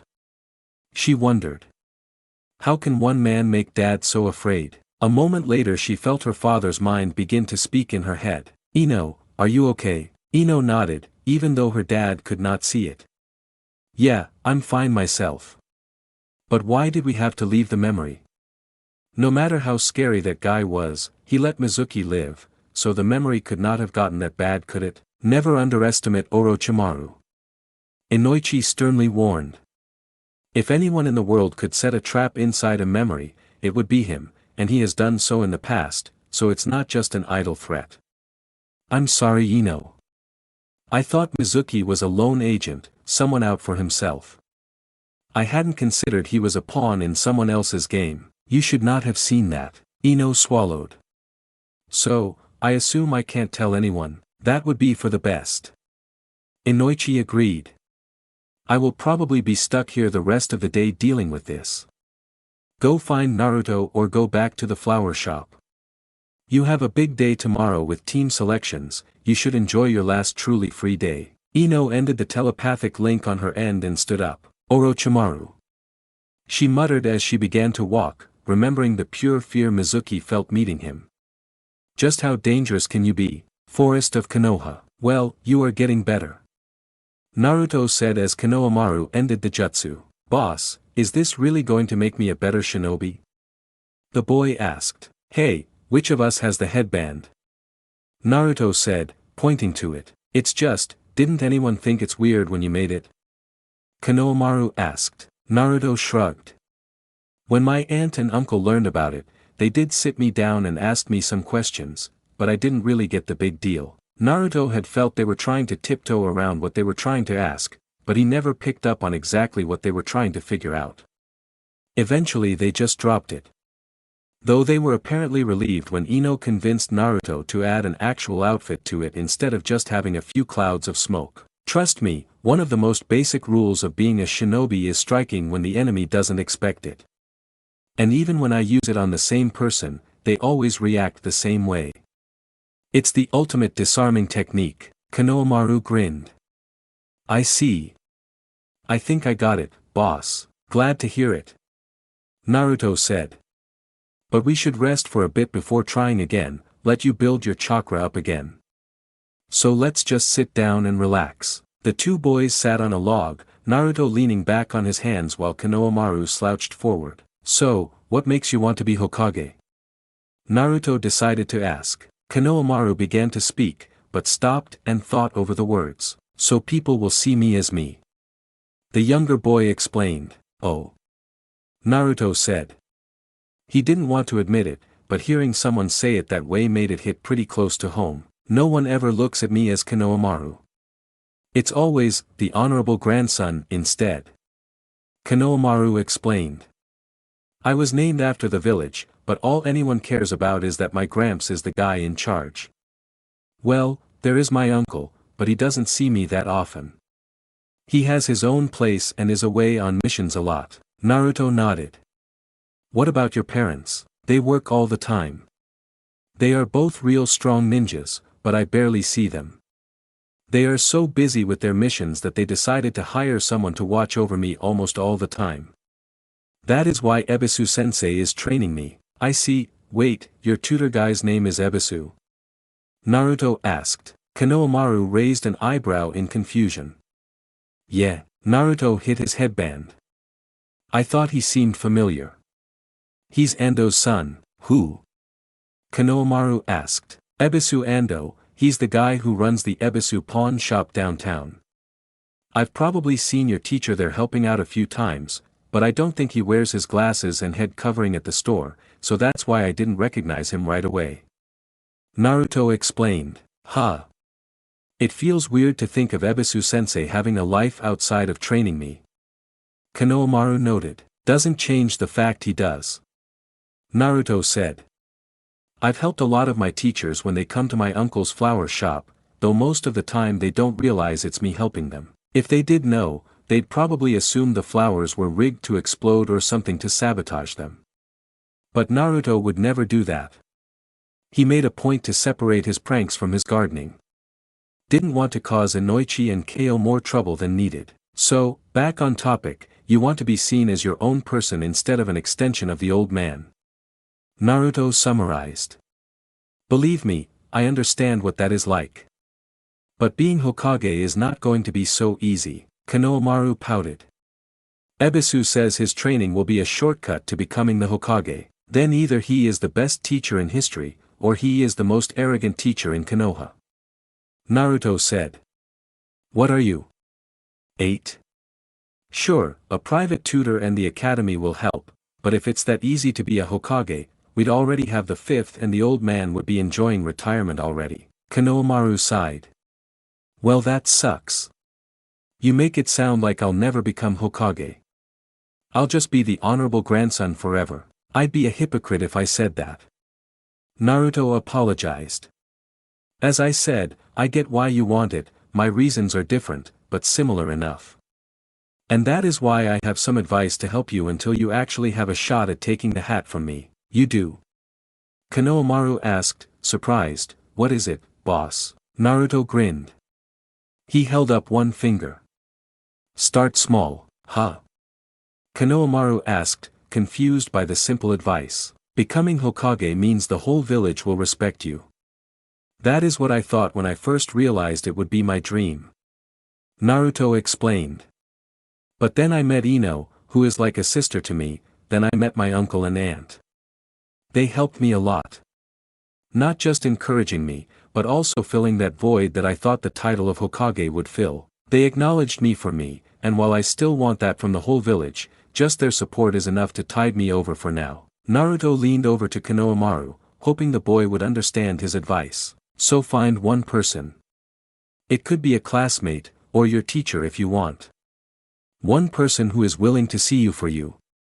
Then once you have them on your side, they can help other people come around to you. Konohamaru considered the words Naruto had given him. He considered all the people he knew. Mom and Dad are always saying I need to behave so I don't bring shame to Jizan's name. Uncle Asuma is kind of like that, I just don't see him enough with all the missions he goes on. What about classmates? Not Hyuga, that girl is the definition of traditional, plus, she thinks she's so good because she got to skip a year. There is that one kid with the snot. ISE. Maybe I can start talking to him. After a minute, Konohamaru nodded. Thanks boss. I think I can try that. Naruto smiled. Well hey, you've already got me seeing you as Konohamaru, so you've already got a head start. The two boys laughed. There you are, a voice called out. The two turned around and Naruto smiled. Hey INO. Are you done with helping uncle? INO walked towards her brother and the young kid he was with. Yeah, turns out the situation there was more complicated than he expected, so he said to either find you or go home. I thought you'd be at your shed, but I guess that part of the forest is off limits for now. Good thing I can recognize your chakra now, thanks to Dad. It is? Naruto asked. Guess that makes sense. But I did leave some stuff in there, so I hope I can get it soon. INO shrugged. I'm sure Hokage-sama will let you get what you need if you ask. But for now, let's head to the shopping district. I figured since we will be on different teams, this may be the last time in a while you can get me a discount. It was at this moment that INO noticed the young boy, Naruto, who thought it was a good idea to have you babysit. Hey! Konohamaru yelled. This isn't just any kid INO. Naruto grinned. This is my apprentice. INO stared at her brother. Apprentice? Yup. INO bent her waist and leaned down, looking at Konohamaru so they were eye level with each other.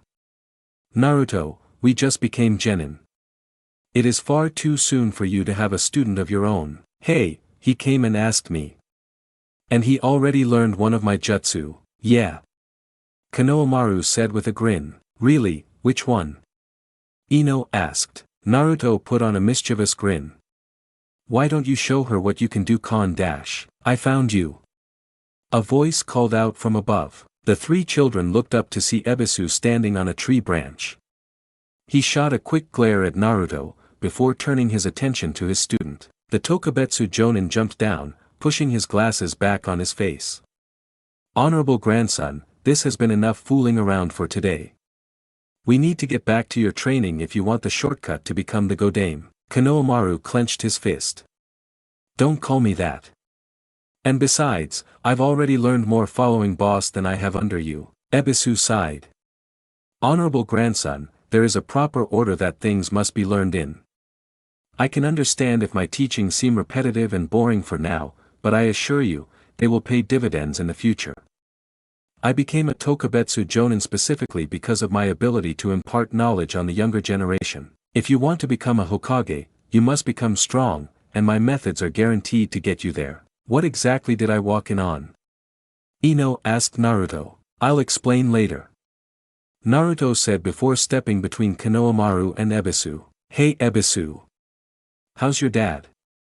He wasn't at the store last time I was there, but I've got some stuff to sell back if he'll take them. Ebisu was surprised by the change in topic. But it made sense that Naruto would do it. While Ebisu preferred to keep his personal and shinobi lives separate, Naruto now had seen him in both parts of his life. My father is fine, he just returned from a trip to the capital looking for new things to sell. In fact, he seemed sad that he heard that your vandalism of the stone faces would be your final act of pranks, as it means you would not be buying as much from us. Personally, I was glad to hear you finally stopped and would take your responsibilities more seriously, though if you think corrupting the honorable grandson is your new hobby, I must say you disappoint me. Hey now, I was teaching Konohamaru stuff that can only help him in the future. Naruto defended. So, how about we see whose methods are better? Ebisu glared behind his shades. Explain what you mean. It's simple. We have a little match. The first to draw blood wins. If you win, we let you leave with Konohamaru like you want. But if I win, you have to do any one thing that Konohamaru asks of you. Naruto. He's an adult ninja. Ino said, her voice full of worry for her brother. He can destroy you with a single attack. Ebisu considered the proposition. He had heard of the Mizuki incident, and that Naruto had taken the teacher down. But if Naruto thought knowing the shadow clone technique would be enough to overwhelm him, he would be sorely mistaken when Ebisu matched him clone for clone. Very well, I accept your challenge. Ebisu said. Naruto nodded. The two of them walked more towards the center of the clearing, leaving Ino and Konohamaru to the side where they would not get hurt. Naruto, are you sure about this? Ino asked. Don't worry, lady. Konohamaru said with a grin. Boss is definitely stronger than Ebisu-sensei. Ino looked at the young boy. Okay, who are you? Shades over there called you Honorable Grands dash. Ino's eyes widened. You have got to be kidding me. She muttered as she realized who was standing before her. All right. Naruto said, getting everyone's attention as he pulled out a shuriken. The moment this hits the ground, the fight begins. Remember, whoever bleeds first loses. No need for an official start. Ebisu said. Considering the clear gap in skill, the only way to make this even somewhat fair is for me to allow you to attack first. Naruto put the shuriken back in his pouch. Alright, but you'll regret it. Instantly Naruto's hands were in the soul hand sign needed for shadow clones. Kage Bunshin no Jutsu. A large puff of smoke enveloped the field. Clearing away a few seconds later, Naruto was joined by a half-dozen copies of himself. Ebisu grinned. An impressive display, I will give you that much credit. But the gap is simply too large between us. Come at me, and let me show you what it means to be a Konoha shinobi. Instead of rushing to attack, each Naruto instead formed the ram hand sign. What is he doing? Ebisu wondered. Oh Kami. Ino muttered. She knew her brother enough to know what he planned. A moment later, a second cloud of smoke enveloped the field. Before Ebisu could react, multiple things shot out of the smoke, one grabbing his arm, another hugging his stomach, and others surrounding him. Oh Ebisu-san. The smoke cleared to reveal multiple blonde women, all in various outfits hugging and smothering the Tokubetsu Jonin. 3 were clad in swimsuits of different designs, one was a geisha, another dressed as an angel while hugging a woman dressed like a demon, and the final one was in a shrine maiden outfit that clearly needed a tighter sash. Before Ebisu could think, he suddenly smelled the familiar scent of blood, before his nose erupted with enough force to send him airborne. When he finally landed, he was catatonic, the only sign of life being the occasional twitch. Most of the women disappeared, leaving just the shrine maiden, who turned back into Naruto a moment later. Ha, I got you. With my new harem jutsu. Naruto declared as he laughed. Not only did that scroll give me shadow clones, it also leveled up my sexy jutsu skills. Konohamaru cheered. Yeah boss. You showed him good. Suddenly, the honorable grandson felt pain as he felt a hand grabbed on his shoulder and began to squeeze. Konohamaru-chan. Ino said, her voice low and serious. The boy gulped as he looked up. He could not see the blonde girl's eyes. When you said you learned under Naruto, is this what he taught you? She asked. Konohamaru could not reply. Ino's grip grew tighter. Blink twice if you know the sexy jutsu. She commanded. Konohamaru found his eyelids moving before he could even register the order. That's what I thought. Ino muttered. She finally released him. Konohamaru watched as she stepped forward. Ino brought her fists up and cracked her knuckles. Naruto was so drunk on his victory over a high-ranking shinobi that he did not notice his sister's approach until she was next to him. Naruto simply grinned. "See that, INO? I took down a hotel in a village on the outskirts of the Land of Fire." Shizun was counting the money they had left while Tsunade napped on the couch, having drunk too much sake the previous night. "Assuming no other big expenses, we should be good for another week," Shizun muttered. She had become used to accounting for Tsunade's average bets and losses early on in their journey. She then struck her head. "Damn.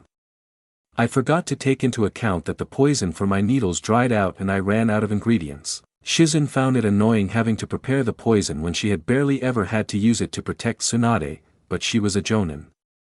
She refused to ever be found lacking if violence was necessary. "Looks like I'll have to pick up a shift at a hostess club," she muttered as she resigned herself to that fate. How was it that when Tsunade bet money, she always lost big, but when it came down to which of them would have to work to make more money, she always seemed to get three of a kind at minimum?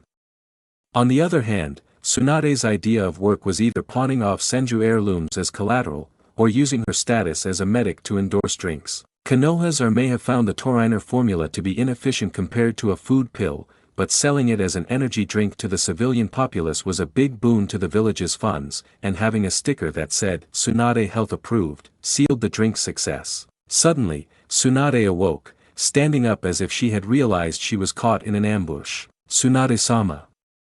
Shizun exclaimed. Taunton oinked in panic. Tsunade looked around and then let out a shiver. "Tsunade-sama, what is wrong?" Shizun asked. The Sannin began, clutching her grandfather's necklace to ground herself in reality. "I just felt a disturbance. As if someone just beat my record for strongest punch before I figured I could infuse chakra into my fist." Shizun felt the sweat drop form on the back of her head. "Why don't you go back to sleep, Tsunade-sama?" Shizun said as she tried to return to her budgeting. Tsunade stretched her arms. "I think I'm good. I'll go for a walk. Maybe they'll have a pachinko parlor open by now." Shizun nodded listlessly before her teacher's words registered in her mind. "Wait, Tsunade-sama.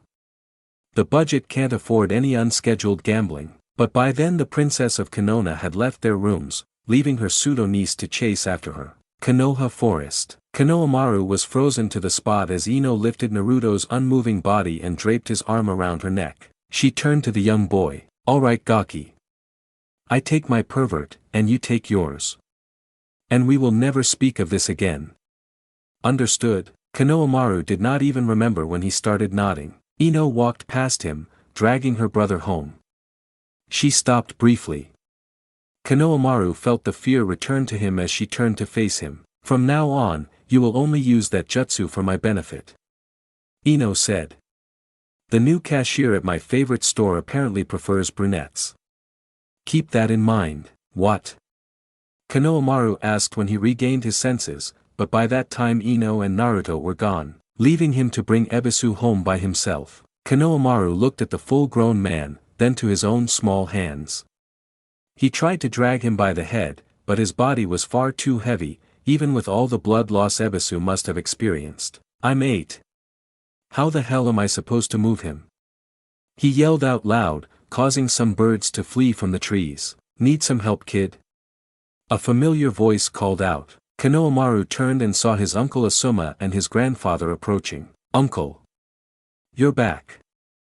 Konohamaru exclaimed with a smile, dropping Ebisu's head back on the ground with a thud. "Yeah, I just got back from the mission today. It had been a while since we saw each other, so I figured I'd take Dad and you both out for dinner. Which meant having to find you," Asuma explained as he put out his cigarette. Konohamaru smiled, only for that smile to fade, replaced with embarrassment at what they must have seen. "So, how much did you see of what just happened?" "Plenty," Asuma said with a grin while signaling for Konohamaru to look at Hiruzen. Following his uncle's lead, he turned and saw Hiruzen holding a bloody cloth up to his nose. "Ha! Boss got you too, Gramps," Konohamaru exclaimed, somewhat disappointed in his grandfather. Hiruzen let out a humph. "I ought to just declare that blasted jutsu forbidden." The Hokage turned his attention to his son. "The real question is, why didn't it affect you?" Asuma scratched the back of his head. He did get me once with it. While I was with Kurenai. Let's just say she made it very clear I would not be seeing her as often if it ever happened again. Ah, I see. Hiruzen said with a smirk. Kurenai has truly grown into a wonderful young woman. I hope you will bring her around at some point when neither of you are on duty. Suddenly, there was a groan, and the 3 Sarutobi clan members turned to see the Takujo slowly regain consciousness. What? Ebisu moaned as he pushed his glasses up. Or tried to, as one of the lenses had broken in his fall. He licked his lips, only to be startled by the taste of blood. That woke him up fully. Glad to see we don't have to carry you. Asuma said with a chuckle. It was only then Ebisu saw he was not alone. Sandame. My greatest apologies. Ebisu's eyes widened as his memory came rushing back. A trickle of fresh blood came out, but he managed to stop that quick enough. I lost. Ebisu realized. He had been defeated by Naruto. And in such a disgraceful manner. Lord Hokage. Forgive me. Ebisu bowed down until he was in a Dejiza stance. I have dishonored both myself, and the village with my failure. Ebisu Takuru. Stand up. Hiruzen commanded. The tutor widened his eyes in surprise at both the command and the use of his full name, but he obeyed. Hiruzen looked at the Tokubetsu Jonin with a critical eye. It is true that you lost to Naruto, but from one teacher to another, we both know that any loss where we or our students can walk away from is not a true failure, but just a lesson that must be remembered. The aged Hokage walked closer to Ebisu. I remember when you first became a genin. I remember what drove you. Any time not on a mission, you spent honing your abilities in training. You did all this because you had a desire. A goal. Perhaps myself and others above you should have spoken up before, but we figured if it made you a better shinobi, it was best to let you continue on your chosen path. Unfortunately, you began to stray even as you thought you were walking straight along. And now Naruto has knocked you off the path you were walking. He humbled you. From here on out, it is up to you to re-examine yourself and see if you can return to the right path. Hiruzen glanced back at his son and grandson, before whispering too lightly for them to hear. You no longer have to atone for your grandfather's crimes. No one who knows you would hold his actions before you were even born against you. Through his shattered lens, Hiruzen saw Ebisu's uncovered eye widened at the Hokage's words. Well, Ebisu-san. Do you understand? Ebisu gulped. Yes, Hokage-sama. I think I do. With that, Hiruzen smiled and turned back to his family. Well then, now with that out of the way, let us return to the village. Hang on a sec, Asuma spoke up, turning to the tutor. There was the matter of the bet you made with Naruto. Since you lost, you have to do any one thing that Konohamaru asks. Ah, of course. Ebisu nodded, turning to Konohamaru. A true shinobi stands by his word, at least when it is made with a comrade. Konohamaru grinned, his mind began racing with ideas on what he could ask Ebisu to do. So, honorable grandson, what would you have me do? Ebisu asked, waiting for his student to make a decision. Suddenly, Konohamaru realized just what it was he wanted most from Ebisu. With a smirk, the boy made his wish known. I want you to stop calling me honorable grandson. From now on, just call me by my name. Okay. Konohamaru extended his hand out to his teacher. Asuma and Hiruzen both smiled at the sight. Ebisu blinked, having expected his student to ask for a new type of lesson or a specific jutsu. Are you certain? I would not want to disrespect you or your grandfather. Ebisu asked, casting a glance at the Hokage. It is no insult.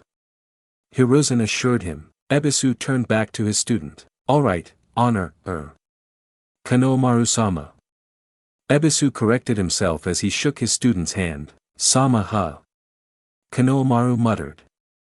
At this point, I'll take it. Torture and interrogation. Where is Orochimaru? Anko's question practically spewed venom to the traitor in front of her. Mizuki gasped for breath, his attention solely focused on the kunai she held to his throat. The former academy teacher let out a laugh. Mitarashi. Are you sure you want to stay on this side? Mizuki asked. You think you can ever have this village's trust ever again? Anko pressed the kunai into Mizuki, causing blood to drip down his neck. She had to resist the urge to touch the curse mark her sensei had forced on her all those years ago. Orochimaru is a traitor to Konoha. Anko began speaking with killing intent laced into every word. My only regret is how I failed to realize it at the time. I am forever thankful to the Sandaime for letting me back into Konoha. Mizuki, if you ever had any love for this village, then know Orochimaru does not care for you. He does not care for me. He will not come to rescue you. If we feel any sense of loyalty to him, he will simply use us as sacrificial pawns and not hesitate a second if we die unexpectedly. Inoichi had left to report on his initial findings to the Hokage, which left Anko to continue the interrogation the old-fashioned way. You are wrong, Mizuki said with a laugh. Now that it was clear he could not hide his connection to Orochimaru, he was no longer denying it. Instead it seemed like he was reveling in finally being able to praise the Sannin. Orochimaru recognized my ability even when Konoha sought to limit my career. He is the only one who saw what I was capable of. I suppose that is the difference between us Mitarashi. He was assigned you when you graduated and was stuck with you, but I was someone he chose. You were his student, I will be his apprentice. Anko's well-placed elbow knocked the wind out of Mizuki before he could piss her off even more. A knock was then heard from the door to the room. You may enter, Anko yelled. When the door opened, it revealed Ibiki standing behind it. Any word from Inoichi? Anko asked as she stared at Mizuki, not even looking to see her co-worker. No, he is still out looking for Hokage-sama, Ibiki said. But I think I should have a crack at the traitor, if it's all the same to you. Anko hesitated for a moment. She knew what Ibiki's words actually meant. This is too close to home for you. You are compromised. Of course that was entirely wrong. Anko was the picture of detached. She'd prove it by having Mizuki devoured by the snakes he seemed to love so much. Yeah, he's got a point, Anko conceded in her mind. She held up her hands to show she was surrendering to Ibiki's logic, and walked back towards the door. Instead of walking in himself, Ibiki simply closed the door and turned to his comrade. Anko sighed, more drained than she had expected, but that made sense once her sensei's name had come up. Is Inoichi going to be delving into his mind again? Anko asked. Ibiki shook his head. He may be, but not right away. Apparently one of the jutsu Orochimaru was known to be capable of was a memory seal. If Mizuki was more than a sacrificial pawn, then any pertinent information would be sealed by that, only broken when certain conditions are met. Inoichi could force it open, but he would need time to prepare for any conceivable traps. A memory seal, Anko thought. Is that why I can't remember why he abandoned me? I think you have done more than enough for your last day here, Anko, Ibiki said. You said Kurenai wanted to get drinks to celebrate your promotion, right? I'd recommend heading out to see her. Anko nodded. Yeah, that's probably a good idea. Turning around, the purple-haired Kunoichi began walking out of tea, before stopping while still in the hall. Ibiki, don't go easy on him, Ibiki scoffed. When have I ever? With that assurance, Anko finally left. As she was walking out of the building, she heard yells of worry. Please, at least tell me what is going on. Anko looked over and saw two ANBU escorting a Kunoichi in a flak jacket. Hey, who you got there? She asked. One of the ANBU turned to her. Mizuki's fiancé, Tsubaki. Until such time as we know the extent of Mizuki's plans, we have decided to take her in for questioning as well. Anko nodded before heading on her way. For the girl's own sake, she hoped that Mizuki kept her in the dark about his plans. Anko sighed. I really need a drink. Shuriken sake. As the night fell on Konoha, many off-duty shinobi moved about to relax. Many went home to be with family, while others tried to find good places for dates. But as was almost a nightly occurrence, the shinobi specialized bar was full of plenty of familiar faces. Some old teammates were catching up, reliving their genin days as they drank.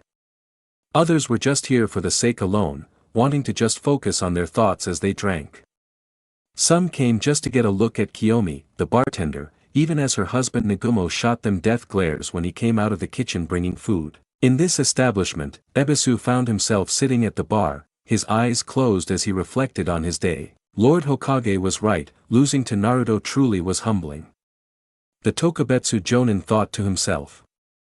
Now when I look back at how I've been handling Konohamaru, I can see just how many mistakes I had made. When Sarutobi Sandeu had first hired Ebisu to give his son additional lessons, Ebisu had not thought of it as helping a future shinobi, but of how it would heighten his own status to be the teacher of the honorable grandson. Now he had to consider if he was really the right choice to help Konohamaru out, or if he should apologize to Sandeu and admit he was not up to the task. Are these seats taken?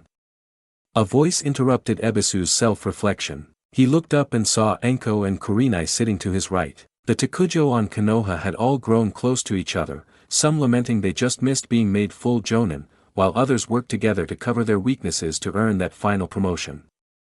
A true sense of camaraderie among peers. The last time they had all gathered together had been 2 months ago, when Kurenai got promoted. Feel free to take the seats. Ebisu said politely. Hey Taki. I didn't know you even knew how to drink. Enko said in a teasing voice. Unlike some, I know how to enjoy things without excess. Ebisu said as he held his cup of sake. And don't call me that. Oh, go easy on me, Ebisu. Tonight is a night of celebration. Enko said as she waved to Kiyomi. Mama. Keep the sake coming all night for us. Not that much. Kurenai said, no point in celebrating your promotion if you get too bad a hangover to do your duty. Oh. You've been promoted to Jonin? Ebisu asked. Congratulations are in order then, feeling jealous? Enko asked as Kiyomi brought over the first cups of sake for the 2 kunoichi. Ebisu pulled out his wallet and handed Kiyomi some money, covering the first round. I've been on missions with you. You have definitely earned it. But if you're being promoted at this time, I can assume it's because of the graduating class. Right in one. Enko said as she took a drink. Minazuki got injured in some crossfire after Mizuki's treason, so he could not be taking on a new team. Minazuki. Ebisu muttered. At the very least, I'd bet money that you'll be a better sensei than him. He knew the man more by reputation than personally. Minazuki Yuki had been the Jonin instructor for Uchiha Itachi, but even after that, some students that Ebisu had been hired to tutor had ended up being sent back to the academy for one reason or another when put under his command. At first Ebisu had blamed himself, thinking he had failed them, but when they had all done well under other teachers, he began to suspect the issue was in the commander. Speaking of tomorrow, have you decided on a test yet? Kurenai asked Enko. I was going to see if they realize I put them in a genjutsu the moment they left the classroom. Oh yeah. Enko muttered. I could send them into the forest of death and see if they can dash. No. Kurenai and Ebisu both said in unison. The forest of death is already being set up for the Chunin exams, sending untrained genin in there is not a test, it's sabotage. Ebisu said. Alright then, Enko shrugged as she leaned back and tried to think of other possible tests. I could bring them to a slaughterhouse and get them used to the sight and smell of blood. How about a test where failing will not leave them scarred mentally? Kurenai said. If they fail that, they'd probably drop being shinobi altogether. Enko groaned. Well then what should I do? I don't want to make it too easy for them after all. Did you do the bell test? Ebisu asked. What? Enko replied. I'll take that as a no. Ebisu said, adjusting his glasses. I heard about this test from the Sandame. I am surprised you did not do it. It has been passed down for decades. From what I hear, Kakashi does it every year, and every year he fails all his students. Kurenai pointed out. Might want to pick something else, unless you track down Kakashi and ask for the details directly on how he does it, especially if it really is an old test. Well, if if your sensei did not give you the bell test, how did he test you and your teammates? Ebisu asked. Enko considered it. As much as I don't want to give him any credit, I suppose the test he gave us will be a good way to see if these brats can hack it in the shinobi world. Oh. What test exactly is that? Ebisu asked. Suddenly, the door burst open, and Izumo and Kotetsu walked in, laughing like they were already drunk. Mama-san. 2 sakes over here. Izumo said as they sat down next to Ebisu. Not because they were particularly close to him or anything, just because there were 2 empty seats to his left. Well, you 2 seem in high spirits tonight. Ebisu noted as Kiyomi set down 2 cups of sake in front of the chunin. Kotetsu nodded. Of course we are. It took over a year, but we did it. What are you talking about? Kurenai asked, leaning back to look at them without Enko blocking her view. Ah shit, did they finally get together? Enko panicked. I knew I should have picked something sooner than November, but I'm a sucker for the long odds. Izumo grinned. Tell me Kurenai, did you ever wonder why we always picked gate duty? Because you 2 are too lazy to go on actual missions? Enko guessed. Nope.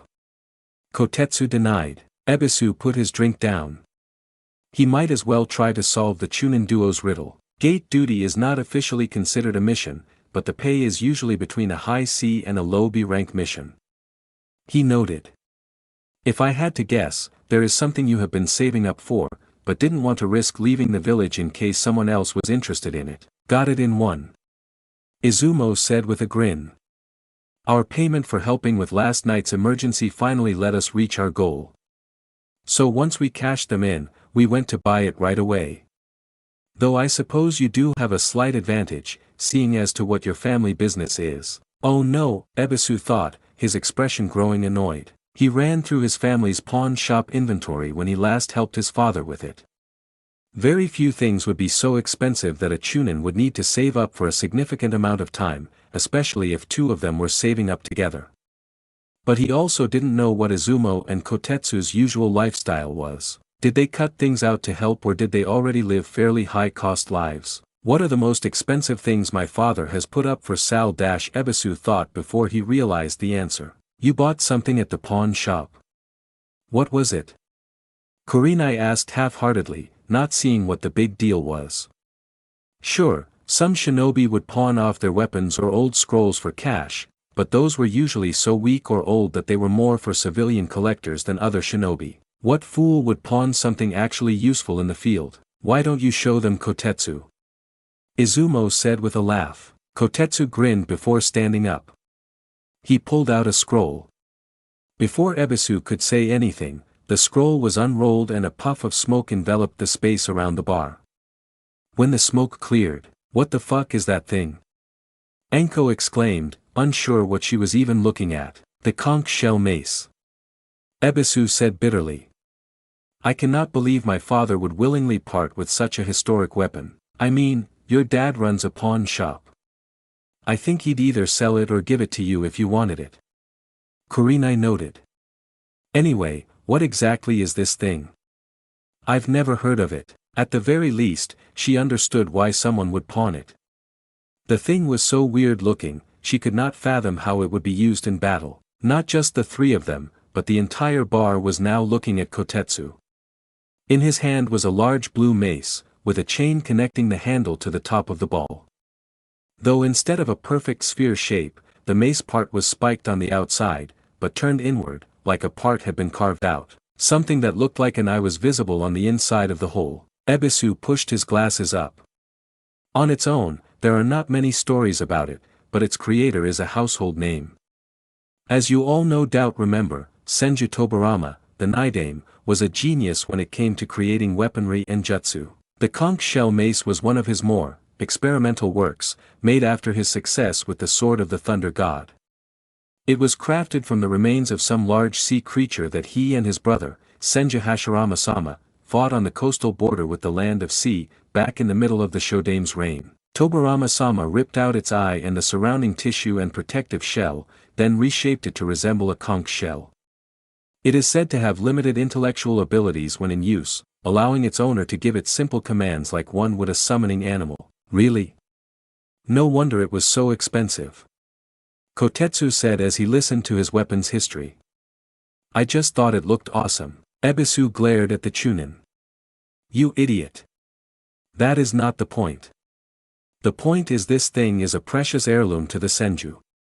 By rights, only Tsunadeheim should be able to possess it. So how did it end up in Ebisu pawn shop? Anko noted while taking the bottle of sake and drinking from it directly.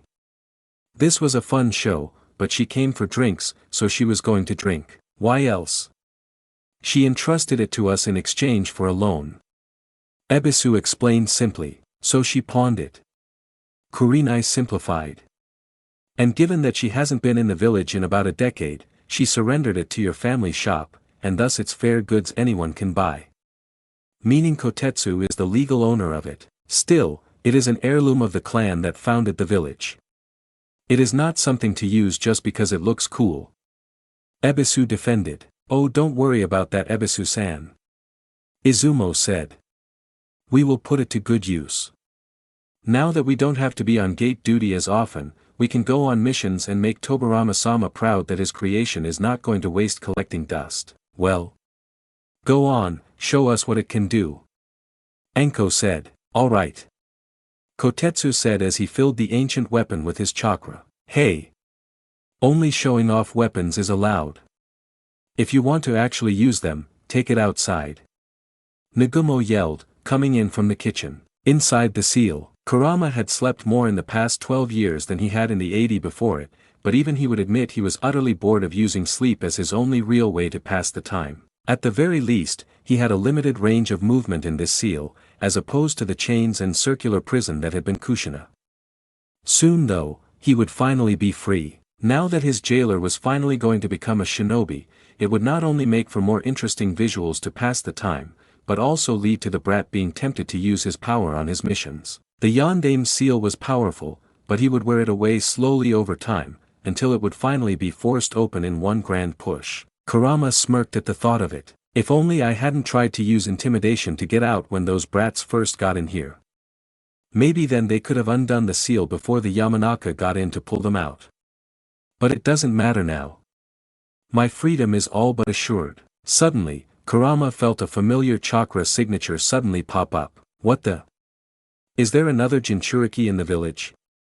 Kurama muttered as he stood up, suddenly on alert. Before he could recognize the exact identity, he found himself being forcefully pulled into the deeper realm, somewhere between Kurama's seal and the mental realm the tailed beasts used to communicate with each other. Not that Kurama had personally been to the mental realm since Madara had captured him, as he hated each of his Jinchuriki with a fiery passion. At the very least, this middle realm was a wider space than Kurama's cage, but it was just as dark. Finally. Freedom at last. I gotta, Kurama. I figured it would be Saiken who was closest. A familiar voice called out. Kurama looked at the source of the voice, recognizing it for who it was. Isabu.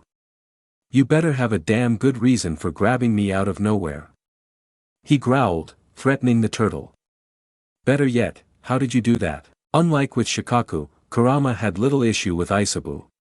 The Sanbai knew his place among the beasts, and never made trouble for his higher-tailed siblings. So Kurama was at least willing to hear him out instead of just striking him down for such a sudden interruption. Normally, Kurama should have been able to brush off the surprise meeting from Isabu, due to the sheer difference in their power.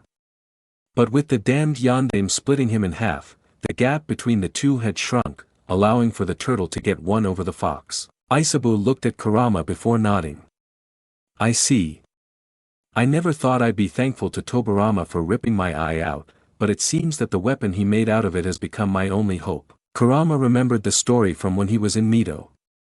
Hashirama had been going around collecting the other tailed beasts, enslaving the only beings in the world Kurama would even deign to think of as peers, leaving the day-to-day runnings of Konoha to his brother and wife. Eventually though, Tobarama grew angry at his brother leaving, and had gone to drag him back.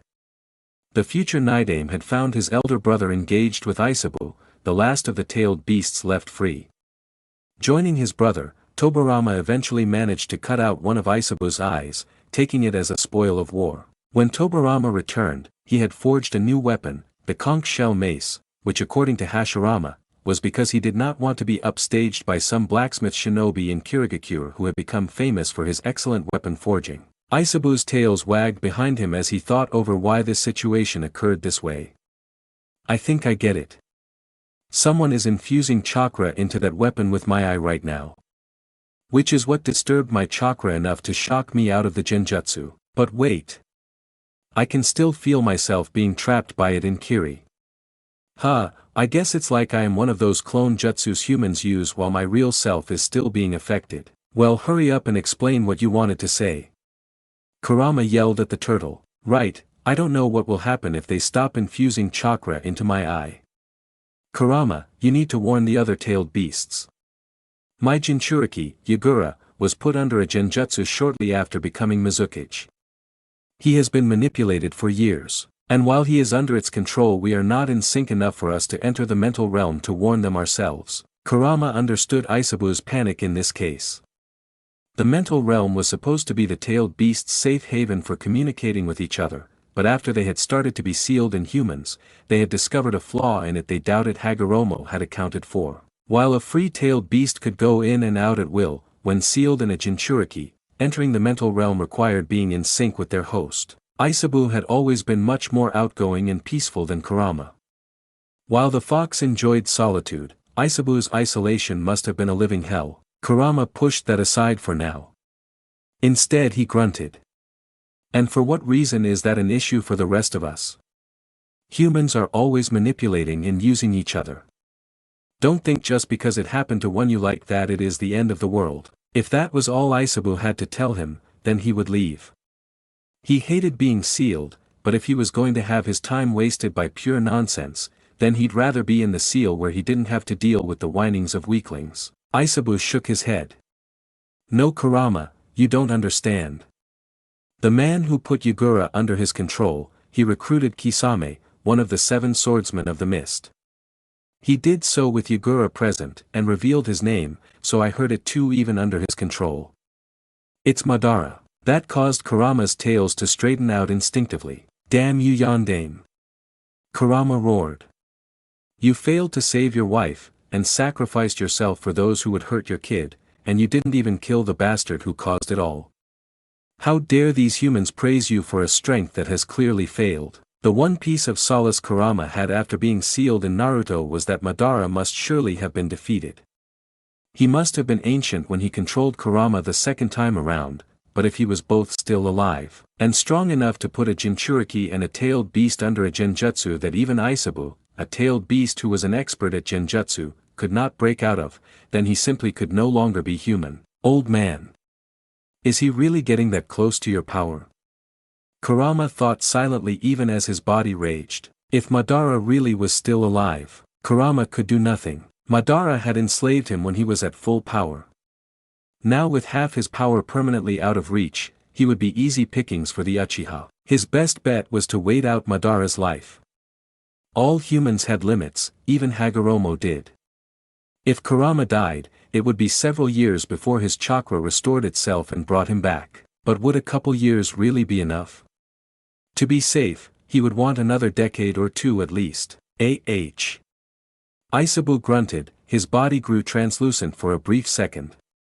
Kurama, I'm sorry, but I may have been too eager to be free. The weapon is still getting chakra, but Madara was in Kiri still. He sensed the genjutsu being disrupted and is in front of Yagura now. I don't think I'll be able to repeat this, even if my eye was used again. Kurama stood silently, watching the Sanbai try to fight to maintain control of himself. Alright, Isabu. If any Jinchuriki get close enough for me to reach them, I'll pass on the warning. Kurama told the turtle. Isabu had given him vital information, and Kurama hated being indebted to any of his siblings. Besides, the more the others fought back, the longer it would take Madara to reach him. Good. Thanks, Kurama. I know you always preferred being alone, but I have a real bad feeling about Madara. As for Yagura, I'm afraid he's too far gone. Breaking the genjutsu now, the shock would kill him. I know there are rebels trying to overthrow him. For both our sakes, I hope they succeed. Isabu let out his attempt at a whistle. Reforming twice in less than 2 decades. That is not going to be pleasant.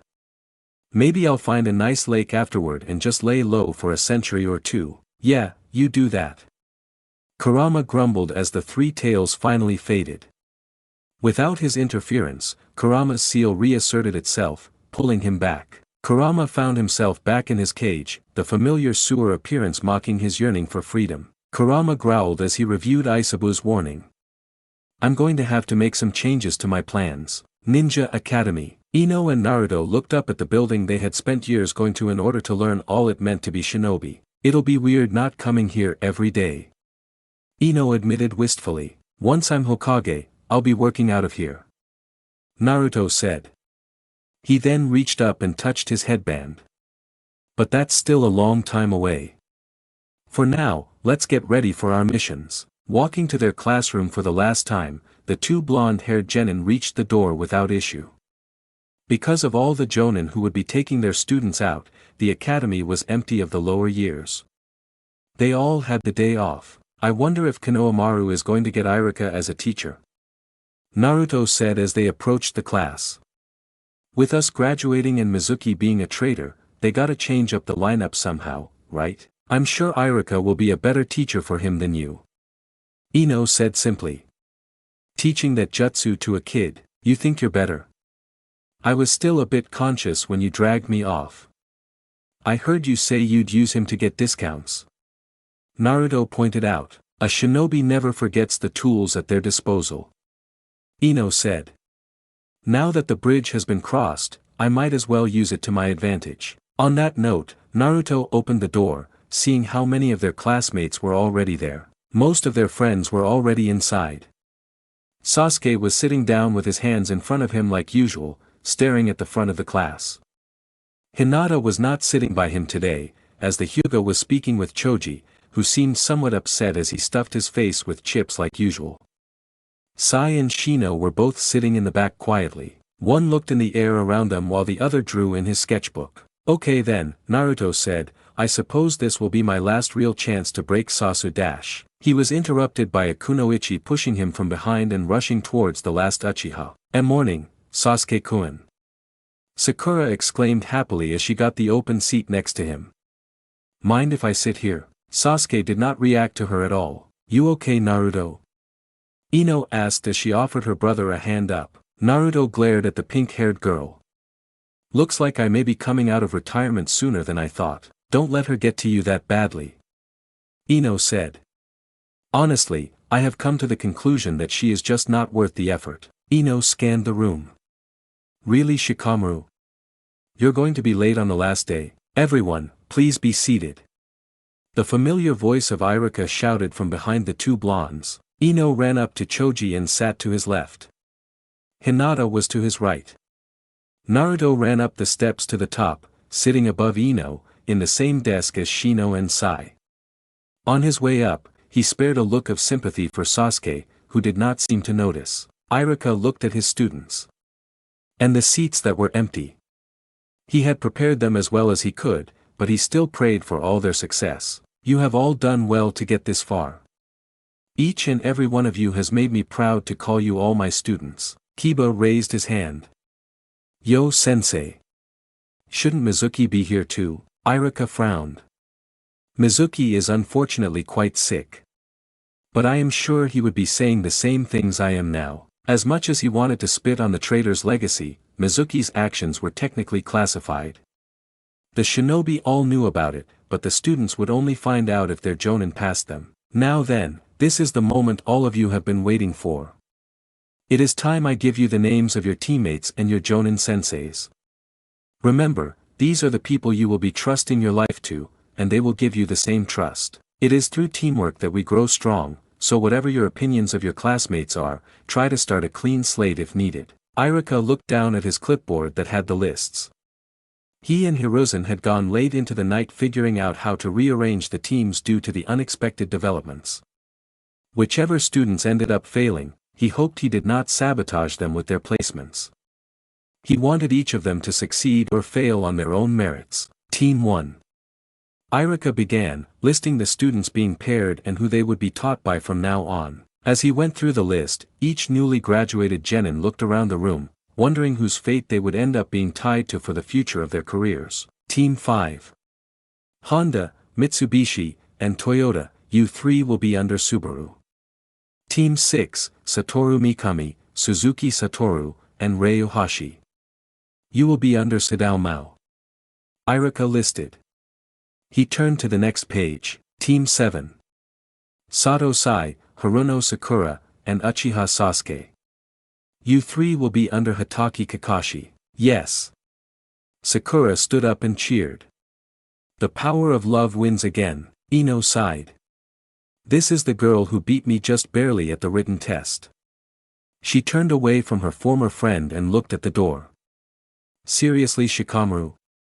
If you are seriously late for this, I'll sick Naruto on you, Shikamaru. Choji asked sadly. Ino, didn't you hear? Didn't your dad tell you? Ino raised her eyebrow. Huh? What happened? Once Sakura was done with her outburst, Iruka coughed before resuming his list. He was almost done after all. But now a tradition would be broken. Team 8. Hyuga Hinata, Inazuka Kiba, and Akimichi Choji. Iruka said. You will be under Yui Kurinai. That declaration caused the entire class to freeze. Even Sasuke raised an eyebrow at Ino Shikacho being broken up. Taking his chance, Iruka finished up the assignments. Finally, Team 9. Aburame Shino, Uzumaki Naruto, and Yamanaka Ino. You three will be under Mitarashi Anko, Sensei. Ino stood up and slammed the desk. What is going on? Where is Shikamaru? Iruka lowered the clipboard. He expected this, of course. I regret to say, Nara Shikamaru did not pass the final exam. As such, he was not eligible to be placed on a team.